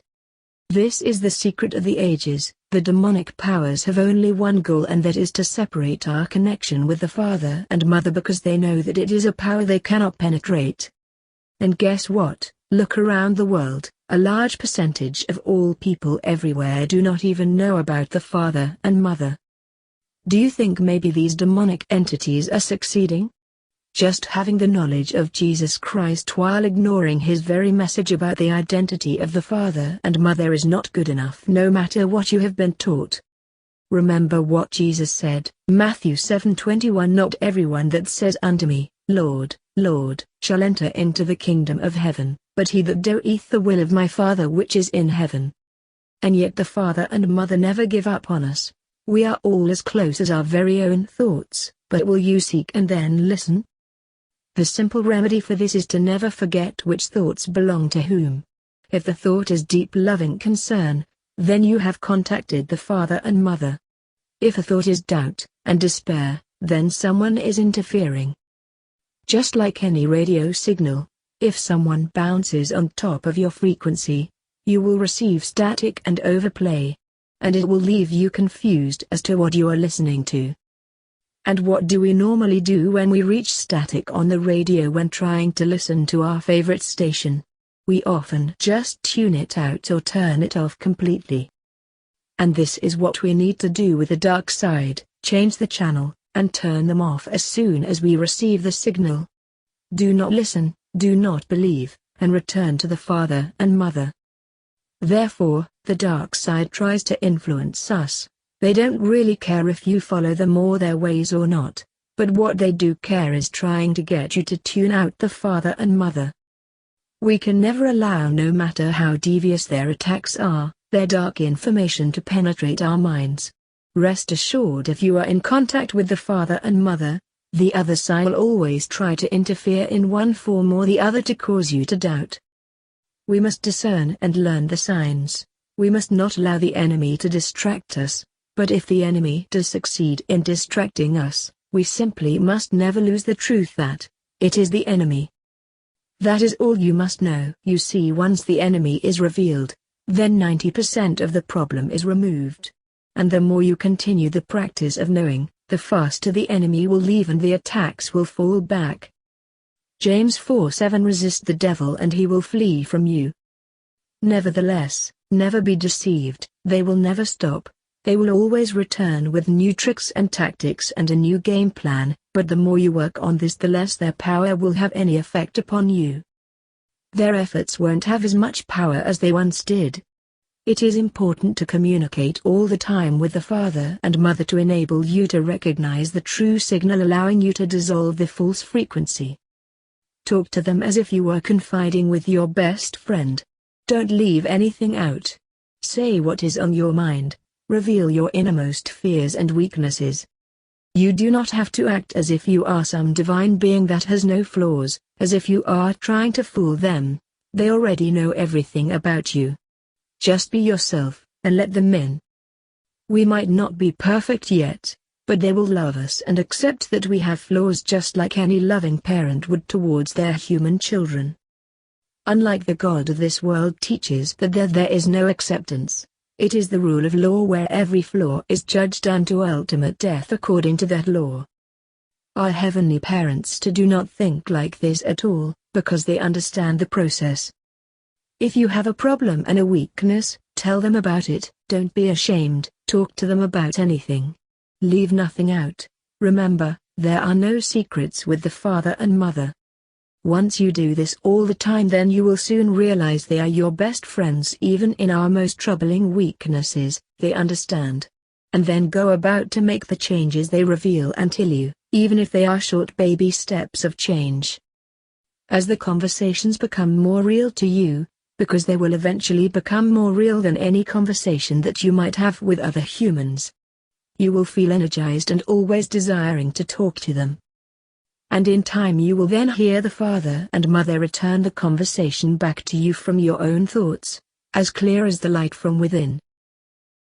Chapter 16, Modification in Prayer. Now this is where we get into modification in prayer. There are some things we want and desire and it is important to us, but the fact of the matter is, it may not be the right direction in one's life.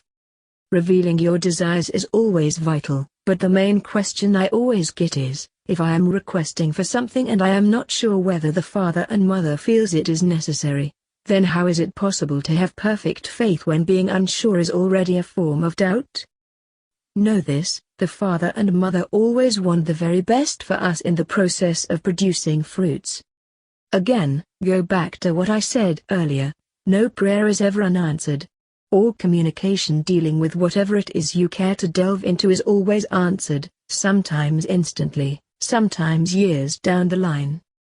Yet understand, we as humans are stubborn, we want what we want and we want it now. And when that doesn't happen, we think, what is the use, no one cares. The truth is simple if you care to understand, the message is in having a proper mental framework.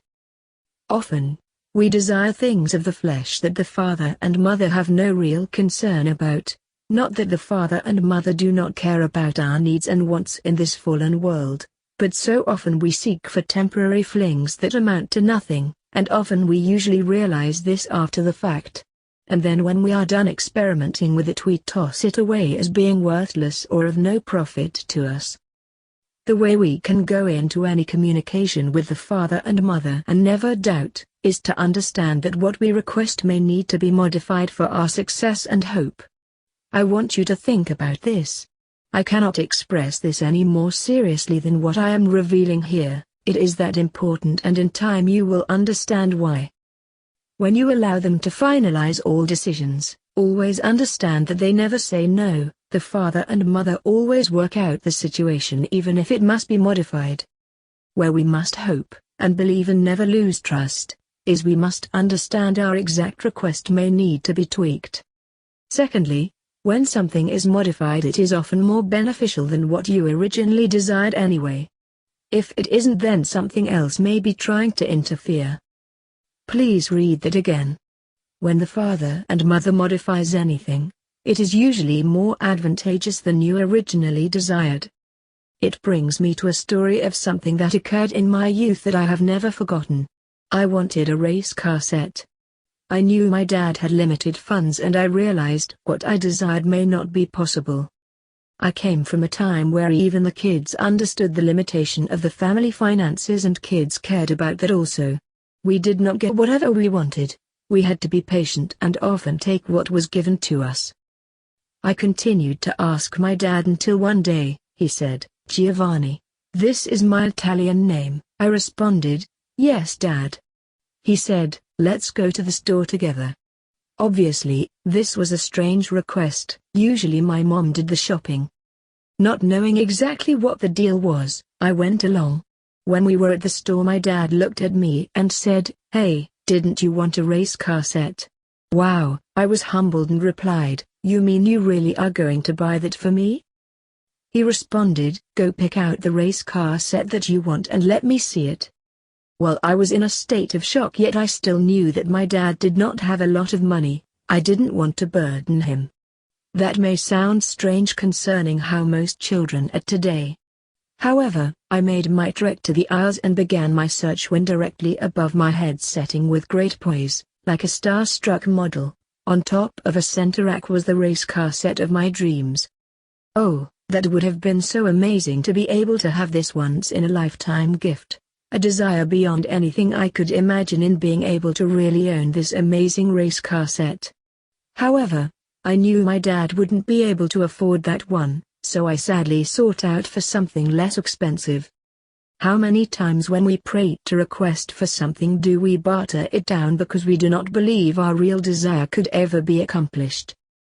I found this cheap race car set figuring this would be all my dad could afford. And I picked it up and brought it over to him. I tried to be excited, because at least I was getting something that I did not have previously. I walked over to my dad and handed it to him. The box was small. He said, "Is this what you want?" I said, "Sure, Dad." He responded, "Well, if this is what you want, we will get it." And then he turned around and looked up at the tall rack with this giant box glaring upon us like an ancient mythical hero, revealing this amazing race car set that I had sadly rejected. My dad then slowly turned to look at me and began to voice his concern. "You know, if it was me, I would think that race car set," as he pointed upwards, "would be the one I would want to have." Well, of course, by now not only am I stumbling over my words and thoughts, really questioning what is happening, I belted out some vocal response that said in effect, "Well, yay, Dad, any kid would want that, but that one is too expensive." My dad looked at me and said, "Well, Giovanni, which one do you really want?" I stood there shocked, examining whether this was a test.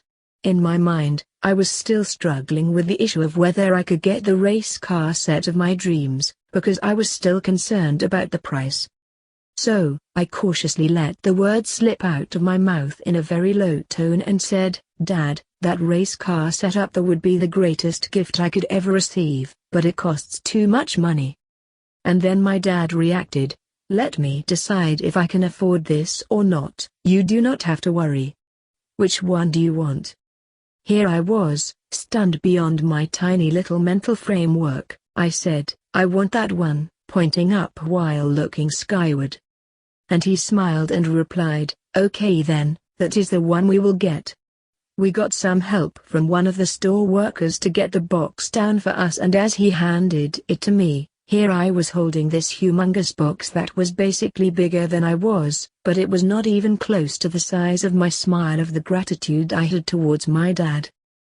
Until this day, I have no clue whatever happened to that race car set.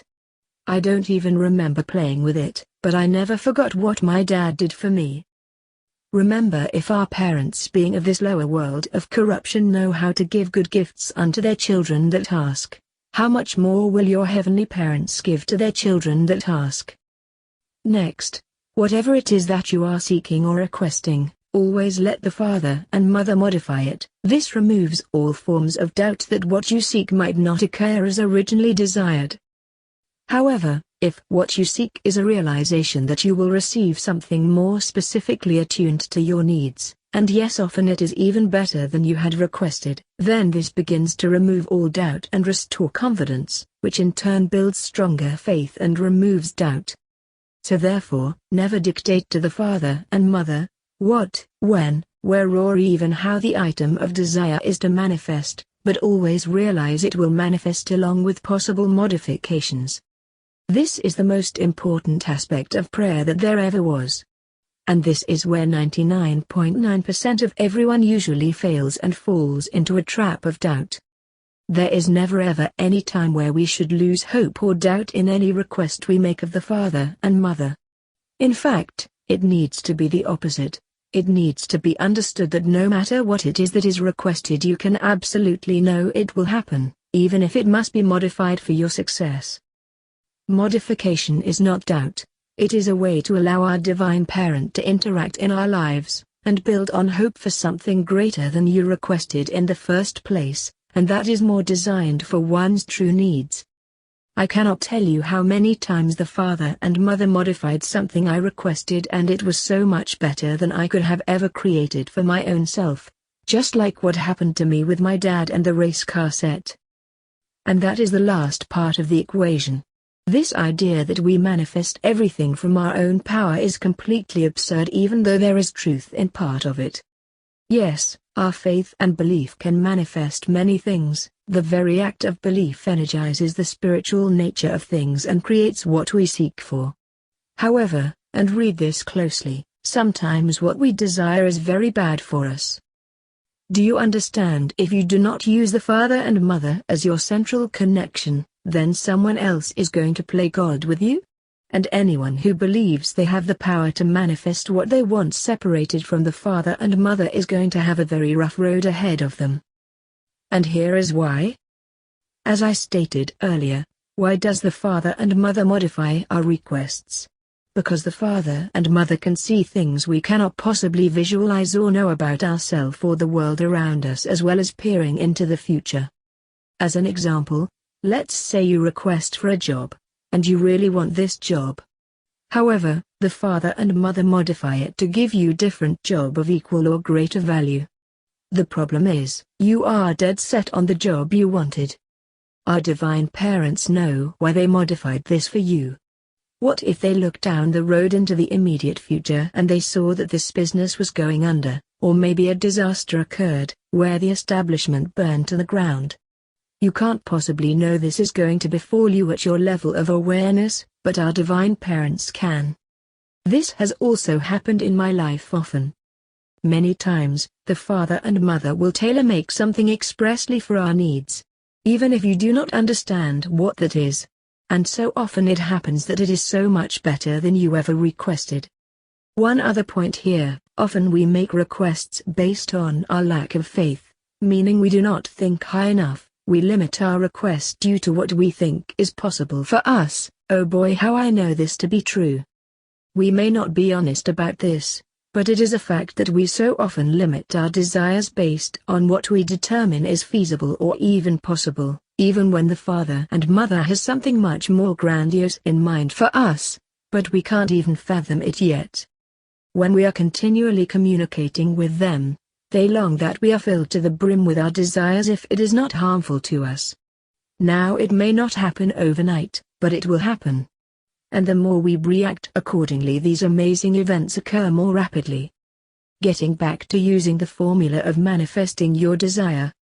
I remember one time when my wife and I moved into an area where good jobs were plentiful. The problem was, it was a tourist town and we could not find a place to live due to the exorbitant prices. We had to move outside of town, which meant a long drive every day. Each day we took this drive we would pass through the last town, which was only 3.5 miles outside of the small city we were working at. I put it into my mind that I wanted to manifest a better situation, of course with my divine parents' help. Each day we passed through the last town, we noticed this piece of land off to the left and on it were 2 trailers. I used to jokingly make the comment every single day as we passed these 2 trailers, that, nobody needs 2 trailers, that one of those trailers are ours, it belongs to us. This happened every day and my wife would just laugh and then even get in on it by commenting, yes, they have our home, and we want it back. Now understand, we didn't know who owned the property, We didn't even know if it was available. We basically knew nothing about it except the fact it was so much closer to the town we worked in and it would have saved a lot of time and money. This continued for 1 month after we both got jobs in this tourist town. Then one day a man walked into the establishment where my wife was working. He looked for the manager and asked her, "Is there anyone who works for you that may need a place to live, because I am renting a place on my property?" The manager thought about it for a while and said, "Yes, I think we do have someone that works here that is looking for a place closer to work." And sure enough, she called over to my wife to talk to this man, and he explained to my wife he had property in this town a few miles back, and asked if we would like to come and see it that evening. We were both excited because it was the same town we kept mentioning we would love to get a place to live. So, that night after work we drove into the next town, having the address in hand, wondering where this property was. Unbelievably, to our amazement we turned into the drive where we had the address for, and there it was, the very same property with 2 trailers, and the man was renting one of them out, as him and his wife were living in the other trailer. We moved into the trailer and spent 4 years there, becoming very close friends with the owner and his wife. And our trek to work was modified greatly for our benefit. It was truly a great blessing. So here is the problem. When we leave the father and mother out of the equation, yes, we can still manifest what we desire, and there are entities on the other side that are all too happy to often grant us our desires without modification.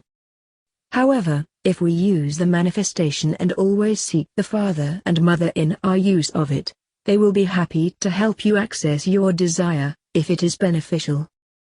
We must understand, there are demons of darkness that would love to take us off our true path and swindle us into believing a lie or follow a distraction. They are tricksters. And yes, they are very real. Never leave the father and mother out of your life's trek. Often what we want is given to us, but it also comes with the tricks and the traps.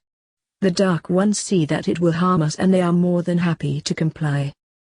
Do not be deceived. Yes, we can manifest things ourselves, but sometimes it is at the aid of a demonic being that is more than happy to comply so they can run afoul against us. And when we disconnect from the father and mother due to our false manifestations, they are unable to modify our request for our happiness, and often we become trapped in our own muck and mire.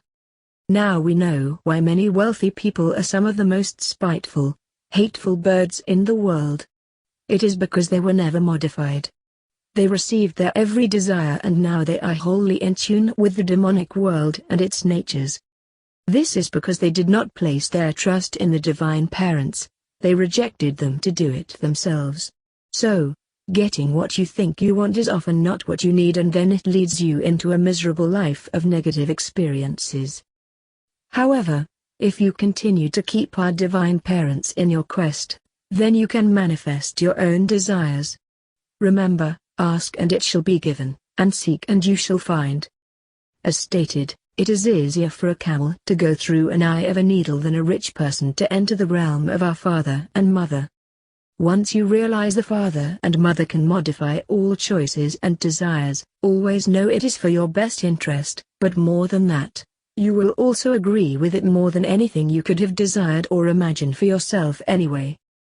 The time that my wife and I manifested our request and it happened exactly as we desired. Some may say, then you did manifest what you wanted, how do you know it was not a trick? We knew because we never left the father and mother out, we had been asking them daily to give us a place to live that was closer to work. And secondly, I have no doubt that the father and mother put those thoughts into our minds to manifest the very thing they were designing for us. So, in truth it was all them anyway.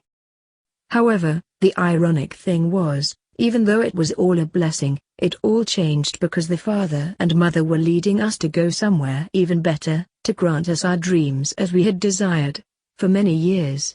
This occurred by having our place taken away due to problems with the land.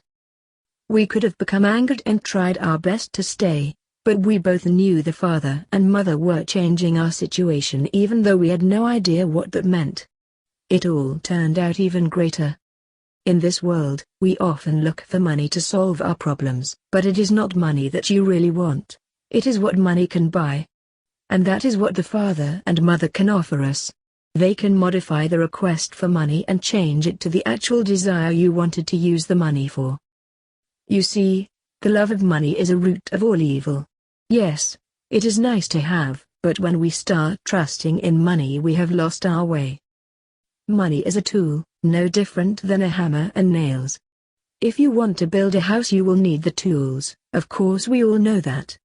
But the father and mother often can grant us with the house without the tools. Do you understand what I am saying? The father and mother want us to trust in them fully as any parent would. They do not want us to place them as second fiddle behind the almighty dollar, because they know we will be tricked and lost. If at times we need the money, it will be that if we have trust and are relying on the father and mother. But sometimes there will be no money, yet we still can obtain our desire. Again, I know this to be very true. The father and mother can create anything in our lives. And there is no greater blessing than to truly trust in their power over everything, knowing we will never be let down. Chapter 17, Mystery Chapter: The Plan. You might be asking yourself, how does this book affect you from a personal point of view?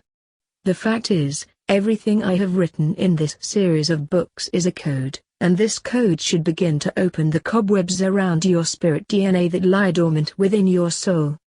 I am not here to answer all your questions. I may not even have everything 100% accurate, but I do hold the key to the code. And this is what I am giving back to your awareness. For you have always had this key if you are one of the true seeds. Listen, I know that using the Bible and revealing that some of the content is invalid is a touchy point with many. I also know the Bible says things that readily contradict some of what I have revealed. It is not easy to separate the chaff from the wheat, and sometimes you may remove some of the truth instead of the error. All of this is possible, however, having the key to the code. The fact is, we are part of a learning process and there is no harm in learning from one's mistakes. You will never be fooled if you realize the fruits of the Spirit are decipher keys in all things, even if you are in slight error in your perception. Eventually it will all iron out. If something lacks the fruit of the Spirit it is faulty. A good tree cannot produce bad fruit. The true children that were led here were forced to go through an extreme process of heat to fashion the clay of their soul. As with pottery, one places the clay into the kiln and then through a process of high temperatures the clay can be set permanently. We are all like moldable clay that is being fashioned by our divine parents. Just like the process of carbon being formed into diamonds. Read this description below of how this occurs, and then ask yourself if you see something similar as to the process being revealed in this book. The transformation of carbon to diamond is a process that takes millions of years to complete. This takes place 90 to 100 miles below the Earth's surface when carbon, probably pure graphite, is exposed to temperatures exceeding 2000 degrees Fahrenheit and pressure that is 50 times greater than the pressure that exists on the surface of the Earth. As you can readily see that the process is very lengthy and it is done under the Earth's surface. Just like the seeds are buried in the earth for long periods of time, as a metaphor of being upon the earth and going through extreme pressures and trials to become more change into something very special. We were sent here having intellect and awareness. We are the progeny of omniscient and omnipresent power. We are the true children of the Creator of eternity. Yet we have not yet established workable character, like clay being set into a mold. This takes time. And this means mistakes will always be made while moving towards perfection. Our lives are a hodgepodge of events via awareness that takes us through many different conditions as we transform from a neutral spirit energy into a being of love, as is the way of our father and mother. We cannot be partial, we cannot be halfway. We must become like our father and mother in heaven but with our own character and personality. Another important key to all of this is, do not be afraid to make mistakes, because it is by our mistakes that we learn. People are frightened to question who they may believe is their God or question the validity of the Bible because they are afraid and wonder, what if I am wrong? What happens when people make mistakes? Well, so often, based on the Bible, mistakes are forbidden, and doing so could land someone into a hell of great proportions. But does this sound like the mind of a loving father or mother dealing with their flawed children? If we perceived the father and mother in these extremes, we could never develop true character. We would always be afraid of pushing the boundary. People who are afraid to seek for greater truth are like the one who buried their talent for fear that God will punish them. We have been given the ability to think and reason. We have been given amazing qualities from divine powers, and yet what do we do with them?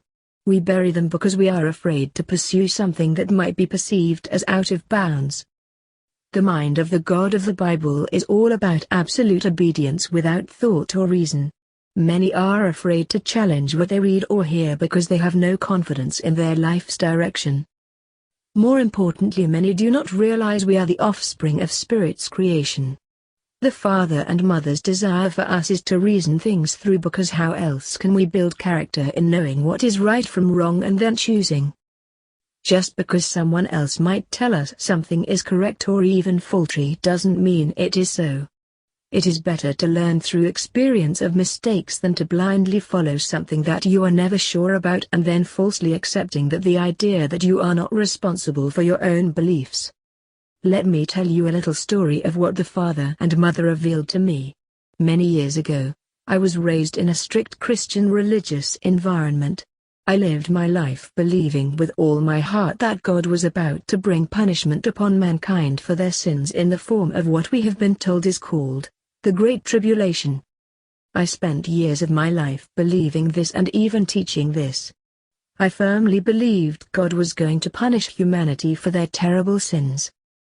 I could visualize this punishment. I could see it with my mind's eye. I believed it would happen, I knew it would happen, and I awaited the day it all began. Amazingly, the father and mother began to work into me a spirit of compassion. I realized that for so long not only did I believe these terrible things would occur, I wanted them to occur. I didn't realize I was sinking into the mindset of vengeance, jealousy, hatred and all other forms of evil because I believed this is what God was going to do to humanity. Something began to change in my heart. Something amazing began to occur. I began to have the Spirit as Christ did, when he said, "Father, please forgive them for they know not what they do." You see, I began to realize what I was believing in was not the spirit of love, mercy and forgiveness. I understood that most people do not even know what is happening in this world, and yet they are going to have to suffer the vengeance of a God, because he is ferocious and angry due to their sins of ignorance. I began to change my thought on the whole subject. I began to ask, why would a loving deity do this to humanity? I knew God's ways were higher than our ways, as I was always taught, but I couldn't conceive of why he would be willing to deal out so much retribution when he never seemed to be hands-on in the first place. None of us as humans have ever seen the Father. We have never met him from a personal human standpoint. We live our lives without the Father ever being there in person, but for some reason he will be there to punish anyone who does wrong for laws that most are not even aware that they are violating because of all the confusion in this world. I wasn't trying to question him or disagree with him, but I began to ask serious questions. And it was then I began to feel mercy upon humanity. Humans have been led into confusion not just by philosophical processes but also by religions as well as the Bible and its many manifestations, like the Quran, Torah, the Talmud etc. Everyone believes they understand these religious works, and they all use it as their weapon of choice to bring harm to those they believe do not agree with them. People use these books and God as their personal weapon against what they perceive is in error, all because they believe they understand, and everyone else has it wrong. It is the same spirit as elitism and privileged classes. The problem is, the Father and Christ have taught us to forgive and be merciful and not be judgmental and damning. We might be aware of the error, but our job is to forgive and be merciful, no matter what sin it may be. For all have sinned and come short of the glory of the Father and Mother. So just who is it that has the right to cast that first stone? I decided to pray. I decided to ask God for forgiveness. The reason I am using the term God here is because back in my early life I didn't realize the separation between the Father and God. The truth is, I began asking God for forgiveness upon the people because of their ignorance. I would say, they simply do not know that they are being lied to and led against the truth. Please have mercy upon them for their ignorance. I prayed daily and often begging God to let go of his anger upon the people and have mercy on them instead. I felt I had a job to be a middleman for the people, to ask for his forgiveness instead of his wrath. It didn't occur to me at the time what it was I was really perceiving about this God. That he has deep dark attributes that are not of the fruits of the Spirit, like wrath and vengeance, which are all spirits of darkness. However, like so many others, I was compromised and believed the Father had these attitudes also. This would go on for months and months until even my spirit began to change. I began to realize that I was part of the darkness that desired this to occur upon people, all because I thought I was right and they were wrong. Until I realized it is not about being right or wrong, it is about acknowledging a plan is being worked out here. I began to understand the gravity of what it was I was accepting. I realized that what was going to happen to people was horrible, and I could not take it anymore. So, I begged God often to forgive. One day after many months that I had been praying and asking God to forego his wrath on the people, suddenly, the Father and Mother answered me, but with a tone that was unique. It was compassionate, more than I had ever realized before. This is when I first began to realize that God and the Father and Mother are not one and the same. I could not only hear the non-audible words in my thoughts, I could feel the empathy behind them, and it changed my life forever. The Father and Mother responded unto me in my thoughts. My son, how could you have conceived that I could have been behind violence of this magnitude? How could you have allowed your heart to lead into perceiving that I could ever bring about this evil upon this world? My son, I am not behind such orchestrated evil, for this world is not my world, nor are the things in this world belong to me. My spirit is one of love and mercy, and not vengeance and wrath. I said, Father, the Bible instructs us that it is your will. The reply was, John, it is not my will. I have nothing to do with what is being planned. The wicked ones have brought this upon humanity and continue to do so, I have not. This is neither the fruits of my spirit nor its divine wisdom and character. I could not even conceive of such things. How is it that you could believe I would be behind this action of darkness? My friends, I was saddened and confused because I had been following the wrong spirit all those years. Yet, even in my ignorance, I could feel the emotion coming from this spirit connection. I could feel the love, I could feel the personal connection with the Father and Mother, unlike I had ever felt before. I could feel they were my parents and not my lords. I could feel they cared about me much more deeply than anyone might ever comprehend. And I felt extremely humbled that I could have ever blamed them for these evil atrocities that were being planned to unfold upon this world by the wicked ones, the false seeds. How did all this come about? Why are we having to go through this process that seems like a never-ending story, a process that deals with multiple lives, living in multiple dimensions as well as multiple worlds? The truth is, this was not the way it all began. Before time itself, something occurred that changed everything. In the beginning, the Father and Mother created what were called angels. These beings were given gratis power, glory and wisdom. Some were given more than others. The Father and Mother created these amazing beings. They wanted to share their glory with others, so they divested themselves of the magnificence that made up their energy makeup and shared it with their creation freely. And these creations were called seraphim and cherubim, and they were perfect in every way except for one thing. The Father and Mother did not create robots. They did not want some machine to go around mimicking them as if having no mind of their own. So, the Father and Mother did something magical. Even though they were created in perfection, They wanted their creation to have free choice, to make decisions, to decide things for themselves and to act accordingly. This was logical and had perfect wisdom. Obviously, the divine creator wanted their creation to be self-aware and have self-choice. They wanted them to make decisions, to look over a situation and rightly devise the correct way as they saw it. They did not want a Borg mentality, as revealed in the show, Star Trek. However, there was a risk in doing this, but it was a risk that had to be taken. The divine creator would never force their will upon anything or anyone. It desires uniqueness and individuality, yet always hoping that they would remain within the boundary of love. They also could not create imperfection. What the father and mother would not do was create character. This was one aspect of their glory and power that they would not design. You cannot instantly create character. Character is formed, just like the diamond and clay above. Character is forged through decisions and making choices. The angels were created in perfection, but could not be given character. They must forge that on their own by using free will choice. Training a child is done to help form concepts and traditions, however, the child must use these trainings to build upon while making future choices for themselves. The last thing you want to do is force someone to comply, or else you are stealing the greatest aspect of their individuality. When the father and mother created the angels in the beginning, they did so to give them glory, and yet at the same time they desired for them to make choices based on what they had learned of the divine will.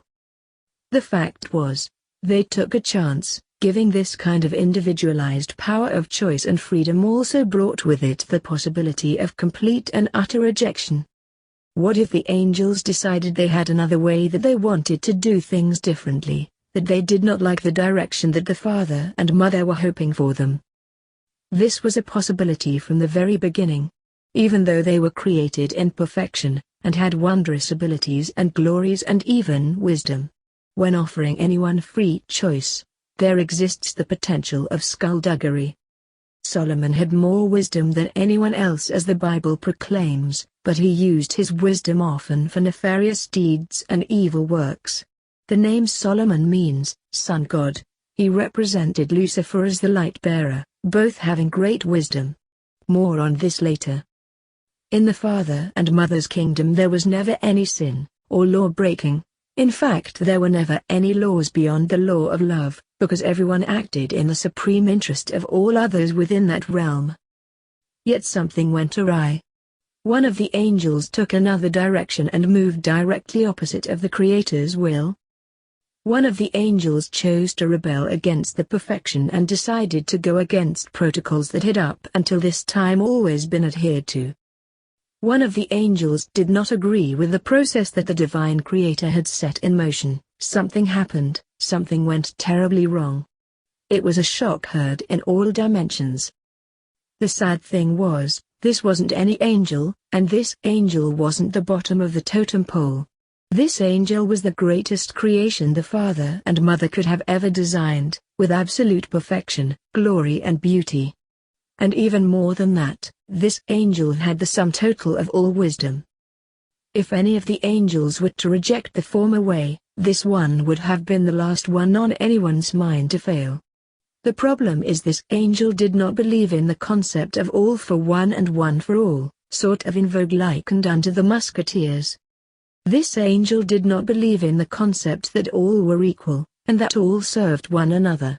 This angel did not like the fact that he had so much power, glory, wisdom and beauty, and yet he was just an equal to all the rest of the angels. However, something else was really digging at this angel's spirit. This angel failed to understand that the glory, power and beauty were simply gifts that were given so they could be used to benefit one another. This angel began to believe he was greater than all the rest of the angels, and that the wisdom, might, power, glory and beauty was a sign of his magnificence. With his pride, he believed that order should be brought in via rank and file. He became a military general to force his new will upon others. He believed in the rule of law. He became God. This angel began to maneuver other lower angels, and a rebellion began among them, and many began to abort their creative process as good stewards. Now imagine that you were a lower angel and you witnessed the glory of this great angel and realized the power and wisdom this being had, and you did not have these amazing traits and abilities. It only stands to reason that the other angels would also begin to follow what they might now conclude was their leader. The problem is, we do not know how long this process took. It might have been millions and billions of years as we know and understand time. And this rebellion may have been forming for a very long time and many angels fell in the process. We now know who this angel was. His name was Lucifer. Lucifer was the greatest creation that the father and mother ever designed by fiat, but Lucifer did not earn wisdom. It was freely given to him, so he used his wisdom to form a malevolent character. Regardless of the perfection, glory, power and awesome beauty, Lucifer did not have the character of his creator. Lucifer began to develop a faulty character. His carbon and his clay were molded into something drastically different than what the creation was designed for. Lucifer began to form attitudes that were never known in the world of the glories of the father and mother. Attitudes such as hatred, jealousy, pride, and power over others. This angel began to formulate dissension, anger, and then positioned in his mind to lead a possible overthrow of the Creator by designing and creating his own universe.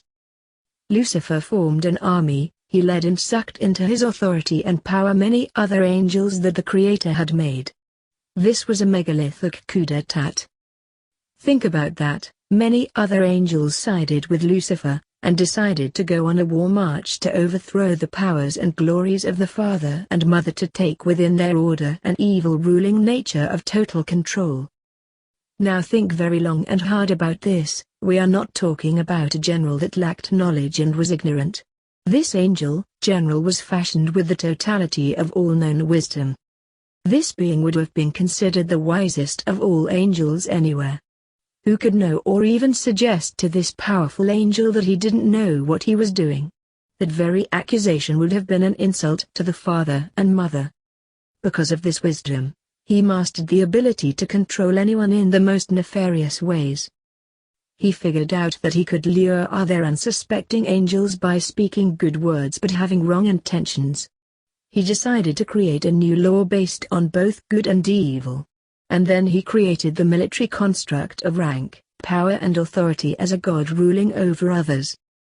Obviously, the father and mother were deeply saddened that their creation was failing, and that it was moving into the wrong direction where eventually a false character may be set like diamonds, but this time it would be molded into a mixture of both good and evil. Verifiably, this was always a possibility based on free will choice.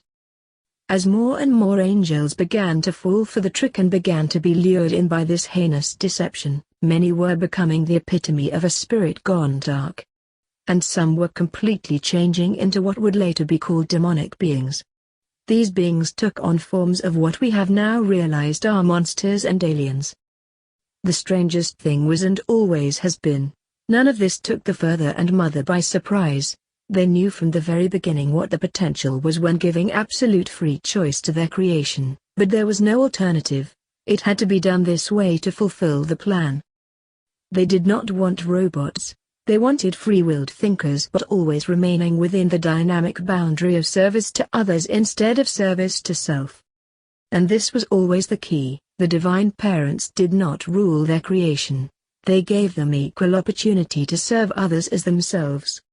This was the true path to freedom and glory. Now we have a problem.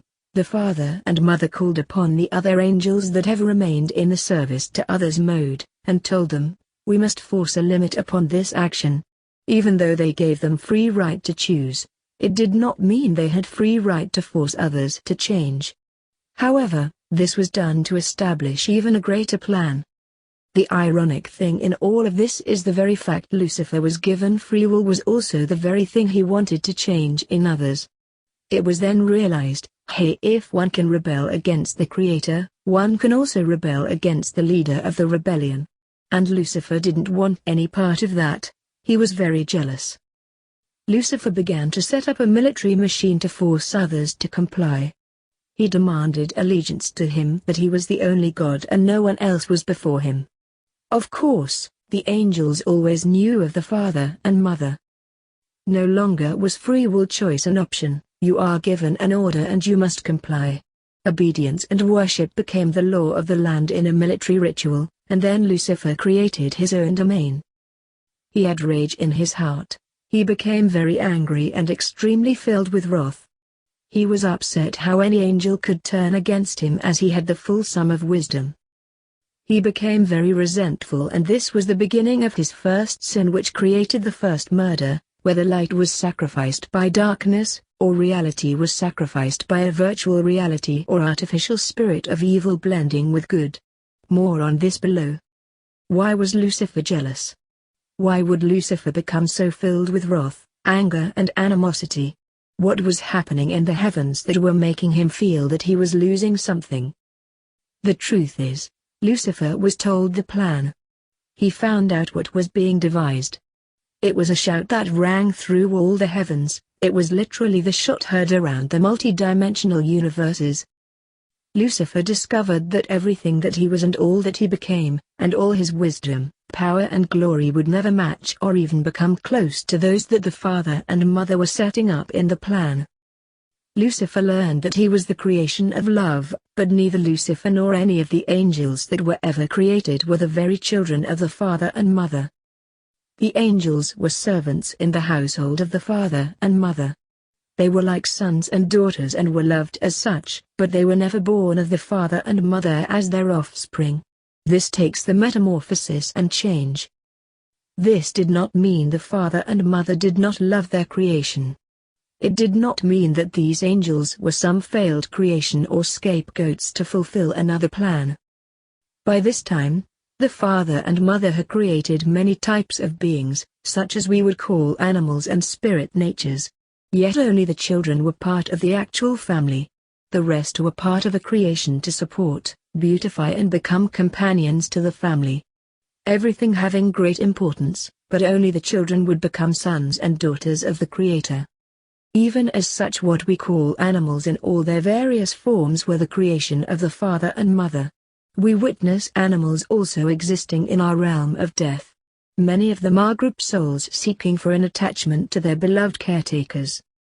Animals live a different existence than humans, often a very cruel existence. This is their trial by fire, so to speak. But most animals are group souls, meaning they have no individuality. And thus, they act out of instinct more than internal awareness, unless a change occurs or the animal is being used for special purposes. When an entity like this becomes linked to a child of the father and mother, this entity is being trained to be released from the group soul and it is becoming one with its owner.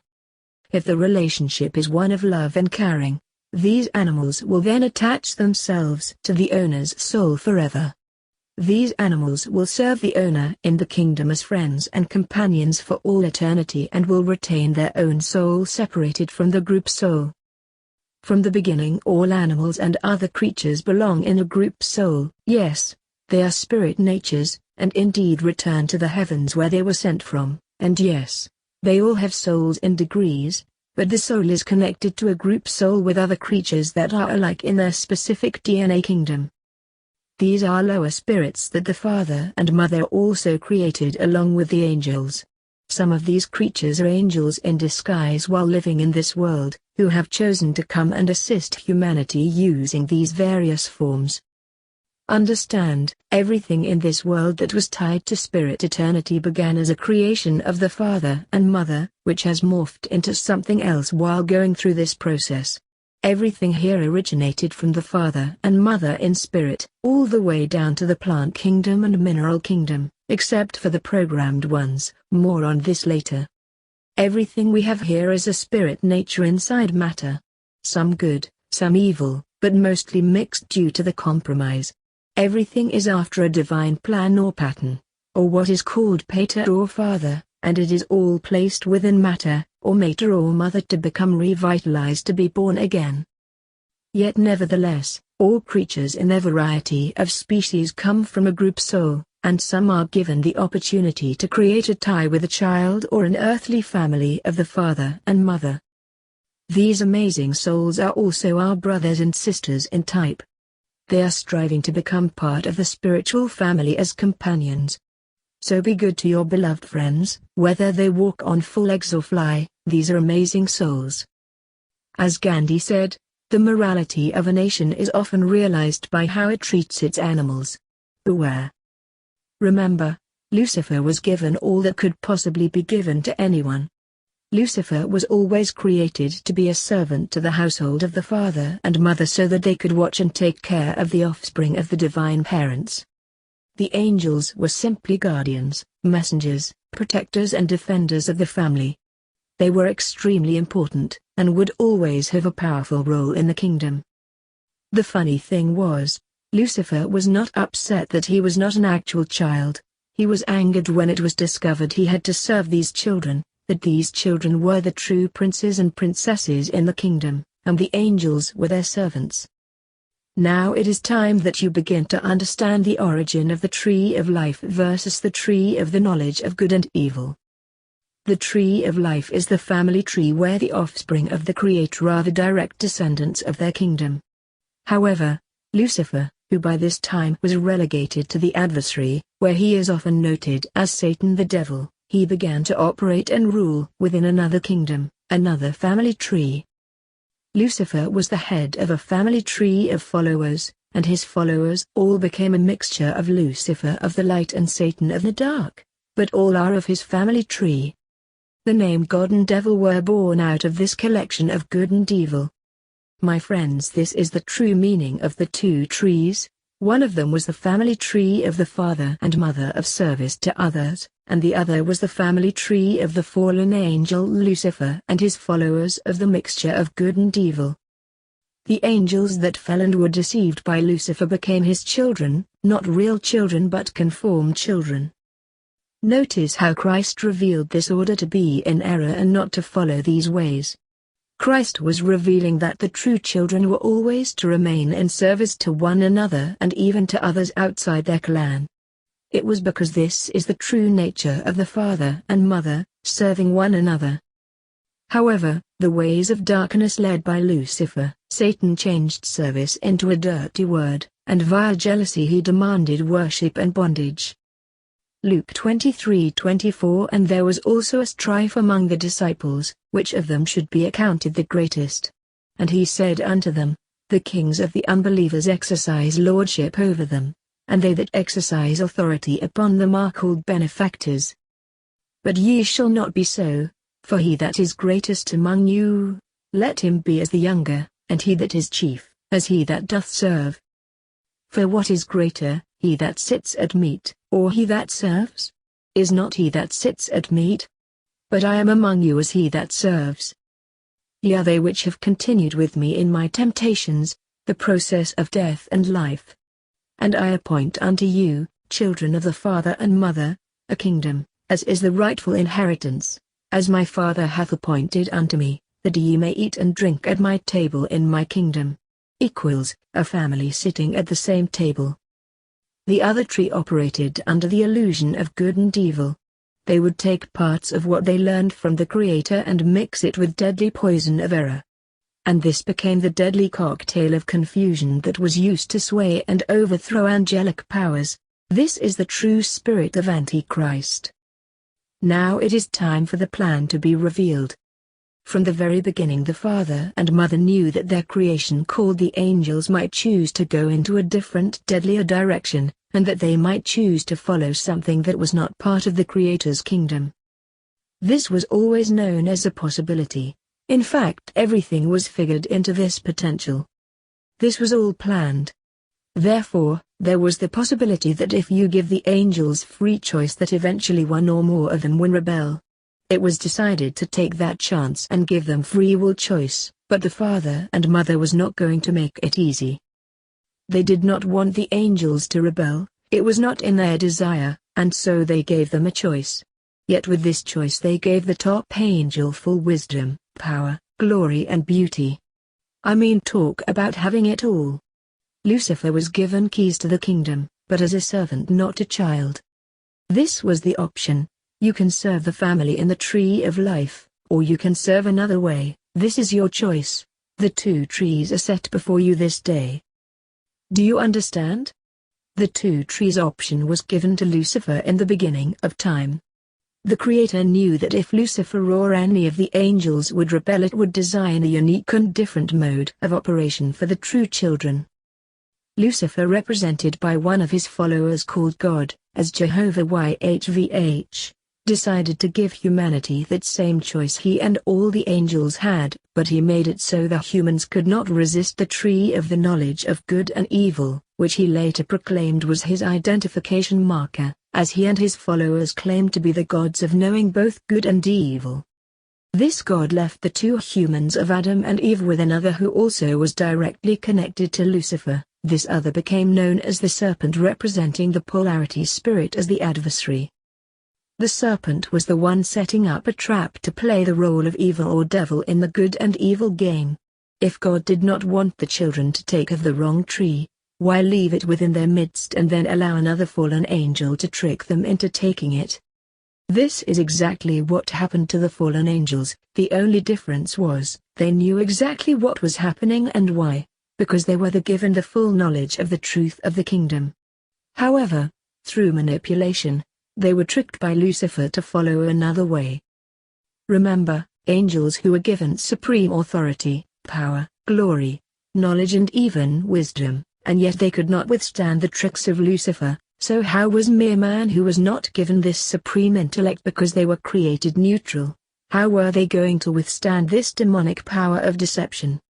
Now the Bible says, Adam wasn't deceived but Eve was. However, Eve was used to sway Adam just as the angels were not deceived but were used by Lucifer and swayed by his tricks.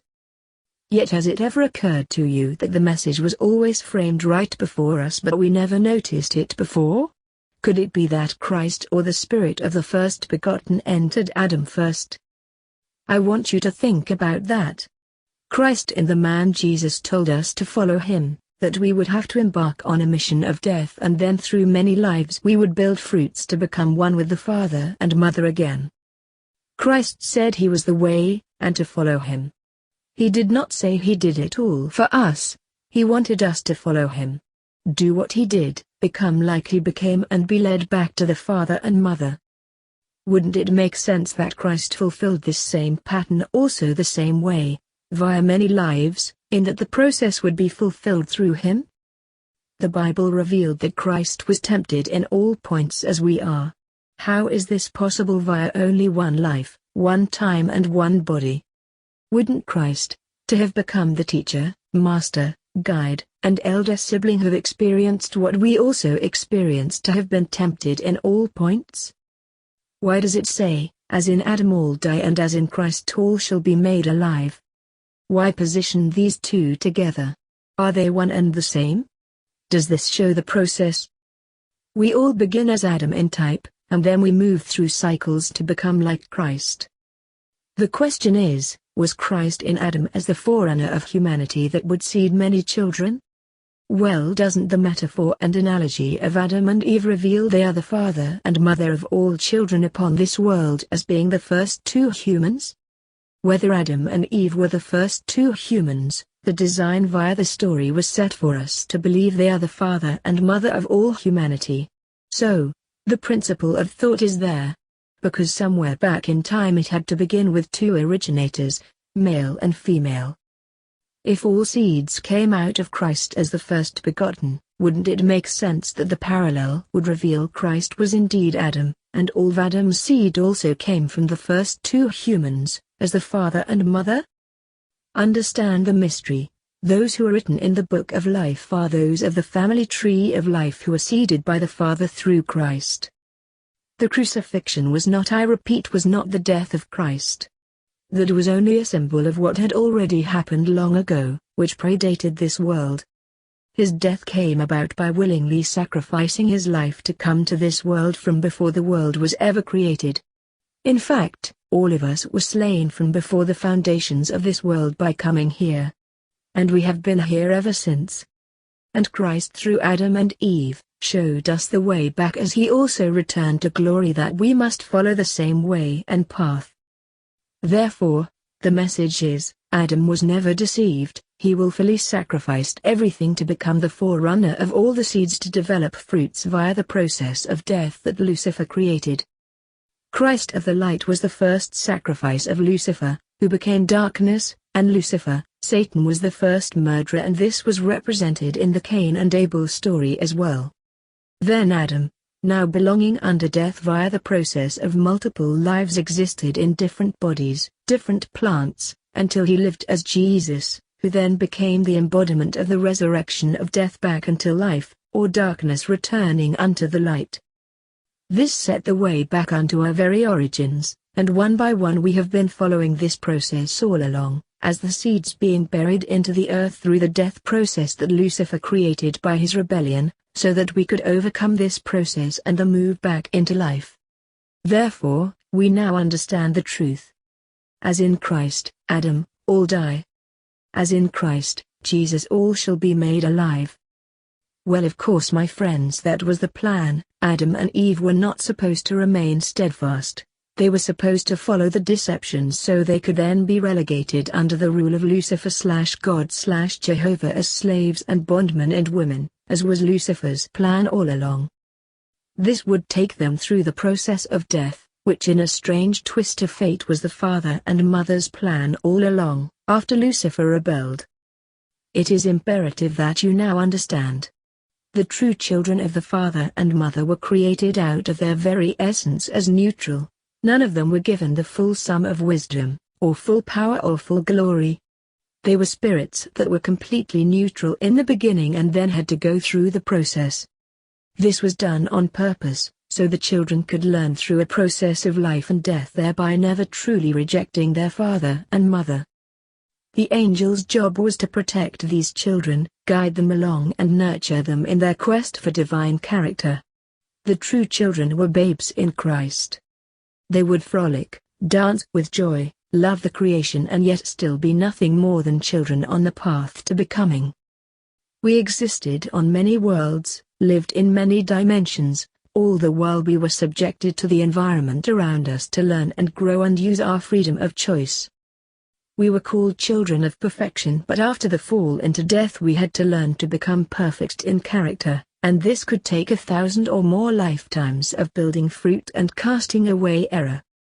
However, when Lucifer rebelled, and began to create dissent and caused some of the other angels to follow, the plan was changed. In fact, one might say there was always a plan B, the plan of benevolence. When it was discovered what happened with the angels, it was then realized that this could happen to the children also. And that was never going to be allowed to occur. So, the father and mother decided to allow their children by choice to enter a training program that was by fire. In that the children could keep their right of free choice, and continue to gain wisdom, power and glory through difficult trials and tribulations. However, the most crucial key was they must build character, fruits via suffering/death/sleep. They must be able to choose between good and evil, right and wrong, and learn to choose correctly from the wrong choices made. And lifetime after lifetime this would continue, until they gathered enough fruits to exit Lucifer's prison. Chapter 18. Mystery of the Two Trees. The fruits of the Spirit are love, joy, peace, patience, kindness, faith, gentleness, meekness and temperance and life. Against such things there is no law.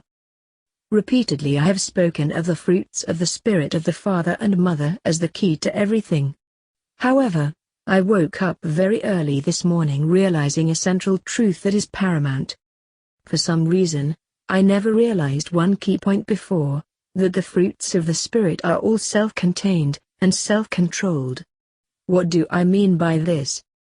These are not just the fruits, but the direct connections of each other. We have been long believed that the opposite of love is hate. Obviously, this is true, therefore, the polarity of love is hate. In the good and evil game, love connects to hate as a polarity.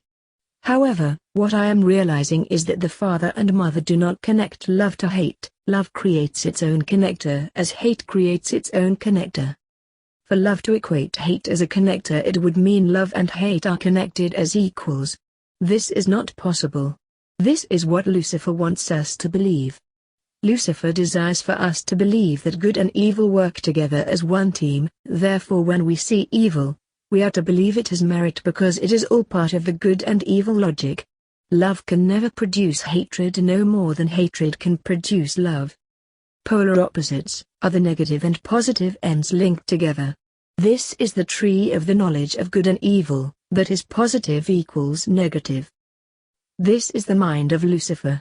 Therefore, we live in a world no matter what happens we are always connected to its extreme opposite, or negative pole, but it is not supposed to be this way.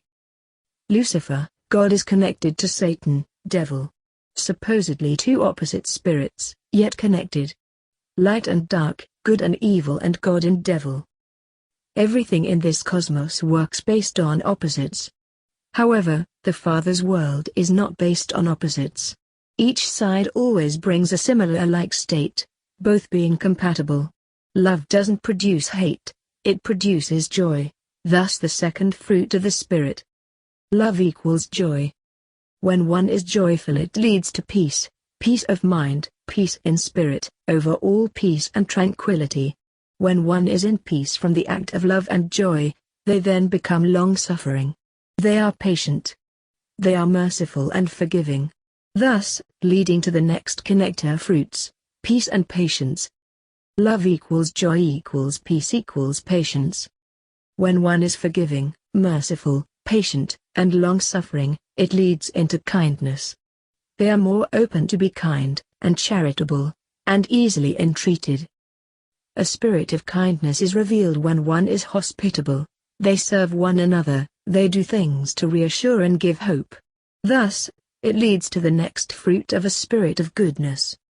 Love equals joy equals peace equals patience equals kindness equals goodness. Goodness leads to faith, which is our mutual trust in the Father and the Mother to provide all things we need or lack. It is our divine family connection that guides and leads us from within. Faith is the key.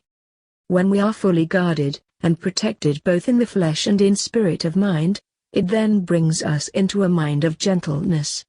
This mindset leads to a spirit of an overall carefree spirit like a lamb.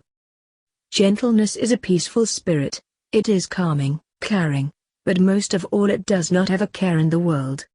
It is as a child being fully protected and guided, nourished and fed, bringing no reason to be afraid or doubt, or worry.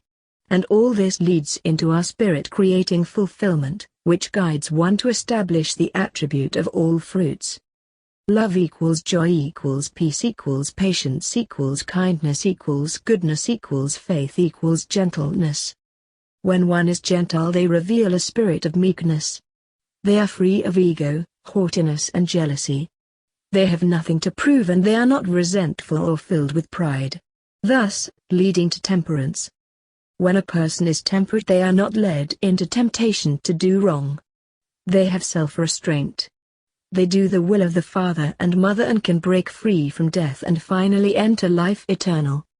Love equals joy equals peace, patience equals kindness equals goodness equals faith equals gentleness equals temperance, life eternal. The fruits of the Spirit are all self-contained. They never lead to anything of darkness, never needing to follow wrath, rage, jealousy or any other disorder. However, when we enter the other side, the side that Lucifer has given us, we see something very interesting. The first thing Lucifer gave us was laws and statutes. He did not give us the spirit of love, but the spirit of law. And what is the connector to law? It is sin. Even the Bible reveals law is what identifies sin. Without law, sin cannot be imputed. Romans 3:20 Therefore by the deeds of the law there shall no flesh be justified in his sight, for by the law is the knowledge of sin. What we realize here is due of the law, no one can be justified, for the law reveals sin and when sin is imputed, the penalty is death. Romans 3:28 Therefore we conclude that a person is justified by faith without the deeds of the law. It takes one of the fruits of the Spirit to be justified against what is called law, as one of the fruits of death. Does this mean there is no sin in the world without the law? No, of course not. Sin is always in the world, but without law sinners are justified by faith. With law, sinners are condemned and there is no justification. Romans 5:13, for until the law sin was in the world, but sin is not imputed when there is no law. Thus, we realize the central truth of Lucifer's laws. They were designed to impute sin, which ultimately will condemn one to death, which is his overall testament and covenant. Law is the connector of sin. And thus, we see the first two fruits of the spirit of Lucifer. Law equals sin. The next thing he introduced was ordinances. These are public awareness tentacles to keep people forced into walking the straight line. This creates judgment, hate, and ultimate condemnation.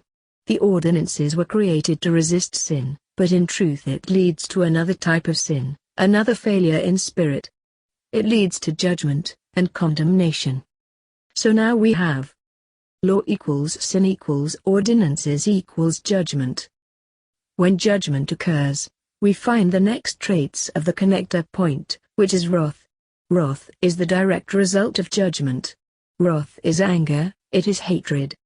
When wrath becomes part of the mindset, it leads to all things such as envy, greed and jealousy, and thus we see the next fruit of Lucifer. He said, I am a jealous God. As the list continues we begin to see the fruits of Lucifer building to an integral end. Law equals sin equals ordinances equals judgment equals wrath equals jealousy. Once jealousy forms where one demands allegiance, this leads into rulers who become wardens over the people, and thus Lucifer introduced kings, queens, royalty, princes, presidents, mayors, governors and guards, all of which has led to control. This by no means is self-control, but outer control. Lucifer wants total control over each of us, because he is jealous. Remember Christ said, do not as the heathen do, where one rules over another. Law equals sin equals ordinances equals judgment equals wrath equals jealousy equals rulers equals controllers. And ultimately all of this leads to one thing, mutually assured destruction, or MAD. These fruits of Lucifer are designed to make sure we fail. The real connector ends are more added conditions of the very nature of this design. You cannot have good and evil connecting, they are opposites. And all of this leads to pride and arrogance, which was the original sin of Lucifer that created the fall unto his demise, which honors the law of domination and the fruit of lust. And once this occurs it brings about death. Death is the absolute eventual policy of these control factors.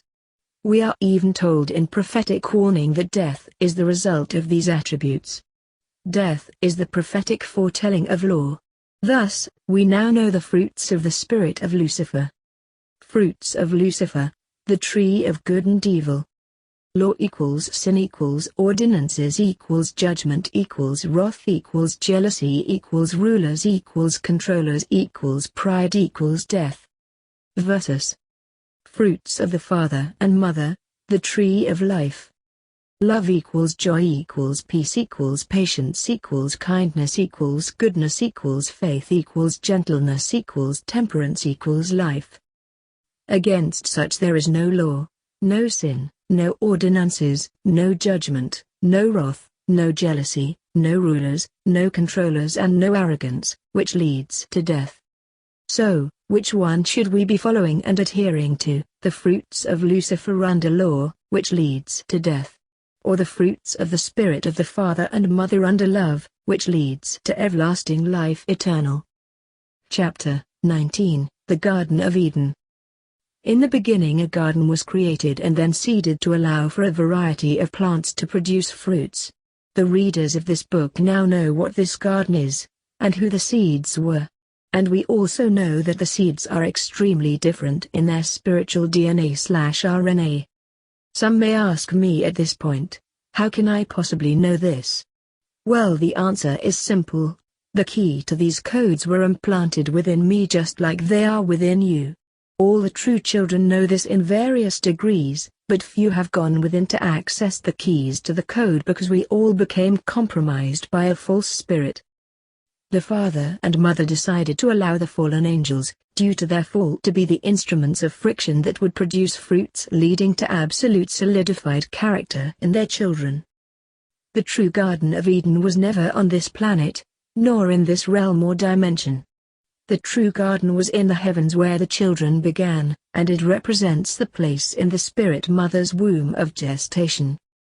The children, upon determining via free choice, left the garden and entered another realm that was being controlled by Lucifer and his followers. In fact, not only being controlled, Lucifer created it. Believe it or not, even the Bible reveals these fallen ones by the same name that was used in the Nag Hammadi library that was discovered in Egypt in 1947. These entities are called archons, rulers of the universe. Let me show you some proof. Ephesians 2:12, wherein in time past ye walked according to the course of this world, according to the prince of the power of the air, the spirit that now worketh in the children of disobedience. Notice the key words I emboldened. The first word is world. It comes from the Greek word, cosmos, just like we use the term for our universe as cosmos. Secondly, we see the term prince. In the original translation the term in the Greek was, archon. It means chief, magistrate, prince and ruler. Now as we return to another verse, notice the emphasis of these rulers and who they are. Ephesians 6:12, for we wrestle not against flesh and blood, but against principalities, against powers, against the rulers of the darkness of this world, against spiritual wickedness in high places. This is revealing that the world is being controlled by dark powers from above, that is the lower heavens. Again, the term for principalities is Asha. This term is spelled differently because it has a unique and inherent meaning representing the origin or first ruler. This is referring directly to whom we would call Lucifer. Now notice how it reveals the powers that rule this earth in the usage of rulers, but this term is not archon like earlier. This word represents where they rule and who they are. It comes from the original Greek word, cosmokrator, to represent the original creator of this cosmos. This new universe and these gods led to the fall of the perfect humanity, that is the chosen seeds, as it was prior with the fall of the angels, but there was one supreme difference. The three-dimensional realm where we are located and Earth exists along with the universe above is all the result of a simulated, artificial spirit. Are you ready? It is all fake. The world we live in is not real. It is a simulation that is being used to corrupt and imprison the true seeds under the power of the first archon. The reason the father and mother allowed for this faulty choice was due to the fact it had to be done once the angels had fallen. And although Lucifer had plans to keep all seeds imprisoned eternally, the father and mother had other plans. They were going to allow all their seeds by their own faulty choice to be kidnapped by a god, one who created this fallen fraudulent fake universe, to take the children captive so that they could be tested and tried to bring forth fruits within the children, as a training program. And although we made the choice, it was an offer we would not be able to refuse. Thus, we witness the story in the Garden of Eden. Book 2 in the Divine Secret Garden series will reveal how the good seeds had fallen into this realm, being deceived by the cunning art and ruse by the gods of the garden. Our universe that we witness all around us is an illusion, it is a virtual reality. Have you ever used a flight simulator? Pilots often cut their teeth on simulators to learn how to fly jets. None of what they are doing is real, but the experience teaches them how to fly a jet, and after enough hours in simulation then the pilot will qualify to fly a real aircraft. The children of the father and mother are learning to perfect character, that which the fallen angels failed to do, by using a simulation that is not real to create an experience that can change the inward being of the child without destroying them. This is the key to all things. In a real sense, our world is a virtual holodeck. It gives us pretty much everything we need to build character. You can fail in a simulation and it will never create drastic effects on who you really are, because the failure was done in a simulation and then once removed it is just a horrible test gone wrong. Just like if a pilot crashed a jet in simulation and everyone on board dies. Once the pilot is removed, it is understood that no one really died, but the pilot for obvious reasons needs more time to perfect his art. The pilot is sent back to the simulation until right choices are made. All the mistakes disappear once the pilot aces his test. Therefore, the good works stay with the pilot forever as the direct source of the internal training. And the slip-ups and failures and bad works are simply thrown into the fire of trial and error, and they are no longer needed. Succeeding in a simulation can change the innermost part of your being, especially when the good you produce is never lost. It is held in a place where moth and rust cannot corrupt. I want that to sink into your mind. Matthew 6:20 But lay up for yourselves treasures in heaven, where neither moth nor rust doth corrupt, and where thieves do not break through nor steal. As an example, you use a simulation to get a job flying jets, but you fail in the simulation. What's going to happen to you? Well, you won't get the job. But it doesn't change who you really are, but it also doesn't allow you to experience greater vistas. What if you pass the test in the simulation? Then you will get the job and go on to learn from even greater opportunities, which could add so much more to your awareness. The key to this is to understand, if we pass the tests of our simulation, then we can go on to fly jets, which is parallel to changing into the butterfly via the metamorphosis. But if we do not pass the tests, we must come back and do it repeatedly, until we do pass the tests. It is that simple. Instead, a great God destroying whatever fails, we have a loving Father that continues to allow our failures to be changed into successes. Life teaches this all the time, but for some reason people have been compromised to believe differently about a ruling deity. Some will chime in and say, "Yea, but God has given all of us plenty of time, hundreds and even thousands of years, and He has been merciful long enough, but time is up." My response to that is, based on previous ideologies, most people believe no matter when you were born, your allotted time is only from birth to death. Whatever happened in the past or will happen in the future cannot affect one unless they have experienced it. Therefore, the argument is moot. No matter how long God has given anyone time to change, everyone has been condemned by His law, and that condemnation is death. Therefore, the ritual of returning to the law of death will remain forever unless one is awakened and changes. Humanity still has only a small portion of time, which proves that mercy and compassion is not one of the gifts of this God. Some also try to say, well, the world today is plain evil, worse than it has ever been before, God must destroy it. First, the world's is not more evil, it has always been evil. However, the time and age we are now living in reveals a pattern that occurs continuously as cycles. Christ even said, "So as the days of Noah, so shall it be for this time also." He is revealing that the pattern of wickedness is being reduplicated. Then those same people cry out, "Yea, and what happened during Noah's time? The people were all wiped out," seemingly proving their point. But there is a problem with your theory, Manami. The world continued to go on just as I have said. The people were planted again and the world continued like it always has since its creation. I am not saying the world won't be destroyed, I am saying no matter what happens, the seeds will be replanted again and will be given a new chance. This is the reality about this world and always has been. Each time a chosen seed fails, it also learns some things, and the seeds hold those keys permanently in their psyche or subconscious soul level.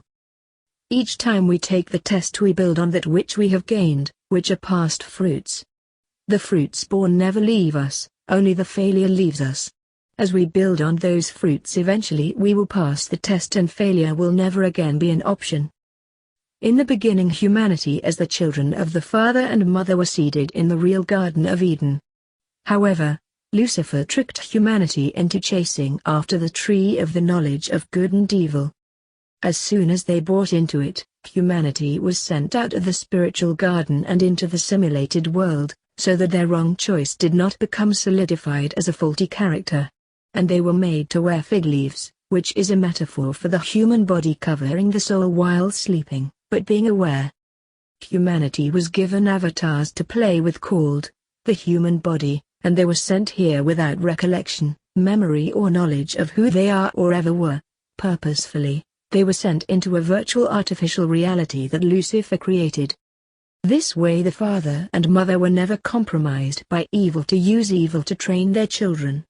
They simply allowed Lucifer's rebellion to become the tool to forge perfect character in their children by having them experience the error of fallen angels while never having this error retained into their soul.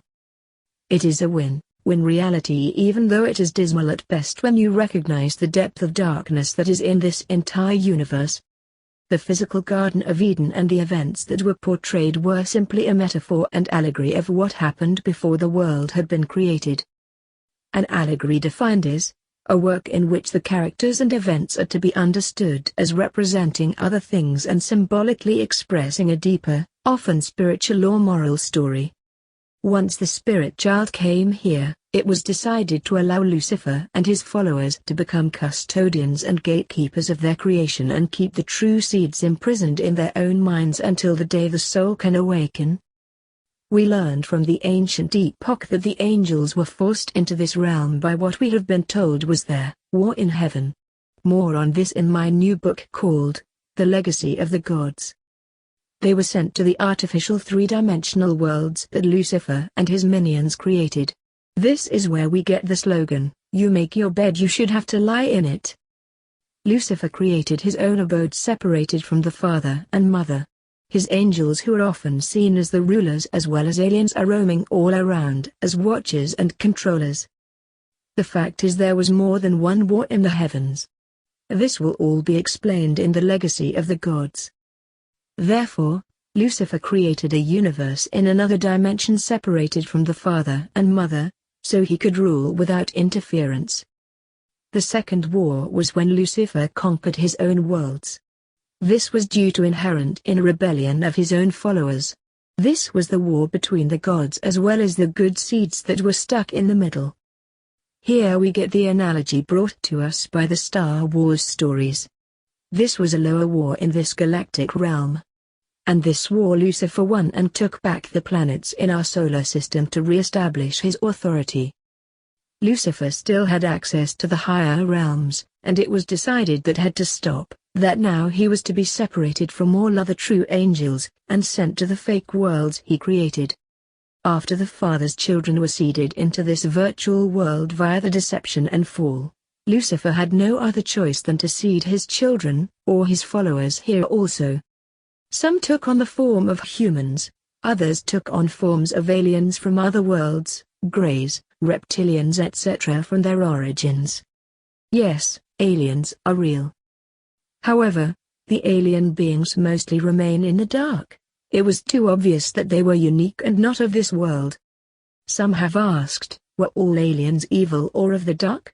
I have thought about this question for a very long time and my answer is, no. Just like humanity is not all evil and filled with wickedness even though all have fallen. Some still retain the goodness of their divine creator the Father and Mother. I am sure there are aliens that before the last war in heaven have remained true to their will and live a completely different life than even those of this world. But they are not true angels, nor are they to be worshipped. They are simply another creation formed after the fall which may have been billions of years in time. Many of them exist in the fourth dimension and still roam the worlds that they hail from. The dark aliens do their dirty work under the cover of darkness and in hiding, and many of them live inside the earth. Although they do make appearances ever so often, they no longer come from other worlds outside our solar system within the third dimension. Why is this? Well, hold onto your hats. There is nothing beyond our solar system, it is all a two-dimensional copy, nothing more than a massive planetarium. All dark aliens serve their master Lucifer or Satan. They are not here for the benefit of mankind, they are here to keep mankind prisoners. Now one of the key verses in the Bible which was correct is when it spoke of how these alien demonic beings can come across as angels of light and ministers of righteousness. They can use the truth to lead people into the lie. And it is no marvel they can appear as beings of righteousness when in fact they are filled with darkness. Sadly, They have fooled and are still fooling many people today that believe these beings are there to administer some sort of benevolent help to mankind when in truth it is completely malevolent. Lucifer can remain hidden in plain sight under the guise of the light bringer, aka the sun.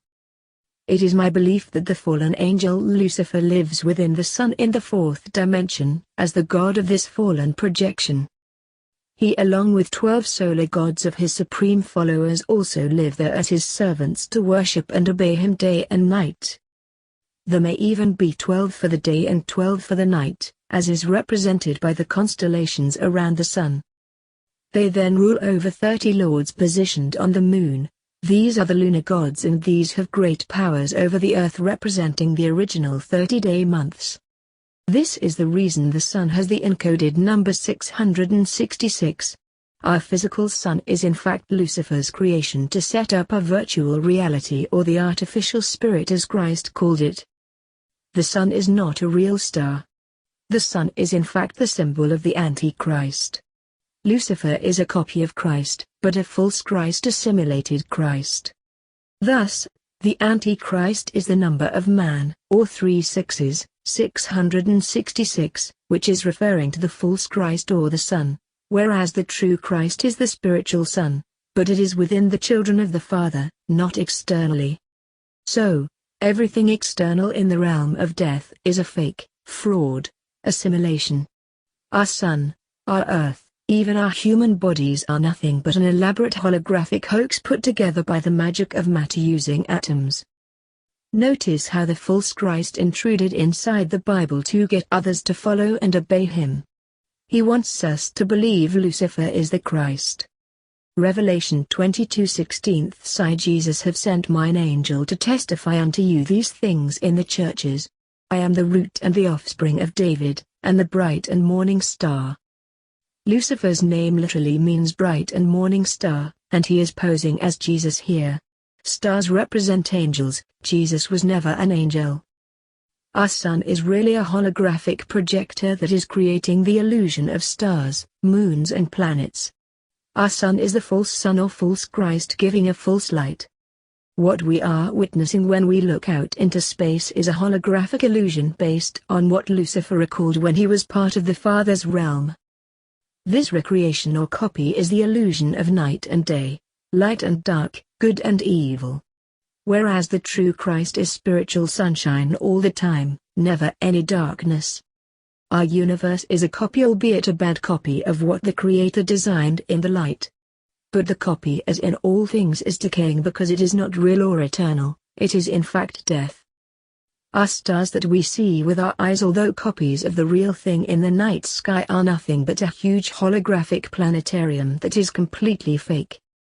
Our sun is the projector, and our eyes are the mirror lens that is creating the visual that is coming from within us via the brain, not outside of us. I realize most will never believe this, but then again, truth in this world is revolutionary. It is simply not accepted in Lucifer's realm.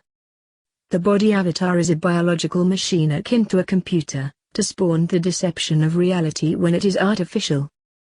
Our sun does not give off heat, therefore, the higher you rise into the air the colder one gets. And when in space it is freezing. The sun is a projector that comes from the fourth dimension, and it is creating the illusion of three-dimensional matter worlds, and our eyes are the mirror fulfilling the holographic visual. Heat comes from the actual holograph itself as it forms into an artificial realm using radiation within a sphere that surrounds the Earth. The radiation coming from the projector is coming from the fourth dimension, and it is being used to create worlds that are nothing more than smoke and mirrors. This is and always has been Lucifer's world and his own creation. He is the creator of the heavens and the earth as we know it. He is not the creator of the true realm. He created this realm to be his kingdom, to deceive his followers eternally. What Lucifer never understood is that evil always runs its course and at the end always fades away, because evil will eventually destroy itself. Evil is an aberration to reality, which simply means, it is not real. The Father could not create evil, nor does he allow evil in his creation. Therefore, Lucifer had to be removed. This illusion created by Lucifer is why he created these simulated worlds, so that evil could appear real by experience even though it was not real. Lucifer had to create a simulated universe so that evil could appear legitimate.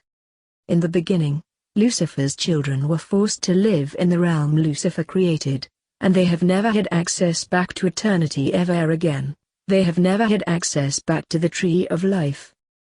Lucifer decided to set up a system that he wanted from the very beginning, a military system of rule of law. He then set rulers of this world based on his most faithful followers in rank and authority, and he and his children have been ruling this cosmos and that which is connected to this simulation ever since. This is where the children of the father and mother have been sent to manifest fruits. And this is the next key. The difference between the children of the father and mother and Lucifer and his children is some of them rebelled openly in full knowledge. The children of the father and mother had all knowledge and memory removed so they could not rebel openly. Therefore, all acts against the divine parents and the seed's own souls are considered ignorance and sin of the flesh, which is the body of death. Some have asked me, what about the unpardonable sin? A true seed cannot commit the unpardonable sin unless they are in full knowledge of all things. And we know no one here has that knowledge. This sin was committed by some of the angels, therefore they may now be set in stone and are unable to change. And all sin or contravention of law, whether spiritually or physically, is aligned to the body of death, which will eventually be destroyed and retuned back into the earth. However, the soul continues and remains. It states the body can be destroyed but the soul can be saved. I wanted to add another area where the chaff was added to the wheat in a verse in the Bible. Read this closely and tell me if you can find the error by simply using the fruits. Matthew 10:28-26. So do not be afraid of them, for there is nothing concealed that will not be disclosed, or hidden that will not be made known. What I tell you in the dark, speak in the daylight. What is whispered in your ear, proclaim from the roofs. Do not be afraid of those who kill the body but cannot kill the soul. Rather, be afraid of the one who can destroy both soul and body in hell. Are not 2 sparrows sold for a penny? Yet not one of them will fall to the ground outside your Father's care. And even the very hairs of your head are all numbered. So, don't be afraid, you are worth more than many sparrows. As you read this, you can tell how the spirit of the father and mother is merciful and loving and kind and caring. But notice above, as it tried to reveal this powerful love the father and mother has for their children, what is out of place here in context? This verse is out of place. Do not be afraid of those who kill the body but cannot kill the soul. This is the truth. Rather, be afraid of the one who can destroy both soul and body in hell. This is the lie.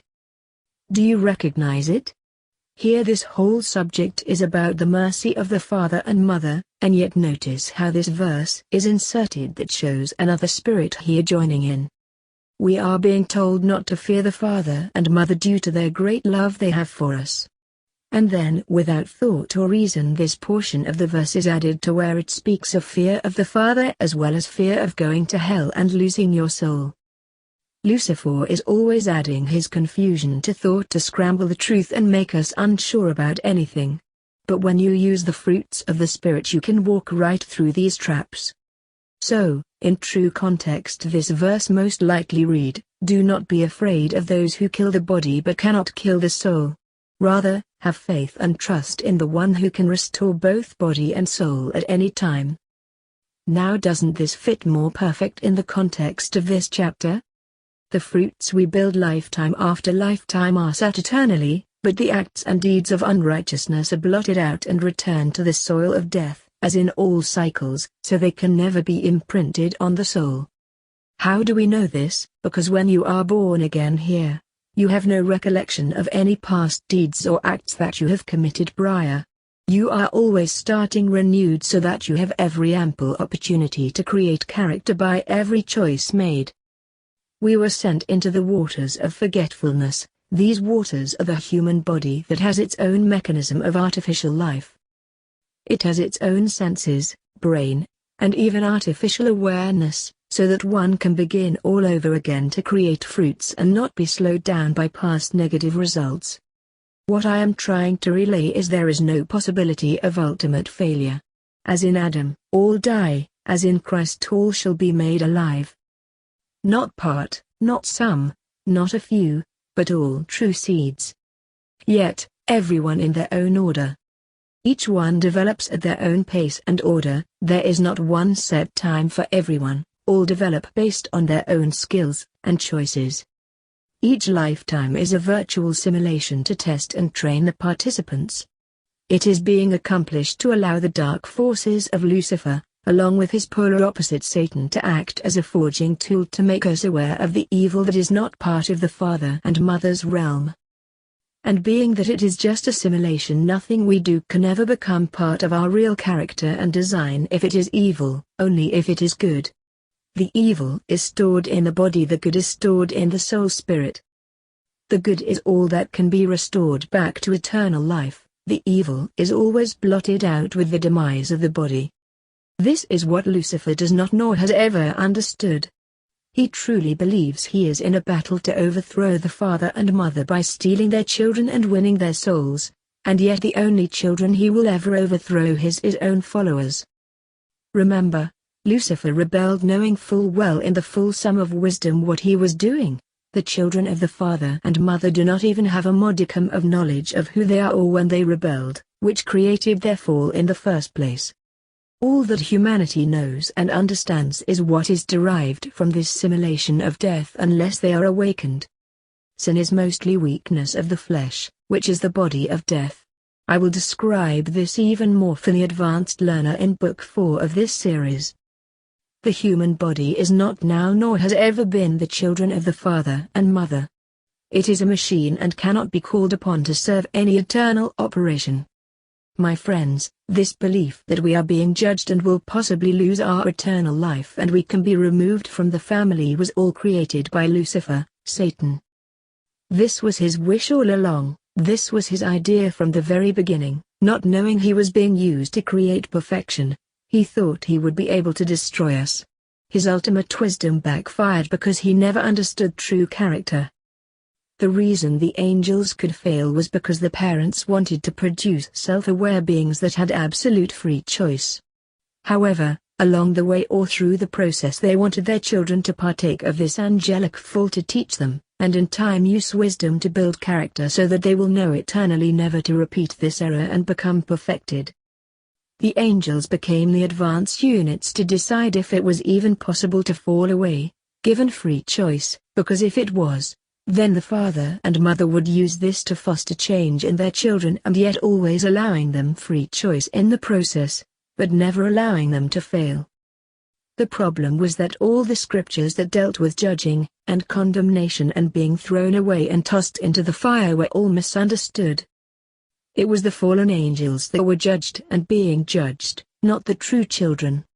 It was the fallen angels that failed, not the true children. But these same angels have tried to pass their fate unto the children of the father and mother, and it is not possible. The true children are asleep until the process is fulfilled and then they will begin to awaken. My friends, if you are part of the tree of life, you cannot fail, it is impossible.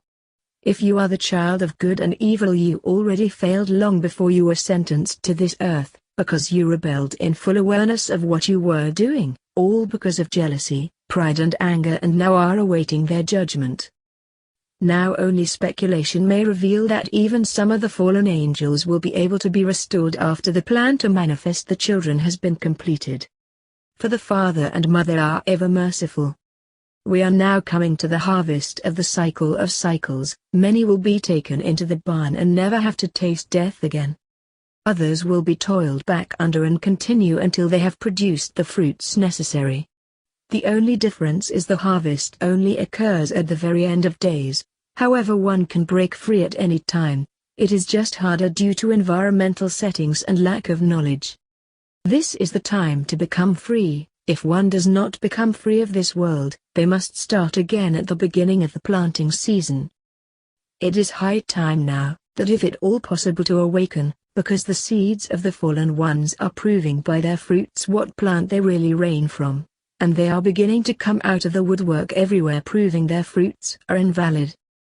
And soon they will be bundled and burned, as is the process, but you do not want to be there with them. Or else the cycles must be renewed again from the beginning to the end. Read my fiction books called The Time Loop Chronicles. It is at the harvest where the greatest potential is there to break free from this world of bondage and enter back into life. Once you fail in the harvest, the access point is very difficult until the next harvest, or many more lives. So, do not be left behind. Chapter 20, The Holographic Creation Week. The following was written in my book called The Time Loop Chronicles. Here is an excerpt from this book. In the beginning the gods created the heavens and the earth. The earth was unformed and moved into the void, darkness was on the face of the deep, and the spirit of the gods, the programmers, hovered over the surface of the water. Then the gods said, "Let there be light," and there was light. What you just read is a pre-holographic world before the third-dimensional heavens and the earth came into being. This is when there was nothing, and what is the first thing that must be done to create a holograph? You need a light source, thus, let there be light. There had to be a light source to project the object in question, which were the heavens and the earth, to enable it to become, and then removed from the void. Suddenly, the gods just became computer nerds. What is interesting here is that everyone assumes the light here is the sun. It is the light of the pre-sun.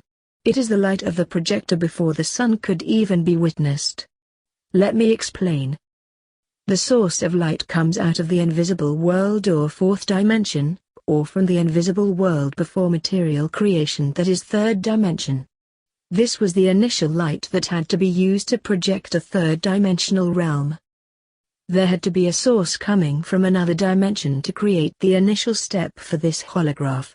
Before this had been done, the original heavens and earth were just photographs, pictures, maybe even motion pictures, but they were in the void, that is higher dimensional, unseen worlds beyond time and space. No one could behold them yet in this realm. They were still in the production stage. As an example, take a picture with a camera.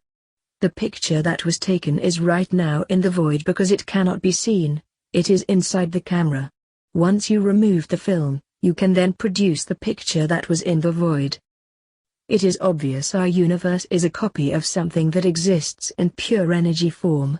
However, what we are witnessing is simply a projection, with interactive holodeck principles.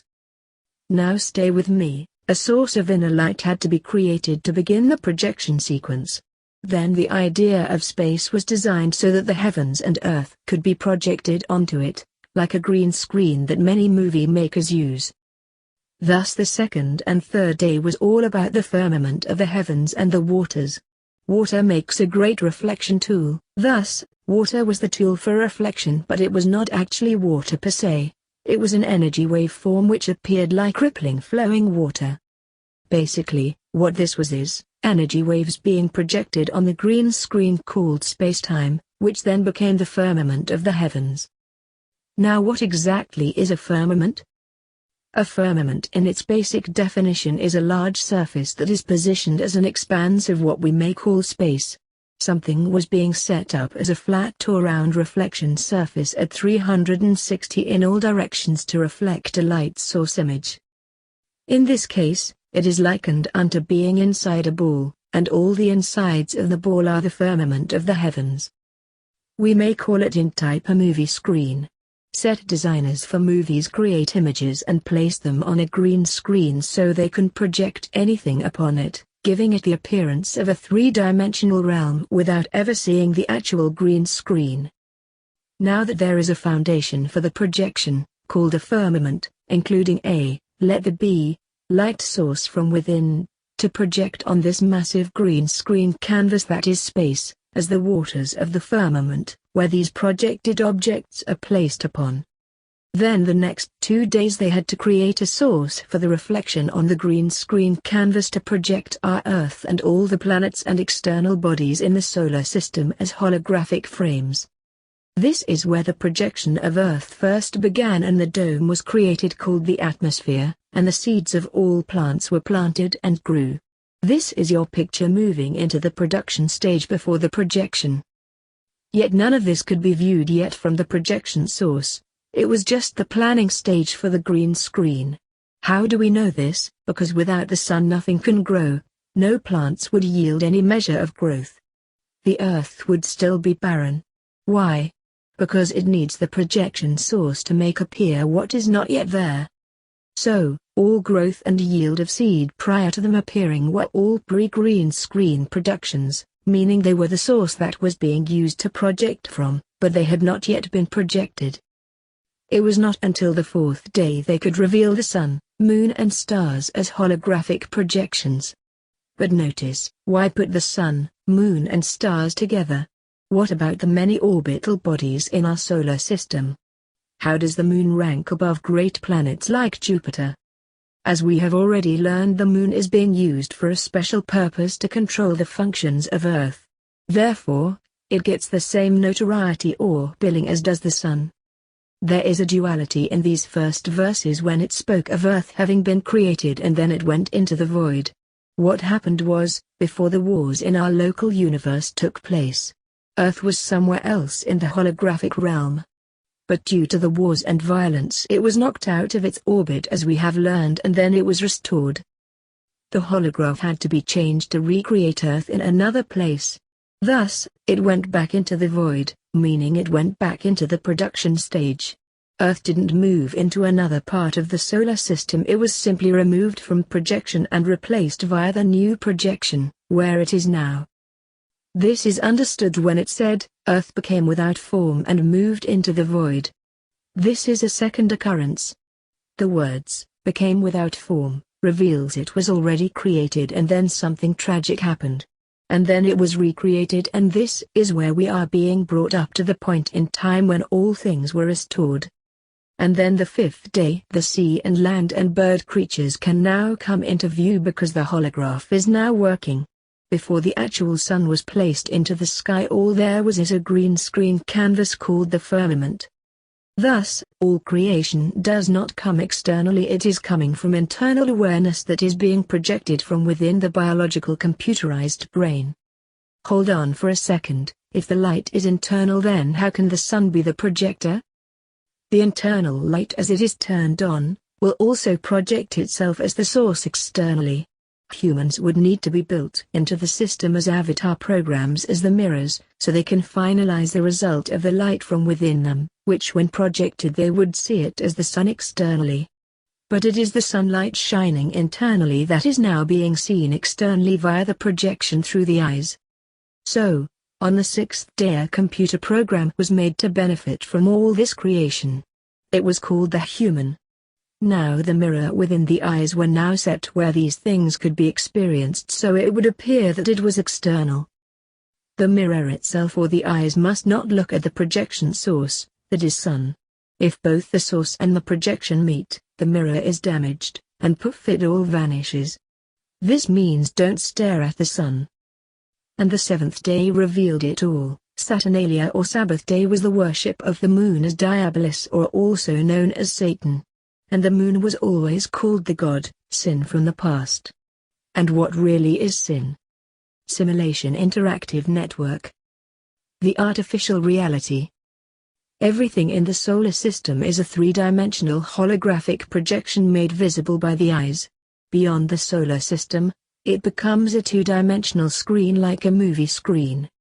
It is no different than being in a 360 planetarium watching a movie. Therefore, the sun is a holographic projector creating the illusion of matter in space as the heavens and the earth, via the green screen templates.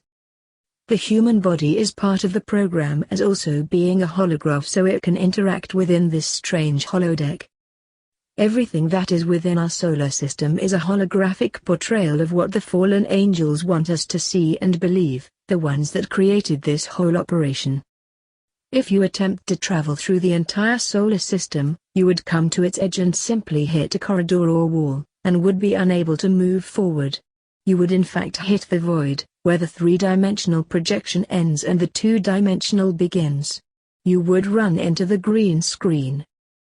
And that is the story of the holographic sun projector. Chapter 21, The Harvest of the Wheat. We have come to the point where the harvest begins. The world in which we live in is not our world, however, the world is being used to transform souls into spirits of glory. The world will continue as it moves back into the cycle where all cycles begin, the planting season. I have often spoken about the toiling under that occurs at the end of the final cycles and the reasons these things must take place. Our world now is completely taken over by the tares. The children of the fallen ones now control this world and everything in it. The wheat is buried and scarcely can one even locate the true seed amongst the tares. This is what happens when tares can grow unchecked. They take over the entire garden. As I explained the parable of the fig tree as a metaphor, how the leaves represent the children of Satan, Lucifer, and the figs hidden behind the leaves are the children of the father and mother. Therefore, a purging must occur, but how does this purging work? How can the world continue if there is a purging of fire? The simulation program is a program, it just keeps running and running like the famed Energizer Bunny. We speak of a world collapsing, and world-ending events. Yet this world is not the same. This a program, although designed to deceive, the truth is, eventually evil will fail. It cannot sustain itself. In every age, every cycle, evil nations have always fallen and better nations rose. We might call this in type, rising from the ashes like the famed phoenix bird. Try to wrap your mind around the program. The program is designed for both good and evil to occupy the same space. This is being allowed to give us choices. When we make the right choices, it is added to our character of fruits. When we make the wrong choices, it is removed from us and purged, and we must live to choose another day. If the choice is not there, then the program will cease to function properly. And this is the key I have saved to the very end.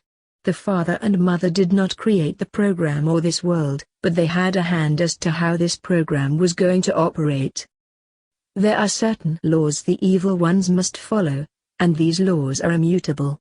And part of the laws that are regulating this program is, good and evil must be allowed to remain together to allow for choices. The second law is all people must be revealed the truth on the requirements of this world so they can have a choice in the matter. Therefore, the dark side shadow lords always tell us beforehand what is going to occur if you are watching close enough. The problem is, they mix it with the lie to make sure one is confused. Your choice is still there, but due to confusion many often make the wrong choices. It is also extremely important that you understand, when we make choices to follow the dark side, we begin to lose comprehension of what is right or wrong. It is like a cancer setting in and it attacks all the good cells of the body. Once the good cells are destroyed, one is then stuck in a pattern of making wrong choices. This is based on the law of momentum. When we do good, good things follow. When we do evil things, then evil begins to cling to us, and further evil is added. When we get off the correct path, often the only chance we have is a massive cleansing. If the cancer is that embedded within our cells, it will take a purging of fire to destroy the body, but save the soul. I Corinthians 5:5 To deliver such a one unto Satan for the destruction of the flesh that the spirit may be saved. What we are witnessing here is the cleansing and purging that is required to save the soul while the flesh is destroyed. Obviously, this is not the optimum level of awareness. It would be much better if the soul would begin their transformation. Sometimes it takes drastic life changes, and other times it takes simply shifting one's awareness away from that which is dragging them into the flux of darkness. But one way or the other, once we enter the harvest, everyone will answer for the good or evil that has been committed. This is how you must look at what is happening. It is a cancer. Evil is a disease of the body and mind. Fortunately, like all diseases, cancer can either be healed now, or the body can be destroyed so the soul can be free of the illness. The world today is being guided mostly by darkness, and sadly if you do not see this, then this same cancer is already invading your body and mind. This world is not in harmony and balance. In fact, it is so out of balance that something drastic is going to occur. What happens when the earth is out of balance? Often terrible and tragic events like earthquakes, volcanoes, tsunamis, and floods occur that reset the program. I wonder if you had ever reasoned it like this before. These tragic and alarming events are simply resetting the program back to where it needs to be. It is basically called a do-over. Many have spoken of a time where a place called Atlantis existed and other strange unfamiliar worlds. Yes, indeed they did exist, and there are great cities lying underneath the ocean current below the current of these great seas to prove there was once thriving communities. These cities are buried, these lands are lost and mostly forgotten. Places like Lemuria, which was mostly in the Pacific as well as part of Antarctica. Places like Troy and Phoenicia. Long-lost lands that once existed that no longer exist. What happened to these ancient lands? They once existed in the beginning of the planting season, in the beginning of the ages. They are gone now, leaving only small signposts and memories via leftover artifacts, lost to the changes of the planet. These were once great nations that occupied this planet but are now relegated as resets. This is when past resets occurred and the program changed. Many lost their lives, millions died and suffered a massive purging. We see this all the time in our world but never understand that it is a program being reset. There is nothing new under the sun, it is all the same events that have happened before and continue to happen nearly the same exact way every age.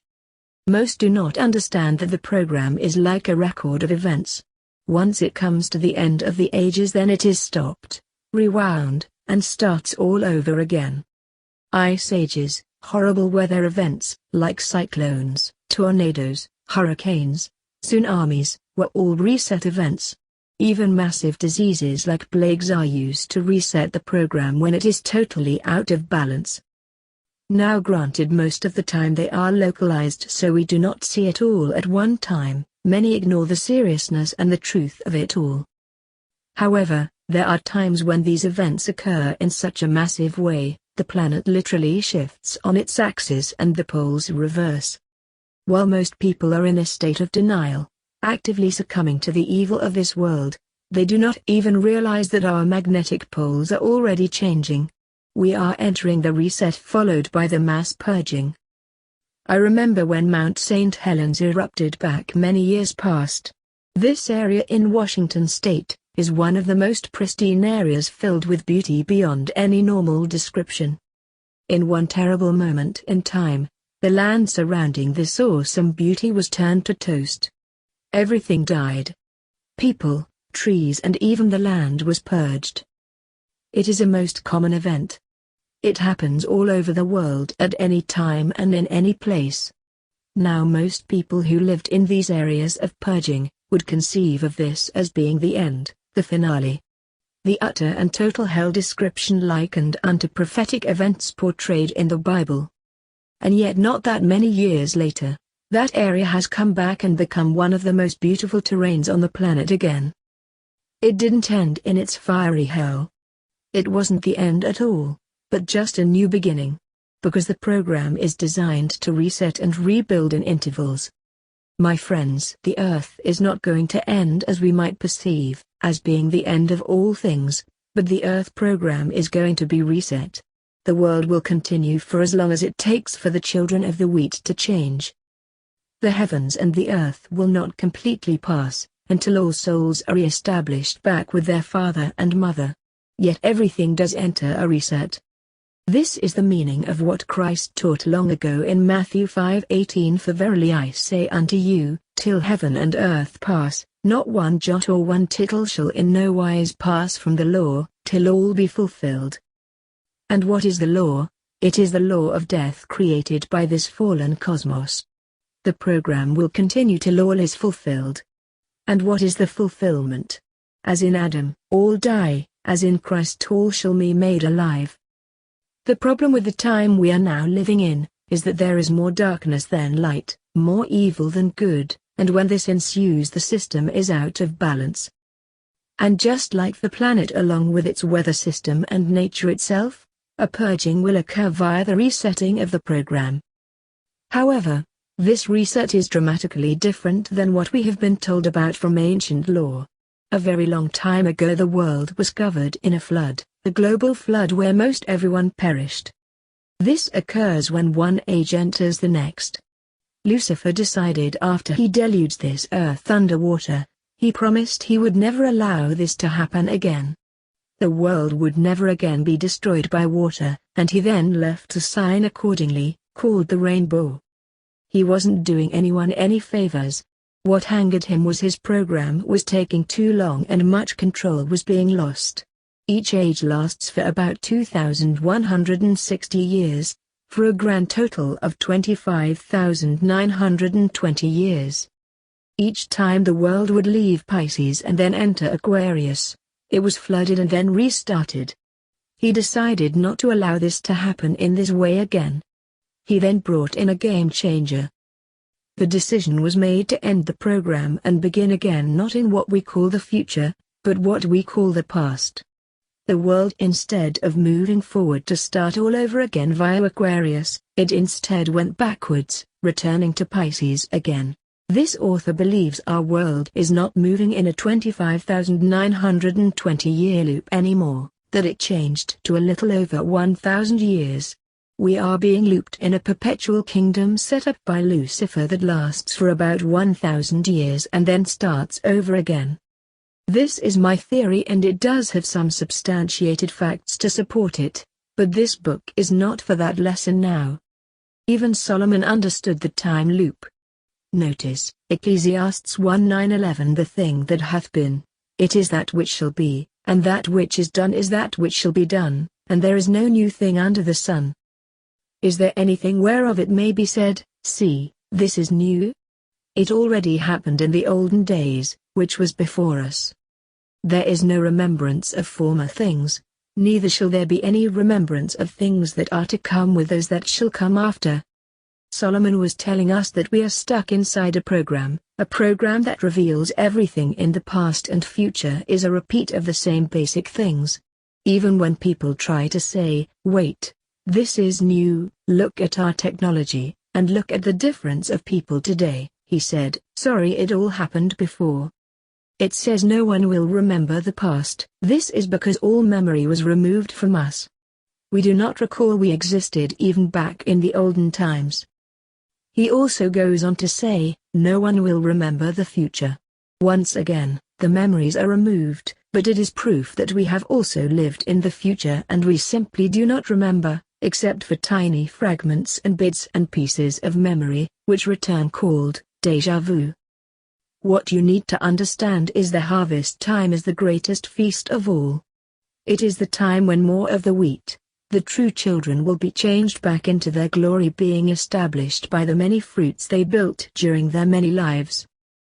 These will change in a twinkling of an eye, their souls will simply cease to exist in this realm anymore. However, many will not change. Remember, from the very beginning I said that the road to eternal life, only a few find it and the majority enter destruction. This does not mean that those are left behind will be spiritually destroyed, they will simply go through the reset. It is important to understand that most souls, good and evil, find their way into the world prior to the harvest. This is why we have upwards to 8 billion people here at this time. Sadly though, a great majority of them are Satan's offspring. The true children have reincarnated during this final age because the soul knows the potential is massive even if the body-mind is not be aware. However, the destructiveness is also massive, and it is a time for souls to be tried. This trial is by fire, when the heavens and the earth will burn with a deluge of melting heat. All the heavens and the earth will be consumed. Nothing will remain. And then in a blink of an eye, the world will exist again, albeit back in time where the souls who remain will go through the process again. We are entering a time where evil and wickedness will consume the world. And it must be removed and then restored again. This is the only reason the Father and Mother allow this program to exist, because it is for the children of the harvest, the forbidden knowledge. Our world is coming to an end. It is going to go through a time of great suffering, but it will not be allowed to last long. The world is going to change before our very eyes, and a new world is going to mysteriously come up from the ashes of the old world. Notice what Peter had to say, 2 Peter 3:10. But the day of the Lord will come as a thief in the night, in the which the heavens shall pass away with a great noise, and the elements shall melt with fervent heat. The earth also and the works that are therein shall be burned up. This is the toiling under after the harvest is complete. But it is not the end. It is only the reset installed to begin again. The harvest is not the end of the world, but a new beginning, and then the world will follow its ancient path and go through the cycles of life and death until it is done. Those who are ready must be prepared to leave this realm and enter their glory. Those who are not yet ready must be prepared to be cleansed via the purging, where they begin again in the new cycle. Remember, these things are possible because this realm is not real, it is a virtual reality simulation, and we are programmed inside of the system. Either way, the world is going to change and the heavens and the earth will be reset back in time, and life after the cleansing will be much more towards the good and evil as it always is, but eventually evil will return, and the world will follow the same path as it has done many times before, until the next harvest and the cleansing. Are you ready? Chapter 22, The Forbidden Knowledge Unveiled. This work has evolved over many lifetimes of experiences. I have tried to condense this gnosis into one short, easy-to-understand revelation that is so simple a child could understand. This book of itself is not the answer to all your questions. It is, however, the key to the code which will unlock everything you ever wanted to know. For my yoke is easy, and my burden is light, and the truth shall set you free as Christ has revealed. As you continue to read this content repeatedly, something is going to change within you. The real secret will return unto you, and begin to appear as if coming from the midst of a cloud covering. A seed of light will shine unto your outer awareness, from the seat of your soul, beginning the process of awakening you from the sleep of death. You will begin to feel the cocoon of your covering loosen its bondage and control over your present awareness in the twinkling of an eye, and then a light will begin to unfold within you as your transformation begins, where death is then replaced by life, revealing your true divine connection. You are about to realize the forbidden knowledge unveiled, revealing the good news is: I am the hidden seed, the child of the Divine Father and Mother, waiting patiently for the harvest, which is to occur again in this final generation. Sla. Disclaimer. Please be advised. This series of books is for information purposes only. All of which is a philosophical, theological, and metaphysical view presented in a candid manner to create insight and thought. No professional advice is ever given. This work deals with a myriad of subjects to enlighten and inform the reader, and may have an uplifting effect upon those who grasp the keys to the code. The author is gathering no following, nor is he starting any organization. He is just simply imparting a message of hope that has been buried deep into the past. His desire to share this with the world was to reveal that the true mystical teachings of Christ was one of good news. It represents that we are living in a world that is seemingly disconnected, but in truth, all those who are of the true seed are very much connected to their source of life and always have been, but have forgotten. The author has no desire to destroy your belief or faith in whatever it is that you choose to have hope in. However, it is his desire that all begin to use reason, and realize the many things as we have been taught are not what we truly desire, but what someone else has foisted upon us. Just look at the world and ask yourself, who is it that you really believe is controlling this program? Is it benevolent, or malevolent? Your answer is the beginning of the key to crack the universal code.